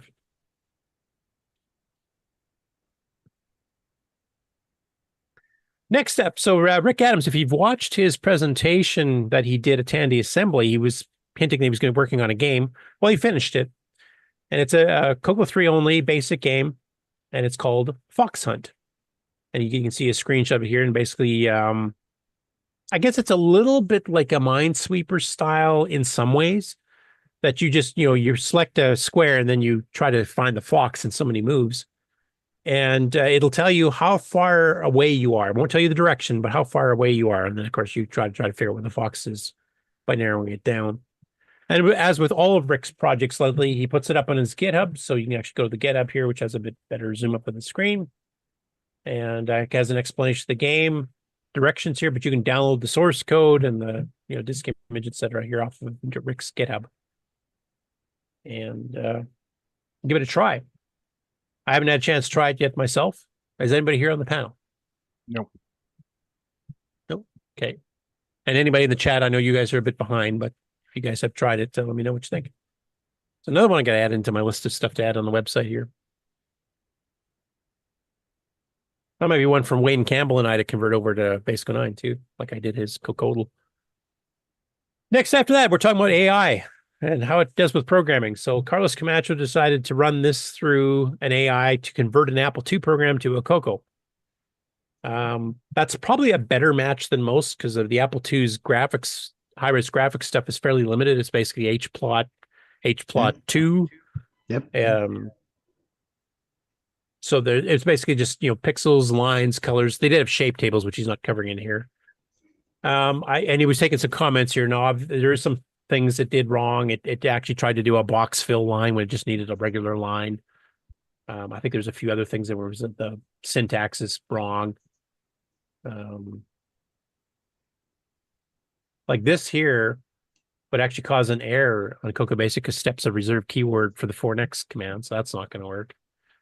And I think this is one of the reasons that study came out where they said, like, if you're a junior programmer just kind of trying to learn a particular language or, inflection of BASIC or a certain CPU for a semi-language, this might get you a little bit on the right track. But if you're an experienced programmer, this is going to actually probably be less worth your while than not using it at all. Because it's going to throw in all these little bits that look fairly close at a first glance, but won't work.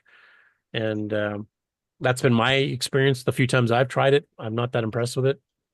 And that one study I mentioned, I think I can't remember if I mentioned the main show, the pre-show, but basically for an experienced programmer, using ChatGPT or something to generate code actually causes 40% more errors than the programmer would have done on their own. So, use it with caution, I guess, or use it for your beginner. You just want to kind of get on the right track. And basically this is the output of the graphics actually once it gets done.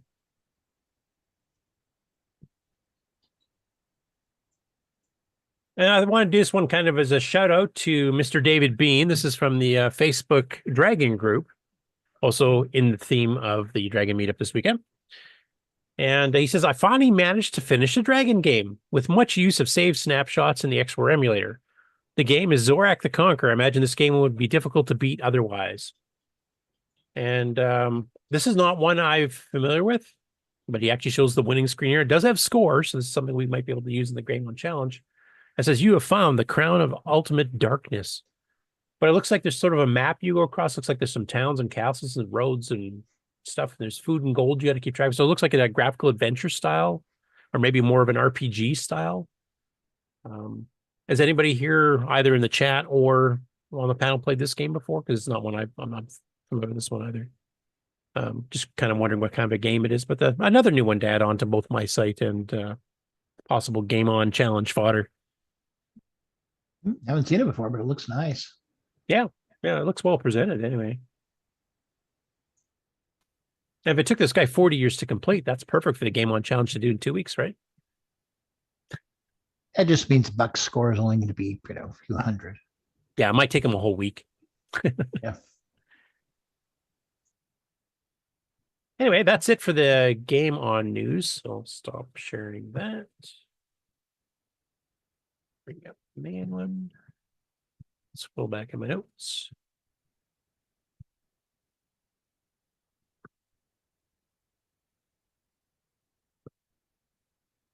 Oh, I do want to mention, I forgot to mention this earlier here, but we're finally going to have the follow-up to the Worlds of Retro Computing. That was the show, kind of the VCF in Canada, up near Toronto and Ontario. We're going to have Justice, the showrunner, Trina's Technobabble, and Stacy That's what we'll finally hopefully be able to make it, because she actually had a CoCo exhibit at the show, so I really wanted to have her talk about that. She had a CoCo 1 and a CoCo 3, I think. This will be happening October the 26th, so not next weekend, but the weekend after. And Frank, since you're in the chat, you're welcome to join in too if you want to talk about the show as well. That's become an annual event too. So if you're in Canada, or if you're just near, not too far from, Toronto and Niagara Falls, etc., it's just a couple hour trip across the border. If you want to attend the show, you can actually come and have some real chocolate for a change. So I just want to announce that as well. And in the meantime, let's get back to the news.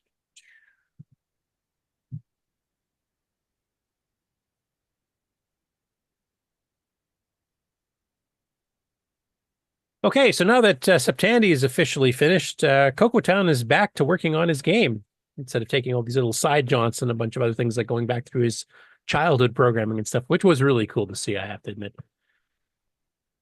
So he's doing one called Crashing the Car, Crashing My Coco, Part 1. So you know that the bugs are bad enough, he's going to take it across 2 episodes.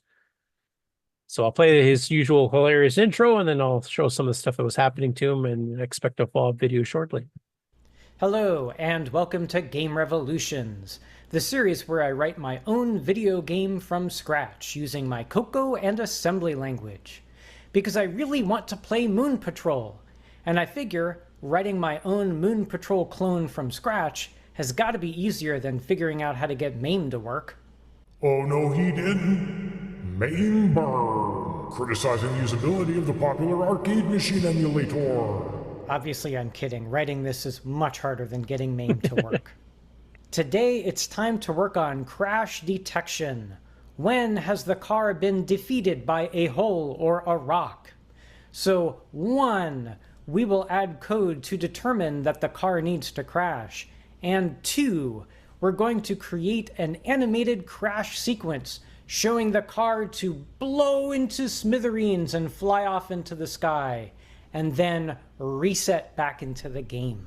And we're doing all of this in a very special 2-part episode of Game Revolutions, because there were just so many bugs, and I mean so many bugs, they could not all fit into just one video. Oh no he didn't. Self-burn, criticizing his own coding ability. I love his intros. So anyway, I'll show, I think, is this where they actually, I think it's kind of demonstrating, just to see if it's detecting it Saw properly. a bit of that. Hole, very nice. Hole, very nice. Let's jump. So if you're not noticing here, there's a little red bar he's flashing when the code is detecting, have you ran over a hole and you should crash. So he's just making sure it's detecting the holes properly. Jump. Maybe I'll jump too soon. Oop, very good, very nice.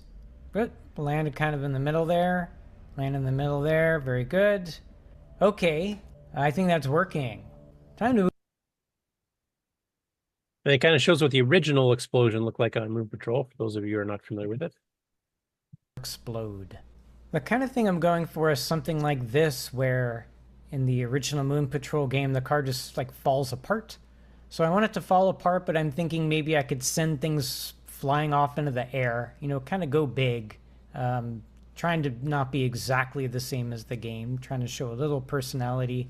So now let the car just kind of just explode wildly and fly off into the air. So it goes to bit masking the sprites, etc. As a whole, but I just wanted to go over how the bit masking works so we can see how the bit mask gets generated. You can see what happens if I don't do proper bit masking by looking at some of these past bugs where accidentally the car is flying through the air instead of going on the ground. When it's on the ground, I don't need to do any bit masking because everything there is all green around the car.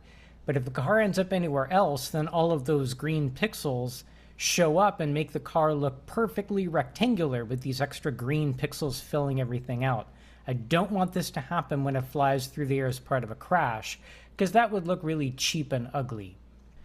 So I wrote, yeah. Some kind of explanation there.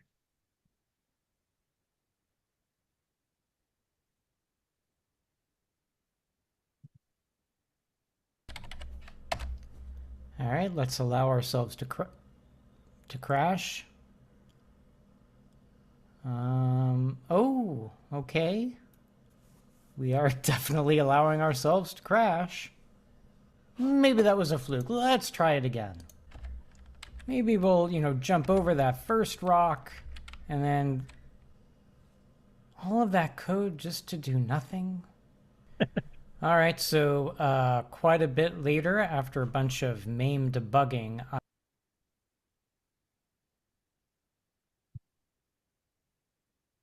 And like he says, I see what I did, try it, it does the same thing.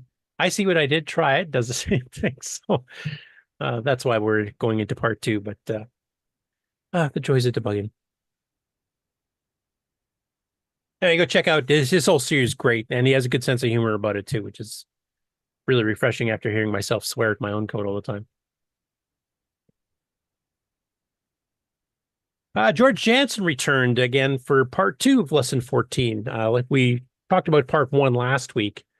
And basically what he's doing is he's been showing you how to use the MMU and how BASIC maps some of the MMU or blocks itself for certain things so that you can actually write programs that will take full advantage of a 512K CoCo3 rather than just 128K.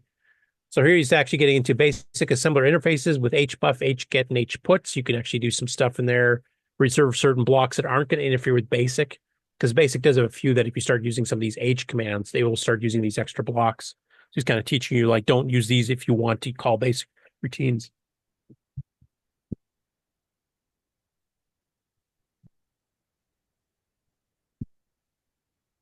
And then he has a little demo program he's doing here,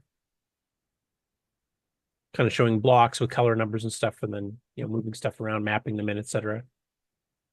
Goes into a fair bit of detail, goes into some alternate memory maps of where stuff is going to get mapped in. You can see the task 0, for example, MMU registers here, what block numbers he's got. So this is the upper 64K of the 120 or the 512K, and what is normally put in there by BASIC type thing.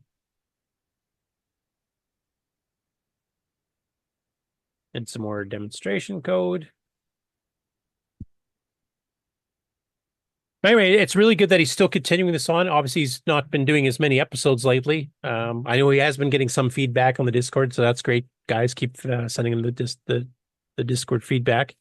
And I, of course, try to give him feedback here on the show. Because if we really need somebody to continue showing some of the tips and tricks of what you can do on the CoCo3 specifically. We do have multiple other machine language tutorials by Steve Bjork and others that have covered, the CoCo 1 and 2 and the 6809 in general and that kind of thing, but there's not very much for the CoCo3 specific. And of course, that's where you can do some really cool stuff with colors and timer interrupts and, better quality sound and double speed and, greater than 120K. You can get up to 2 to 8 meg now if you wanted to go absolutely nuts. So it's nice having George, creating this video series that actually covers the CoCo3 specifically, how to use palette registers, all kinds of stuff. UG Basic or Micro Games Basic has had multiple updates over the last week. Most of it's either fairly generic to all the platforms or bug fixes, etc., for certain specific ones. I didn't see a ton of CoCo stuff, but there are a few bits in there that are both in the beta branch and in the main branch. I've noticed that there's a lot of stuff he puts in the beta branch within several days is in the main branch. So I don't know if I have to really keep covering both or maybe just cover the main branch. Though occasionally he has stuff in the beta branch that, is weeks or months ahead of what appears in the main branch. But there's like some 6809 code generation optimizations, which sounds intriguing.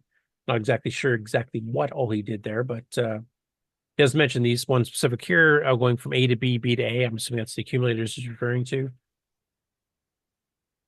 But you can see here just by the date codes, like here's changes he did October 6th. Here's changes he did October 7th, October 8th, October 9th, October 11th, took a day off. So he's constantly updating it. And of course, he's published, I think, about half a dozen to a dozen sample games now as the project's been progressing. And the demos are getting more and more sophisticated as he's adding more and more functionality.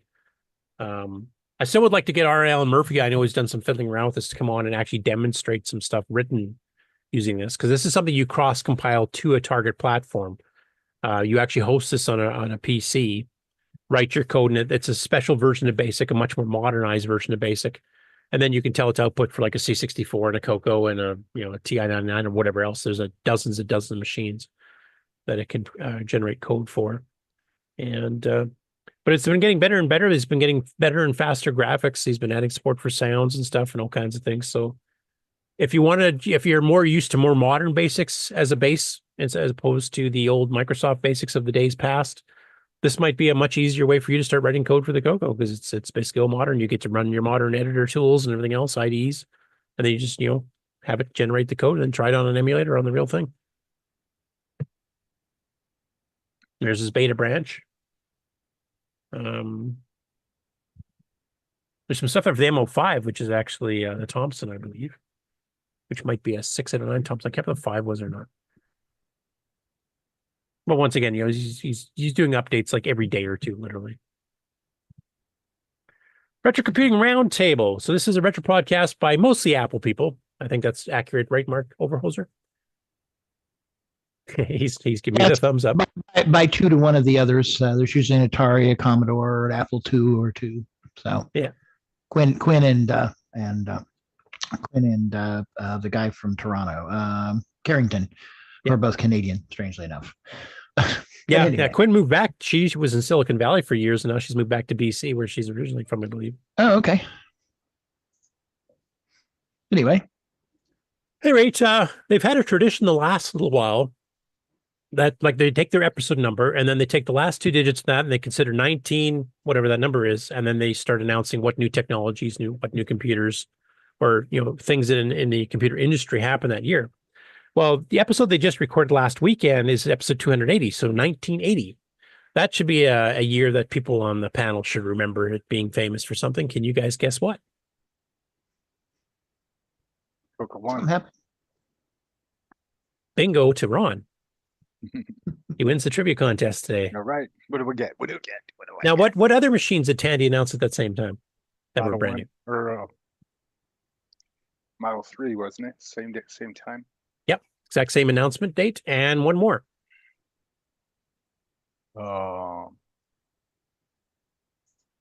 Isn't the Model 100, is it? No, that came out in 83. Think small. Pocket? Yep. The original Pocket computer, which is actually a Sharp rebrand, but it's like I was alive then. Oops, I was. Yeah, they were all announced in New York and on July 31st, I believe, of 1980. So I did want to play a little clip here because there's other ones too, like the VIC-20 came out in 1980 and stuff. There's a few others that talk about some of the ones over the pond, like the ZX80 came out that year as well, of course, and ZX80 came out 80, ZX81 came out in 1981. But they do mention, and a couple of the people on the panel mentioned, like Carrington had a Coco. That was one of his first machines he ever had. He had them all in one, and then he had a Coco. And then he skipped on to, I think, a PC after that. Like he was on the Coco for a bit, a Coco 2, I believe. But the other two kind of mentioned that, or the other ones mentioned that they kind of are interested in getting one or have one and just haven't had a chance to fire it up yet.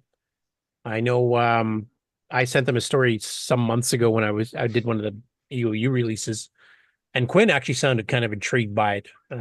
So if I ever see her getting a Coco 3, I'll have to make sure she gives it a trot. But I thought I'd play it just as it's kind of interesting hearing people saying, this is something we didn't really know about growing up, even though there was Radio Shacks all over the darn place. But it sounds cool now. We've seen them do some cool stuff. I've often commented that it looks like it weighs 50 pounds, and it actually weighs -2 pounds. Like it just will float away if you take your hands off it. Just floats. Yeah, some people would see away the in silver sky. case and think it's made out of metal. So they think it's heavy. Yeah.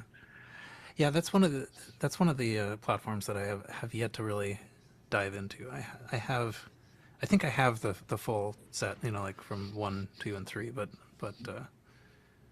that's on the to-do pile. Always has been. I had a Model 1 and I had the original Coco, but that's all I had when it comes to TRS-80 computers, or Trash 80, as the kids in my high school would call it. No, don't say that. Right. Because they were cool. Yeah, he's being sarcastic. Yeah. Back on the VIC-20, that one, my only experience with the VIC-20 was in, Yeah, they go on to the VIC and some of the other ones there too. So the fact that they still are interested in giving it a shot, I hope they do soon. It's definitely a contemporary of the Apple II and II Plus, et cetera. So, And we were one of the underdogs. I mean, there was more Radio Shack stores than regular computer stores, I think, but people still don't think of the Coco too much when you talk about some of the classic machines back here in this time frame. Usually it's a Model 1 and Model 3, Model 4 is what I think most people. And some of the people don't even know about the Model 4. They think it kind of ended after the Model 3, which was announced the exact same day as the Coco. But and the Coco, actually, if you want to consider the length of the line lasting, it was the longest lasting one because it actually went from 1980 to 1991. And there's only a few series of computers that kept the same line going that long. And magazine wise, same thing. Rainbow went from 1981 till 1993. That's pretty rare for a magazine to be devoted to one specific one. Like I mean, Mark, you probably know better than I do, but like for the Apple magazines like Insider and a few of the other ones, did any of them last 12, 13 years? I don't remember. I know that Soft Talk, which is one that you could get a free 6-month subscription if you turned in your Apple serial number, and I did, and got a few issues before it folded. Insider, I went quite a bit longer, but I don't think most of them lasted to the 80s. I didn't really subscribe to any of them. I mean, I'd look at them, but it's like I just used the basic materials. I didn't usually get too much external reference stuff, so. I don't know offhand. I know they lasted a while, but probably not as long as Coco stuff did. Yeah, because I mean, the one thing that always got to me, especially back in the day, because a lot of people just didn't hear about them or they just didn't consider Radio Shack a quote unquote computer store, is that they wasn't aware of all the resources. Like they would go into a Tandy store or a Radio Shack store or a computer center, and they would see like the 50 things that Tandy themselves sold for the Coco. They had no idea third party existed, so they had no idea. Rainbow, Color Computer News, Hot Coco, Color Computer Magazine, Dynacolor, and all these other magazines even existed. And plus all the third-party software that was advertising all this, they had no idea any of that existed either. So they always figured we were more like a TI-99 or something, a very limited market, very niche. Local clubs. Yeah. Yeah. So, I mean, some towns seem to have really good, like we had a really great club here, but I've talked to other people who said, yeah, we had 2 people. So it just depended on where you were, I guess. But I think it also really mattered if you had friendly relations with your local Radio Shack stores, they would help sell the club. If you had one, like you advertise to people coming in, oh, you're buying a Coco, I should mention, here's a club, here's their business card. Some of the managers did that and were quite encouraging about it because they knew they'd get more sales on peripherals and stuff because the club would encourage you. You need to get the deluxe joystick or whatever. Whereas others didn't want anything to do with it. They would just, you're on your own, whatever. You bought that. You should have bought a Tandy 1000. Because I hit that too, depending on which store it was and which manager. So I don't know if you guys hit that problem too, where some Radio Shacks didn't care about the Coco themselves. Well, we had a manager that come to our, meetings every month, and then we had a machine language group that met at Tandy's computer center for a while. Yeah, we never had anything like that. We had our own club meetings. That was the only place you'd learn that kind of stuff. Our computer center here was much more big iron business stuff. They could care less about home anything.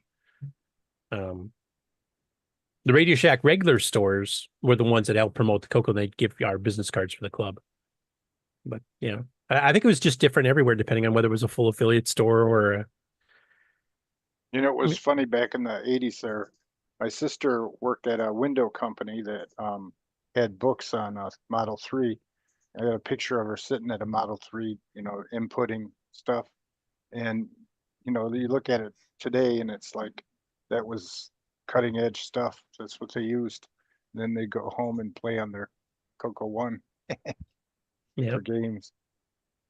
Well, and then a slightly different perspective. In Dallas, you would think there are so many Coco people that there would be a strong Coco thing going on. But there were so many Model 1 people that the Coco people just got drowned out. It was really a strange place to be because you knew there were people around you that did what you wanted to talk about, but you just couldn't distill it all together in the days before the internet. So anyway. Yeah. Hey, Curtis. I just saw a couple comments in the chat. Like here, Chris Durst says, I always made sure that anyone interested in a Coco understood what they're getting. Michael Zweifel says, my Radio Shack store was great. I know my local one closest to me was great too, but there was one across town that was not. Daddy Burrito says the club was definitely the place to learn that, and the Radio Shack store was the place that told me about it. Thank God, let me tell you. I'll never forget the day that lady gave me that guy's number. And Chris Durst also said he would make sure they would get Rainbow magazine. And that was something the manager, well, the two different managers we had at my local store, the first one would not tell you unless you specifically asked him, is there any third-party magazines? And he'd tell you, if you go 2 doors down in the mall, there's a Kohl's bookstore, they actually sell Rainbow. But if you didn't ask him specifically for a CoCo magazine, he wouldn't tell you it existed. The second manager that came in a couple of years later, he would tell you right off the bat, just go there. There's a ton of information. There's a lot more than you'll ever get in Tier City Microcomputer News. So it really seemed to be up to the manager's discretion. I'm probably one of the few people in the world that have made money a little bit from Radio Shack, because I lettered some windows for him and I did signs for him on occasion, which, you know, I got money back. Oh, yeah, you got paid by Radio Shack. Yeah. And they set up, we had a show in a mall, and they worked hand in hand with us and supplied us with computers. And, you know, we set up right in the center of the mall and had all kinds of people. It was great for them because they were selling computers. Yeah, we did that too. We had 2 shows where that local Radio Shack actually, they didn't lend us hardware. We brought our own hardware because we want to show off all the cool stuff. Yeah, we had both. But they lent us software to show, like, here's some new products that just came out. Yeah, I had my computer set up with OS 9 and different windows, and they had a cell phone set up for the internet coming in on CompuServe, and it was like all futuristic because you know, using the Tandy phone to bring data in, and it was fun. Yeah. But once again, I think it really depended on the manager you had. It doesn't sound like Radio Shack Tandy themselves had a policy that was consistent. No. I think they just let the managers do whatever the hell they wanted. Yep. For you, those of you that actually have worked at Radio Shack, is that your experience too? Like,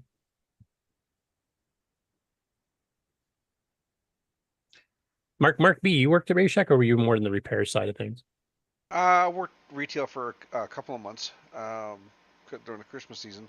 I don't recall any particular policy one way or the other. Okay. It would make sense as a manager that you would want to try to sell stuff no matter what. I mean, of course, the higher margin items would be better, but, you know, it's how do you get repeat customers as customers that like to use their stuff. So it makes complete sense to, hey, there's a group will help get you up to speed. Now, also, I Curtis, remember, I think we had Radio Shack bring in a game pack or two, and then have like a contest for, I don't know, where you'd win one, you know, which was kind of exciting. Yeah, like a door prize or a raffle. Yeah. Yeah, so it must have been a lot of discretion, and we never had that offered. That's for sure. And I don't know if Intertan was different than Tandy, because Canadian stores were run under the Intertan brand. Oh. And that's like in Australia was what? No, Intertan's headquarters were actually in Ontario, Canada, but they controlled the European, Australian, and the Canadian stuff. Whereas the Radio Shack I went to, you had to know to ask for the software assembly catalog. You know, all of the extra. With the secret handshake and the nod. Yeah, exactly. You know, you would Chris, think these things would be. You were asking about magazines, and strangely enough, one of the historians of Apple history actually has a page on his website about magazines, 20 magazines. And one of them actually went from January of 1980 to July of 1992.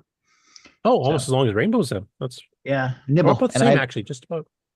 I've actually bought some of those from the original guy before he died on DVD. They do scans. And so you could get scanned images. Yeah. I mean, obviously, Rainbow was by far the longest running one. I think the second longest would have been Hot Cocoa, and that was only 4 or 5 years. Color Computer Magazine was 2, maybe. Color Computer News was about 2.5. And when we interviewed Bill, we found out, you know, exactly what happened and why it stopped suddenly. Combination of a messy divorce and a roof collapse in the snow. How long did Microcomputer News go? That's the Tandy one. 78 till 83 or 84, I think. Oh.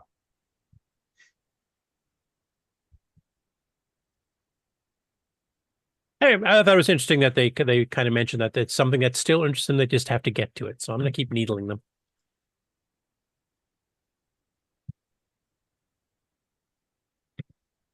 Next up, the Clueless Engineer released a part 1 video about taking a late model NTSC United States CoCo 2 that he's using in Australia. So this is a fellow Aussie of Nick's. And he's trying to get the video output to work. And of course, that's NTSC to PAL type thing. So that's what he's working on as part 1 of this video. But when he takes apart the board to kind of show the inside and stuff here, it turns out he has a T1 VDG. So I sent him some pokes to give it a shot. Because one of the other people that commented on the video before I got to it had mentioned it looks like you have the true lowercase enabled version. And he said, I'm sure somebody would be along from the CoCoNation show later to give you the pokes to take a look at them. So of course I did that. I'll play just a little bit of the intro of it here, and I look forward to his part 2. And I don't know, Nick, have you heard of this guy? Nick still here? He's nodding off again. G'day, comrade subscribers. Hope you're all well. So, Tandy CoCo 2. So this is by no means a rare or exotic computer. Certainly more popular channels than mine have done got the satellite board for the RAM far upgrade. better videos on this machine than I could ever do. He's got a T1 one. It actually is a bit more rare. So let's see how we go. So this is actually an NTSC. This is actually a US model. And you can tell by the label. There's a couple of issues to get it to work here in Australia. I've actually had this for quite that some gives time. you the chance you have one. Got round to Yeah, it. the hint. Yeah. So, but yeah, so it's a US NTSC model. As you may know, so since you guys are obviously interested in innards. The second hurdle is that it's UHF output only. Oh, yeah, before I forget. So this came along with it as well. So I think this must be the original owner. It's it's not a home address. It's a PO box. But Bonita Homes. So this is a very late one, April 16, 1988. I mean, the CoCo 3 had been out for almost 2 years at this point. So I guess that's where this one's come from. Put the label off a magazine or something. So it's a 6809. So this is a Look how small the board is. 6809E, as you can see here. So the difference between the 6809 and 6809E is that I think the E requires an external clock. This has got the 128 64K ROM for the different size kilobits. So you can have a color basic or an extended basic, and it just basically is a 24 and 28 pin ROM. Is that right, if I remember correctly? Yes. Okay. And if I can pontificate a minute, the E means that you can sync the CPU with an external VDG like everything that the CoCos do. Yeah. Like it's mandatory, right? And there's the RAM upgrade that was upside down and shielded well. Right. I noticed these are all Tandy branded chips too. Is that common on the CoCo 2 upgrades like this? And I know CoCo ones as well. Yeah, I remember the CoCo 1s having it. I don't remember seeing any CoCo 2s with them before, but so these would be 4164s basically, or the equivalent.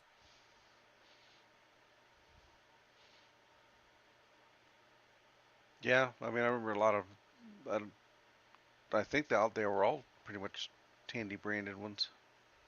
And this is the T1 VDG part number, isn't it?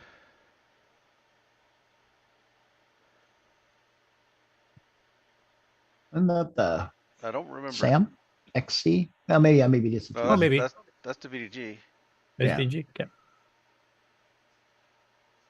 At any rate, he goes through, and by the end, he's got a little bit of a picture starting to show up, but he's definitely got some more work to do. Looks nice and clean, at least. Yeah, after having seen the huge Dragon board, this is tiny. Yeah, as he labels this chapter, we have composite video output just about. And then he actually brings out a Dragon he has to compare it. Oh, gee. Mentions the CoCo SDC will work on both. With And you can see here. jumpers properly positioned. And then he pulls out a Thompson MO5, which is another 609 based machine from France, to compare that. So there's a couple of machines mentioned by the end of the thing. It's mostly about the CoCo side of it, but he's got a pretty squidgy picture going on, trying to pull it off the RF can, because of course you're trying to also convert NTSC and PAL at the same time definitely worthwhile checking out. There is a part 2 coming out as he continues on his quest and getting a nice, good video signal out of it. So as with all the stories, you can go onto the Coco Discord. There's the news channel there that has all the show notes for every week's show, and I put the episode number and the date in the title, and you can just download those and get all the links and check them out at your leisure. This next one, I don't know who Retro Recycling is. It sounds like a young boy, and he's just started his channel. I think he had 5 subscribers or views, I think, or 5 days ago he started. But basically, he's showing some old 8-bit machines. He's done, I think, 1 or 2 for the TI. He's done 1 or 2 for the C64, and he's done like half a dozen almost, I think, for the Coco. And he's kind of learning basic as he goes. So it's like live coding from a kid's perspective, as far as I can tell. I thought that was pretty cool. Just to show you what he's been doing here. And they're all just basically text. He hasn't even learned the graphic stuff yet. So he's learned sound and a few commands like that, but basically like print and print at, and he's using text characters to do things.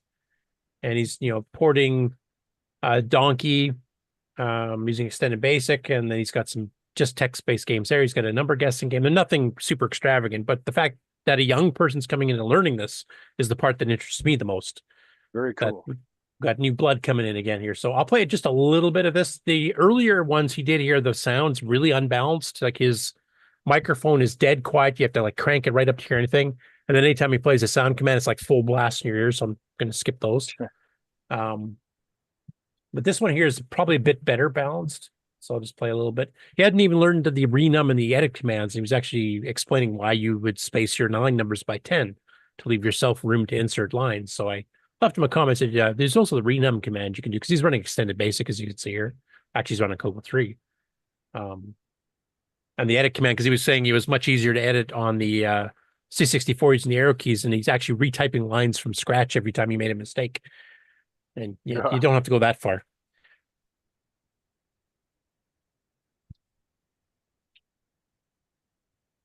Hey guys, and welcome back to another episode of Retro Recycling. And yes, I have a jingle finally. Today, since I don't really have too much to do, we are going to be looking at a guide on extended color basic. I'll show you how to get started. So first, you're obviously gonna want to write now. Well, it's not obvious. And I'm gonna type in the list command, which will list all the program. We see nothing. First I'm gonna type CLS, which clears the screen. I believe it's. And it goes on. It's all beginner stuff, but the fact that we've got young people kind of making tutorial videos on how to program for basic, and just learning it as they go along too. That's great stuff to see. So I'm definitely encouraging. I wanted to show it off on here, and I encourage you guys to go leave friendly comments and stuff here and encourage them to keep going. Any idea how old this kid is? Not a clue. No. Sounds the fact that it's a kid that actually is allowing comments on the channel, that's pretty rare in itself. The few other times I've found Coco related stuff done by, kids or early teens, they usually shut off all comments because, of course, internet trolls go bonkers on kids. So, but hopefully if you guys can leave some positive feedback and encourage them to continue on, I would definitely welcome your comments in addition to mine. It's almost an hour long. Yeah, it's the longest out of all the ones, but it's the one where he kind of finally got his mics and stuff balanced right. And then eventually he starts writing programs, and he's figuring out variables and random numbers and sound commands. And is this Canada or America? I have no idea. No. I'll show his little game he eventually got to.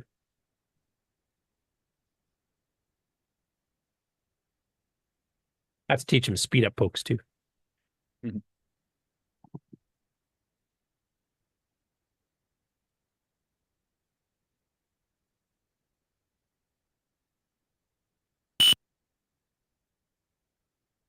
So I'm not sure if he's supposed to, if he's the equal sign or the O that he's trying to catch. They're trying to get him to collide anyway. And then once it does God, I had 2 extra keys all along. Okay, I have 1 extra keys. Interesting. Equals 0, 2, 2, 4, step 32. R equals RD3, Yeah, that's painful. TLS Yeah. And unfortunately, he typed in equals MQ. O instead. Well, he might have wanted the variable O, I guess it's possible. Turn it.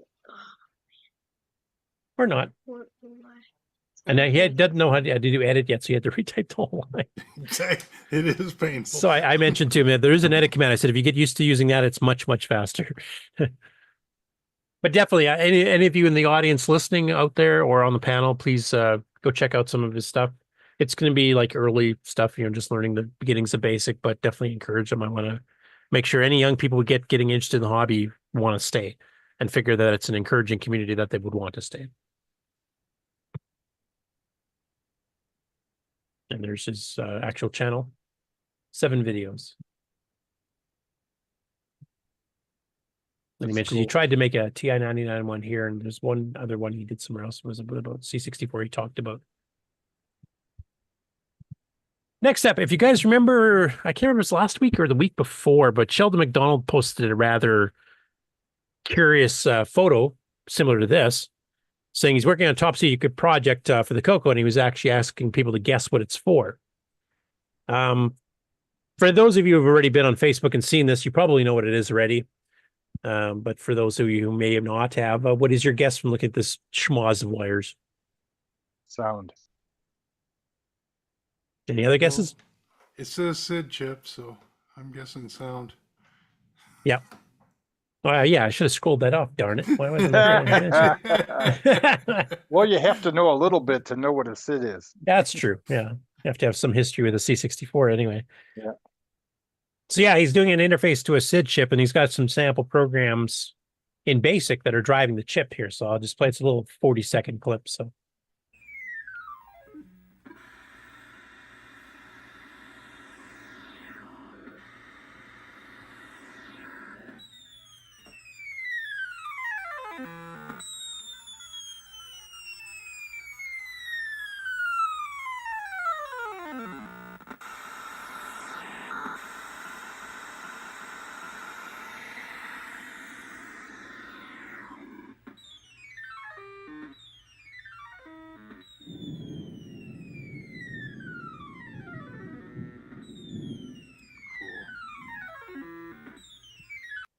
So anyway, for those of you not aware of the SID chip, it is probably out of the first 10 years worth of 8-bit micros, probably the best sound chip, I would say, sound and music chip.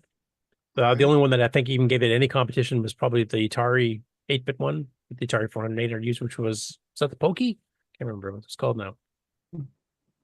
No, it's the Pokey and the Antic. I don't remember which one's which, though. That's Yeah. why you need a Sloopy to tell you. So, so the the guy that developed the SID chip, I think his name is Cientes, I think. He went on to form Insonic, which made, of course, sound chips that were used for other things, including keyboards and synthesizers, and the sound chip in the Apple II GS. Well, there was PC cards too. Yeah. They did. Yeah. But this is one that came built in with the C64. I mean, the Deluxe was going to have an AY chip, which wasn't as powerful as this. And would have been like 2 years after this, too, after the original SID came out. Yeah, it was interesting. I blew my SID up one time on my Commodore SX, and it turns out the SID also does the analog joystick paddles input. So, Is that how you knew what it was that broke? yeah. Yeah, because joysticks quit working, too. Yeah, well, I was trying to hook it up to an external amplifier, and I zapped it. Oh, so it didn't blow. You blew it. It blew. Anyway. Tom Eric Anderson says all the pokes in the source code that Sheldon showed on the screen makes it look like C64 BASIC, too. That's exactly right. That does look like C64. That's like, to put a square on the screen or something, or sound. Who knows? Whack on everything. Yeah. That's because Jack Trammell was too cheap to want to license to more expensive BASIC. So yeah, well, he got caught stealing it too on the earlier pets too, didn't he? I don't remember that. I do. Isn't know that when Bill Gates put in that little hidden backwards mask thing to see if he stole his BASIC ROM? Oh, right, the Microsoft thing. Yeah, I think that was due to Jack Trammell, from what I remember. I do remember that Microsoft or Commodore actually got a one-time license, and it was good for pretty much. Exactly. Boy, Yeah, did they Bill paid screw that one up. they paid $25,000 for a one-shot license. That so there was no per unit cost.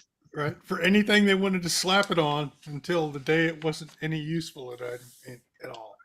Yeah, eventually they had to revamp it with a Commodore 128. You'll see Microsoft's name on that one. But anyway, What are you talking about? I don't understand. Is it code to Commodore. make the SID chip work, or is it? This is, yes. Is that what you're talking about? Well, because Jack Trammell used the cheap BASIC, it didn't have the audio commands and the various stuff that the Commodore had. A really nice video chip and a really nice sound chip, but they didn't use the BASIC. It had commands for it, so everything is poke commands. You got to poke the registers and do this and do that. And so that's what Sheldon's doing here. Is he's poking the dickens out of it in order to get the SID to work. Which is just how a SID is always used, right? Yeah, pretty much. Poke the hell out of it. And the difference between that and our sound pack is? Well, the SID chip was made internally by Commodore. Right. Like I said, Bob Yantes, I think his name was, that developed it, worked for MOS Technologies, the developer of the 6502. And so, to give you a comparison, Ron, if you remember on the Deluxe CoCo, which had the AY sound chip, not quite as advanced as this, but a 3-voice sound chip with noise. Tandy and Microsoft actually made basic commands to do like the noise command and the new play commands that did multi-voices. You didn't have to do pokes. You would actually just do a little basic statement saying, I want voice 1 to do this, and voice 2 to do this, and voice 3 to do this, and boom. I think It's all basic commands. What's the difference between the SID and the standard sound chip? The C, like the AY, made by General Instruments, otherwise known as Microchip now. I think they're pretty much the same as like 3 voices and a noise channel, if I remember right. I think they're pretty much comparable. It had more waveforms. The sound and Bob speech Yannis. pack. Thank you, Frank. The sound and speech pack didn't have really what was it? Yeah, I mean, it was limited, right? Because of the way it was set up in the card. I remember hearing that. Oh, yeah. The pick chip or whatever that was in front of it kind of limited some of its functionality.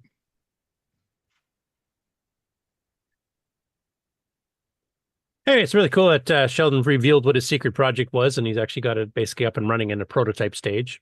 I don't think he'll be selling it like this if he decides to sell it. This would give me nightmares. He's using a... Go ahead. Does the SID chip talk? No. No. No, but play that demo again. It sounds really cool. You notice the SID chip he has there is a modern reproduction, probably on an FPGA. Yeah. The sound speech pack had 2 chips to do that on for the CoCo. One was the sound chip and one was the speech chip. That's 2 separate chips. Yep. Okay, I thought it was one. No. That's where the pick actually did come in handy. The way it handled speech actually for BASIC wasn't too bad. But that was a problem. It was just one. It was the pick chip, and then the 2 chips behind it, you got no choice in how they were used. Yeah. So, the Deluxe would have done it properly, where you had BASIC enhanced to handle the sound.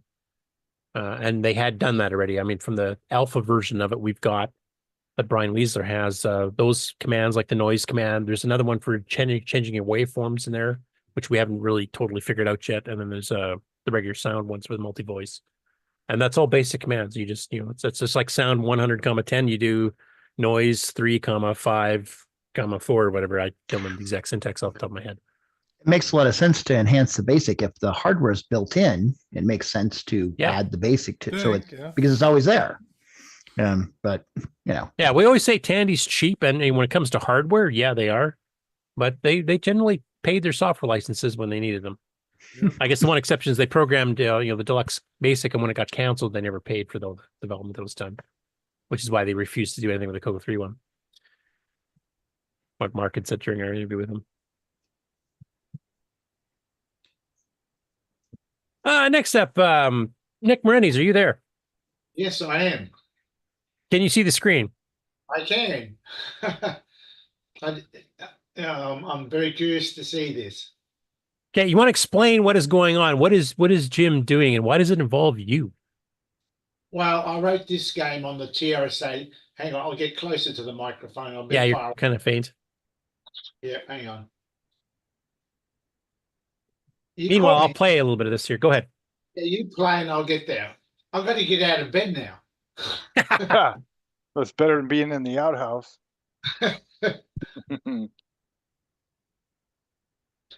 So this was a game. I wrote a game. My very first game that I wrote on the TRS-80 Model 1 was a game in BASIC that had a bit of assembly language. It was a hybrid, but mainly a basic program. And it was an adventure game, or not a text adventure, but then it's how do you describe this sort of adventure, I guess. And work in progress. I gave Jim the copy of the TRS-80 Model 1 game, and he's now converted it to the MC10. Well, he started converting it. Or he started at least, yeah. So yeah, he's going to convert my old game to the TRS-80 to the MC10. So once he's done that, we're going to have to get somebody to convert it from the MC10 back to the CoCo, because there's no CoCo version of this one either. No, there isn't. So how far did he get? Right now, he's only got this little title screen, which actually he matched your font because you obviously have a higher res on the Model 1 and 3 for this kind of thing. Yes. And he doesn't have it bouncing back and forth like your original. He has it kind of redrawing the colors. Oh, well, that's only minor. Yep. What's the object of the game? Well, it's an adventure, so you got to work out.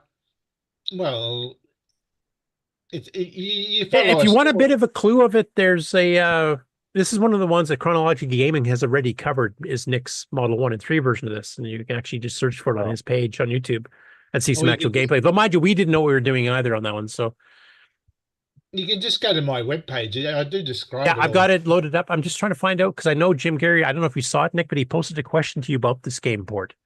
Oh, I probably didn't see it. Yep. Yeah, he says, hey, Nick, I can't find where Stellar Odyssey draws its room walls. Is that done in machine language? Yes, it is. It's in machine code. Okay. Anyway, let me switch to your... That's it. So you read that, Rod, and you get to understand what it's all about. Okay. That's the... Yeah, there's some screenshots from the original Model 1 and 3 version. If you're familiar with games like Temple of Aspi or Aspi, or however you pronounce that, by Epic. It's sort of like a text adventure. Like Apshai. Apshai, thank you. You type your commands down. Premium Apple game. Yeah, actually, it was a Model 1 game first, wasn't it? Apple, I thought. Oh, was it? Okay. I know they came out in 78, 79, so it was pretty close to each other. But... Yes, I'm not sure. But Yeah, a little later, but yeah. It's a text adventure at the bottom, but you actually have a character that walks around graphically on the screen. Yeah, it's kind of a hybrid. Yeah, RPG and text adventure combined. Sort of, yeah. And you had a sequel, Stellar Odyssey 2. I did do a sequel a bit later on.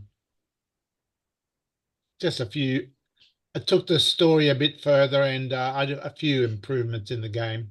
Yeah, Jim says he calls it a graphic text adventure. And Yeah. he says he will make a CoCo version. So this will be coming to the CoCo as well as the MC10 once he gets support done. So he has to figure out what colors he wants to do, because there wasn't an original color one. Might be. No, it's always Jim's in the black chat. You can ask him. Well, consider it asked. So anyway, yeah, that's the one I was kind of hinting at before, where it involves Nick, because Nick wrote the original on the Model 1 back in 1982, October, if I remember correctly. And then Jim's going to be porting it. And if you go to the Chronologically Gaming on YouTube, you can actually search for Stellar Odyssey on his channel, and you will find some actual gameplay if you want to see the actual game in action. I like the very last line I got on that page. Yes, those were the days, and little did I know that this program was to be the first of many games to follow. Also, like you said, it sold for $10 per package, and I still have my sales receipt books with my first software sale dated December 8th, 1982, to Eric Selko for a copy of Stellar Odyssey. Are you still in touch with your first buyer, Nick? Or? No, I'm not, but I still do have that receipt book. Yes. So when did you get your first Coco 2 or 1? I guess it would be. Coco 1. Yeah, That was Coco 84? 1 about 84, beginning of 84, I think it was. Oh, so you had programmed a whole lot on the 1 first. On the 1. Yeah, I got the 1 in late 80, and I wrote about 6 games. If you read this web page, it describes, go to the back to the main page. So we're on there we go. So I go here's the sequel. That's the sequel, yeah. 83 was the sequel. Yeah. So I got a project archive. Oh. October of 82 is when he released this one. Yeah. There. The project archive site shows an entire history of everything I've done. And you can see the very first thing, ending with Hero. The very first thing is Stellar Odyssey in 1982. So just read through that in order and you get to find out what makes a crazy person crazy. Well, what did your family think of you programming on a computer? No, they didn't really say much at all. He's being quiet and he's staying in his room. It's good. I mean, back then it was not normal. People didn't have a computer to program on. No, I guess wasn't done. And for those of you wondering at home, this is where it all started to go wrong. That's right. Neutroid. Neutroid 2. Neutroid, the original Tiers 81 was good. Oh, yeah, 84 was a bad year everywhere, wasn't it? Yeah. You can see 88, and Neutroid 2 was in 84. That's the 84 one is where Nick took a look at the game and said, I'm going to make it color, but anything that makes sense to make the game easy to understand, I'm going to rip that crap out. So your Model 1, as Ken and I have told him many, many times. Your Model 1 didn't have the extra keyboard or extra pad on the side, huh? Yeah, it did. It did actually. Oh. That's a stock photo of a Oh, model. gee, okay. Yeah, my one did have the numeric keypad, and I had the green screen. Tandy Okay, sold the green one. Did you have the same Tandy screen, or did you have the one that looks more rounded? The more rounded green screen. Yeah. Okay. All right, I'm looking forward to seeing this. Now, Yeah. since he's bothering to rewrite it here, Nick, and I don't know if you've watched Chronologically Games, he had a few things he thought would make it a bit smoother to play. The way the interface works. Have you got any suggestions that Jim maybe should change a few things, or would you prefer me to just do a direct port? Oh no, you can change it. You can improve it. I mean, this is a game I wrote 40 years ago. I mean, I would definitely improve it. So yeah, if you can improve it. Well, yeah, we kind of saw that with Neutroid, right? You kept trying to improve it to a game. That's right. You finally succeeded. Actually, I would say he succeeded on the first try and then broke it. Yeah, that's true. The original Model 1 is actually a good game, and Neutroid 2 is where the stuff that made it visually obvious what you're supposed to be doing went gone. Oh, well. But you nailed it on the last one. I'll admit It's that. in my Cosmic Bomber in 82 as well. Look at all that other stuff you've done, though. This is the one you've lost, though. This is the missing Nick Moretti's classic that you sold one copy to, but you don't even know who it was. I can't recall, but yeah. But for those of you with a bit of Coco history with Nick's stuff here, you might recognize this. Yes. I Yeah, reused it in It looks suspiciously like the boss of the Space Intruders. Space Intruders, yeah. Yeah. I'm glad you at least got the original artwork, though. I mean, the game's missing. You even got the original cover for the manual. Yeah, yeah. But anyway. So that Now, was my were you at home when you first started this stuff, or were you I was in older? high school still. Okay, so what did your parents get you the first machine, or how did that Yeah. work? No. They bought it for me as a Christmas present because I kept hounding him. I told them I need Yeah, that worked for me too. Yeah. That's right. I mean, back then, if you knew how to use a computer, you must be a brainiac, right? Yeah. And we fooled them. Yeah. Any rate, yeah, I'm looking forward to seeing that. So, Jim, feel free to improve the interface a little bit if you would like, or the way the controls work. Yeah, you might have to change it to suit the lower res graphics as well, because the TRS-80 had a 64 column screen, and of course the MC10 or the CoCo has to work in 32, so it's half the size. It's got to be all redone. Okay, so before I go on to the last story, I've got a second last one here. The last one actually is a Ron Delvaux video. Oh. But this other one is just some text that was put in the Discord. So Glenn Hewlett's been working on this basic compiler that actually runs with, pretty close to actual Microsoft Extended Basic, unlike Microgames Basic, which is a completely different language. And he mentioned that a version 2.12 just came out. And this adds the graphic commands get and put. They work the same as the normal Extended Basic with an extra option for put command, which is XOR, which XORs the bits onto the screen. We're still looking at that Cosmic Bomber page, by the way. Yeah, I don't have anything to show for this one. That was just text that he created. You didn't say. Yeah, I thought I did. You're reading things. I thought I let it off with that saying I don't have anything to show for this, but I can't see those words. Geez, none of you are paying attention. Why am I bothering? So he mentions he said the manual still needs a lot of work. Get dimension size calculation, that's always fun to figure out. Which takes dim commands similar to the original get put buffers do. Unfortunately, with Microsoft originally, they scaled all the different graphics modes so that it's all 256 by 192, and you have to figure out what the real graphics resolution, depending on which P mode you're on, and blah, blah, blah. It's a bunch of complicated stuff that really didn't need to be there.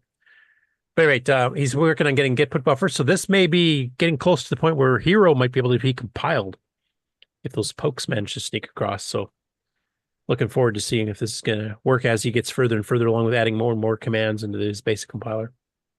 Anyway, if you guys want to check that out, he's in the Discord. Mark, do you remember what the name of the channel is? His basic compilers in? I don't remember. I didn't write it down, unfortunately. Oh, yeah. Glenn Yeah, it's the very last one in the programming section. Let me slide down to it here. Basic 26809 is Glenn Hewlett's. Okay. Yeah. So definitely check that out. That's a constantly moving target, just like Microgames Basic is, but it is a basic that is what you're used to seeing with Microsoft Extended Basic. There's a few differences, and he's not got everything supported yet because it's a work in progress. But there'll be if you're used to Microsoft Extended Basic, you'll have much, much less to relearn doing it this way. In fact, most of it, you'll just work the way you're used to. The last one, I will let Ron set this one up because it's his video. Well, just like it says, it's Star Paws, a C64 game sound that Simon Jonassen made, and he calls me up or he sends me a text or whatever, and he says, "Do you want to work on this?" I said, "Sure." And so he sent me the program. I played it, and I go, "That's awesome." And he goes, "Yeah, it's a 4K long. It's a MC10 sound 4-voice thing, and it's great. Go ahead." Yeah. So as Ron mentioned, it's 4-part harmony on an MC10, which has a 1-bit sounds output. Yeah. So this is the equivalent of like an Apple II without any sound cards at all, or some other 1-bit machines out there too, like the original Spectrum, for example. Now, unfortunately, for some reason, Facebook's video player is not letting me adjust volume. Now, there's no volume control on a 1-bit sound. It's either on or off. So this is going to come out loud, and because it's trying to do 4 voices simultaneously with 1-bit sound, it's going to come out a little bit electrical greediness, I guess, to it. Yeah. Yeah. So since I cannot control the volume, thanks to Facebook's stupid controls here, I'm going to warn people this is probably going to be quite loud. So I'm going to give you like 10 seconds to turn your speakers, your headphones down before I hit play, because it's going to blow your ears out otherwise. That was kind. So, and I don't know why. Like, it's allowing me to mute it, which kind of defeats the purpose of playing a sound file. That's the only options it gave me. You guys ready? Yep. Watch my shaky hand.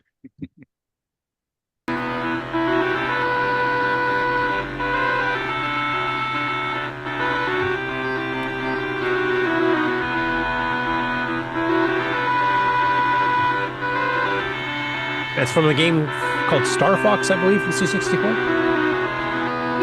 Star Paws. Star Paws, okay.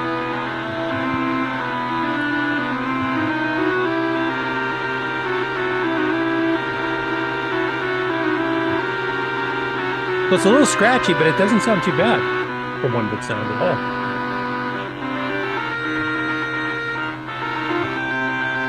It's got a faster part coming up here.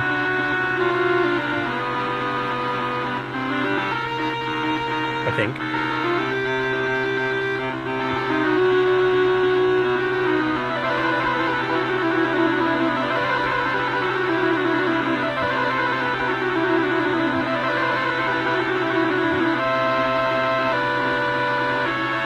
Anyway, that's enough. You can finish hearing the rest of it on Ron's Garage on Facebook. Yeah, that's right. So pretty cool. Yeah. Also, I told him, I said, that's great and everything. How much processor, does it use? And he goes, oh, I think it's up around 80%. And I said, really? And he goes, yeah. And then later on, I talked to him. I said, the fire thing you got looks like a little fire going on. I said, wouldn't that be cool if it could play the fire and the sound in the background at the same time? He goes, you just wait. So I don't know if he's going to mash the two together or try to make it so that maybe there's only 2 voice and some animation. But that would be cool. Yeah, two voice, I think you could definitely do some animation. 3 voice, you probably can too. And if he's only using 80% CPU now to get 4 voice, I mean, the Flames doesn't take that much CPU time to draw. Well, that's what he must have thought, because he was telling me, wait for it. Yeah, we heard some challenge accepted there, didn't we? Yeah, sounds like it. So we'll see what happens. I mean, if he really wants to go completely blow people's minds, you have his 3D rotating cube or something running while he's doing this. Oh, yeah. Yeah, he's a wizard, just like I put on there. Master of the digital realm. He calls me and he knows he's got something really special to try on hardware. That's why he has me try it out. And then I think he likes my phone is upper end for if I remember to this sound particular song, because the music player is fairly simple, it's just 1 bit, so you're just shifting stuff in and out all the time. I think the music track here is almost 2 minutes long, I think is what he sent you. Is that about right? Yeah, I only played it at 129, I think. The combined data for it plus the main driver program is like 4.5K. Yeah. So I mean, if you shrunk the sound down a bit, you can even run this on a 4K MC10. And you as it stands now, it takes a bit more. You can get this on my files page on Ron's Garage, and there's also an ASM file. Yeah, and I think he published it on Discord too. I think he might put the source up, if I remember correctly. Yeah.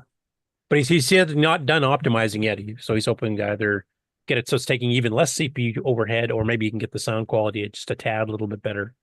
But I mean, cramming out 4 voices on 1-bit sound's not going to sound super awesome anyway, but that's not bad.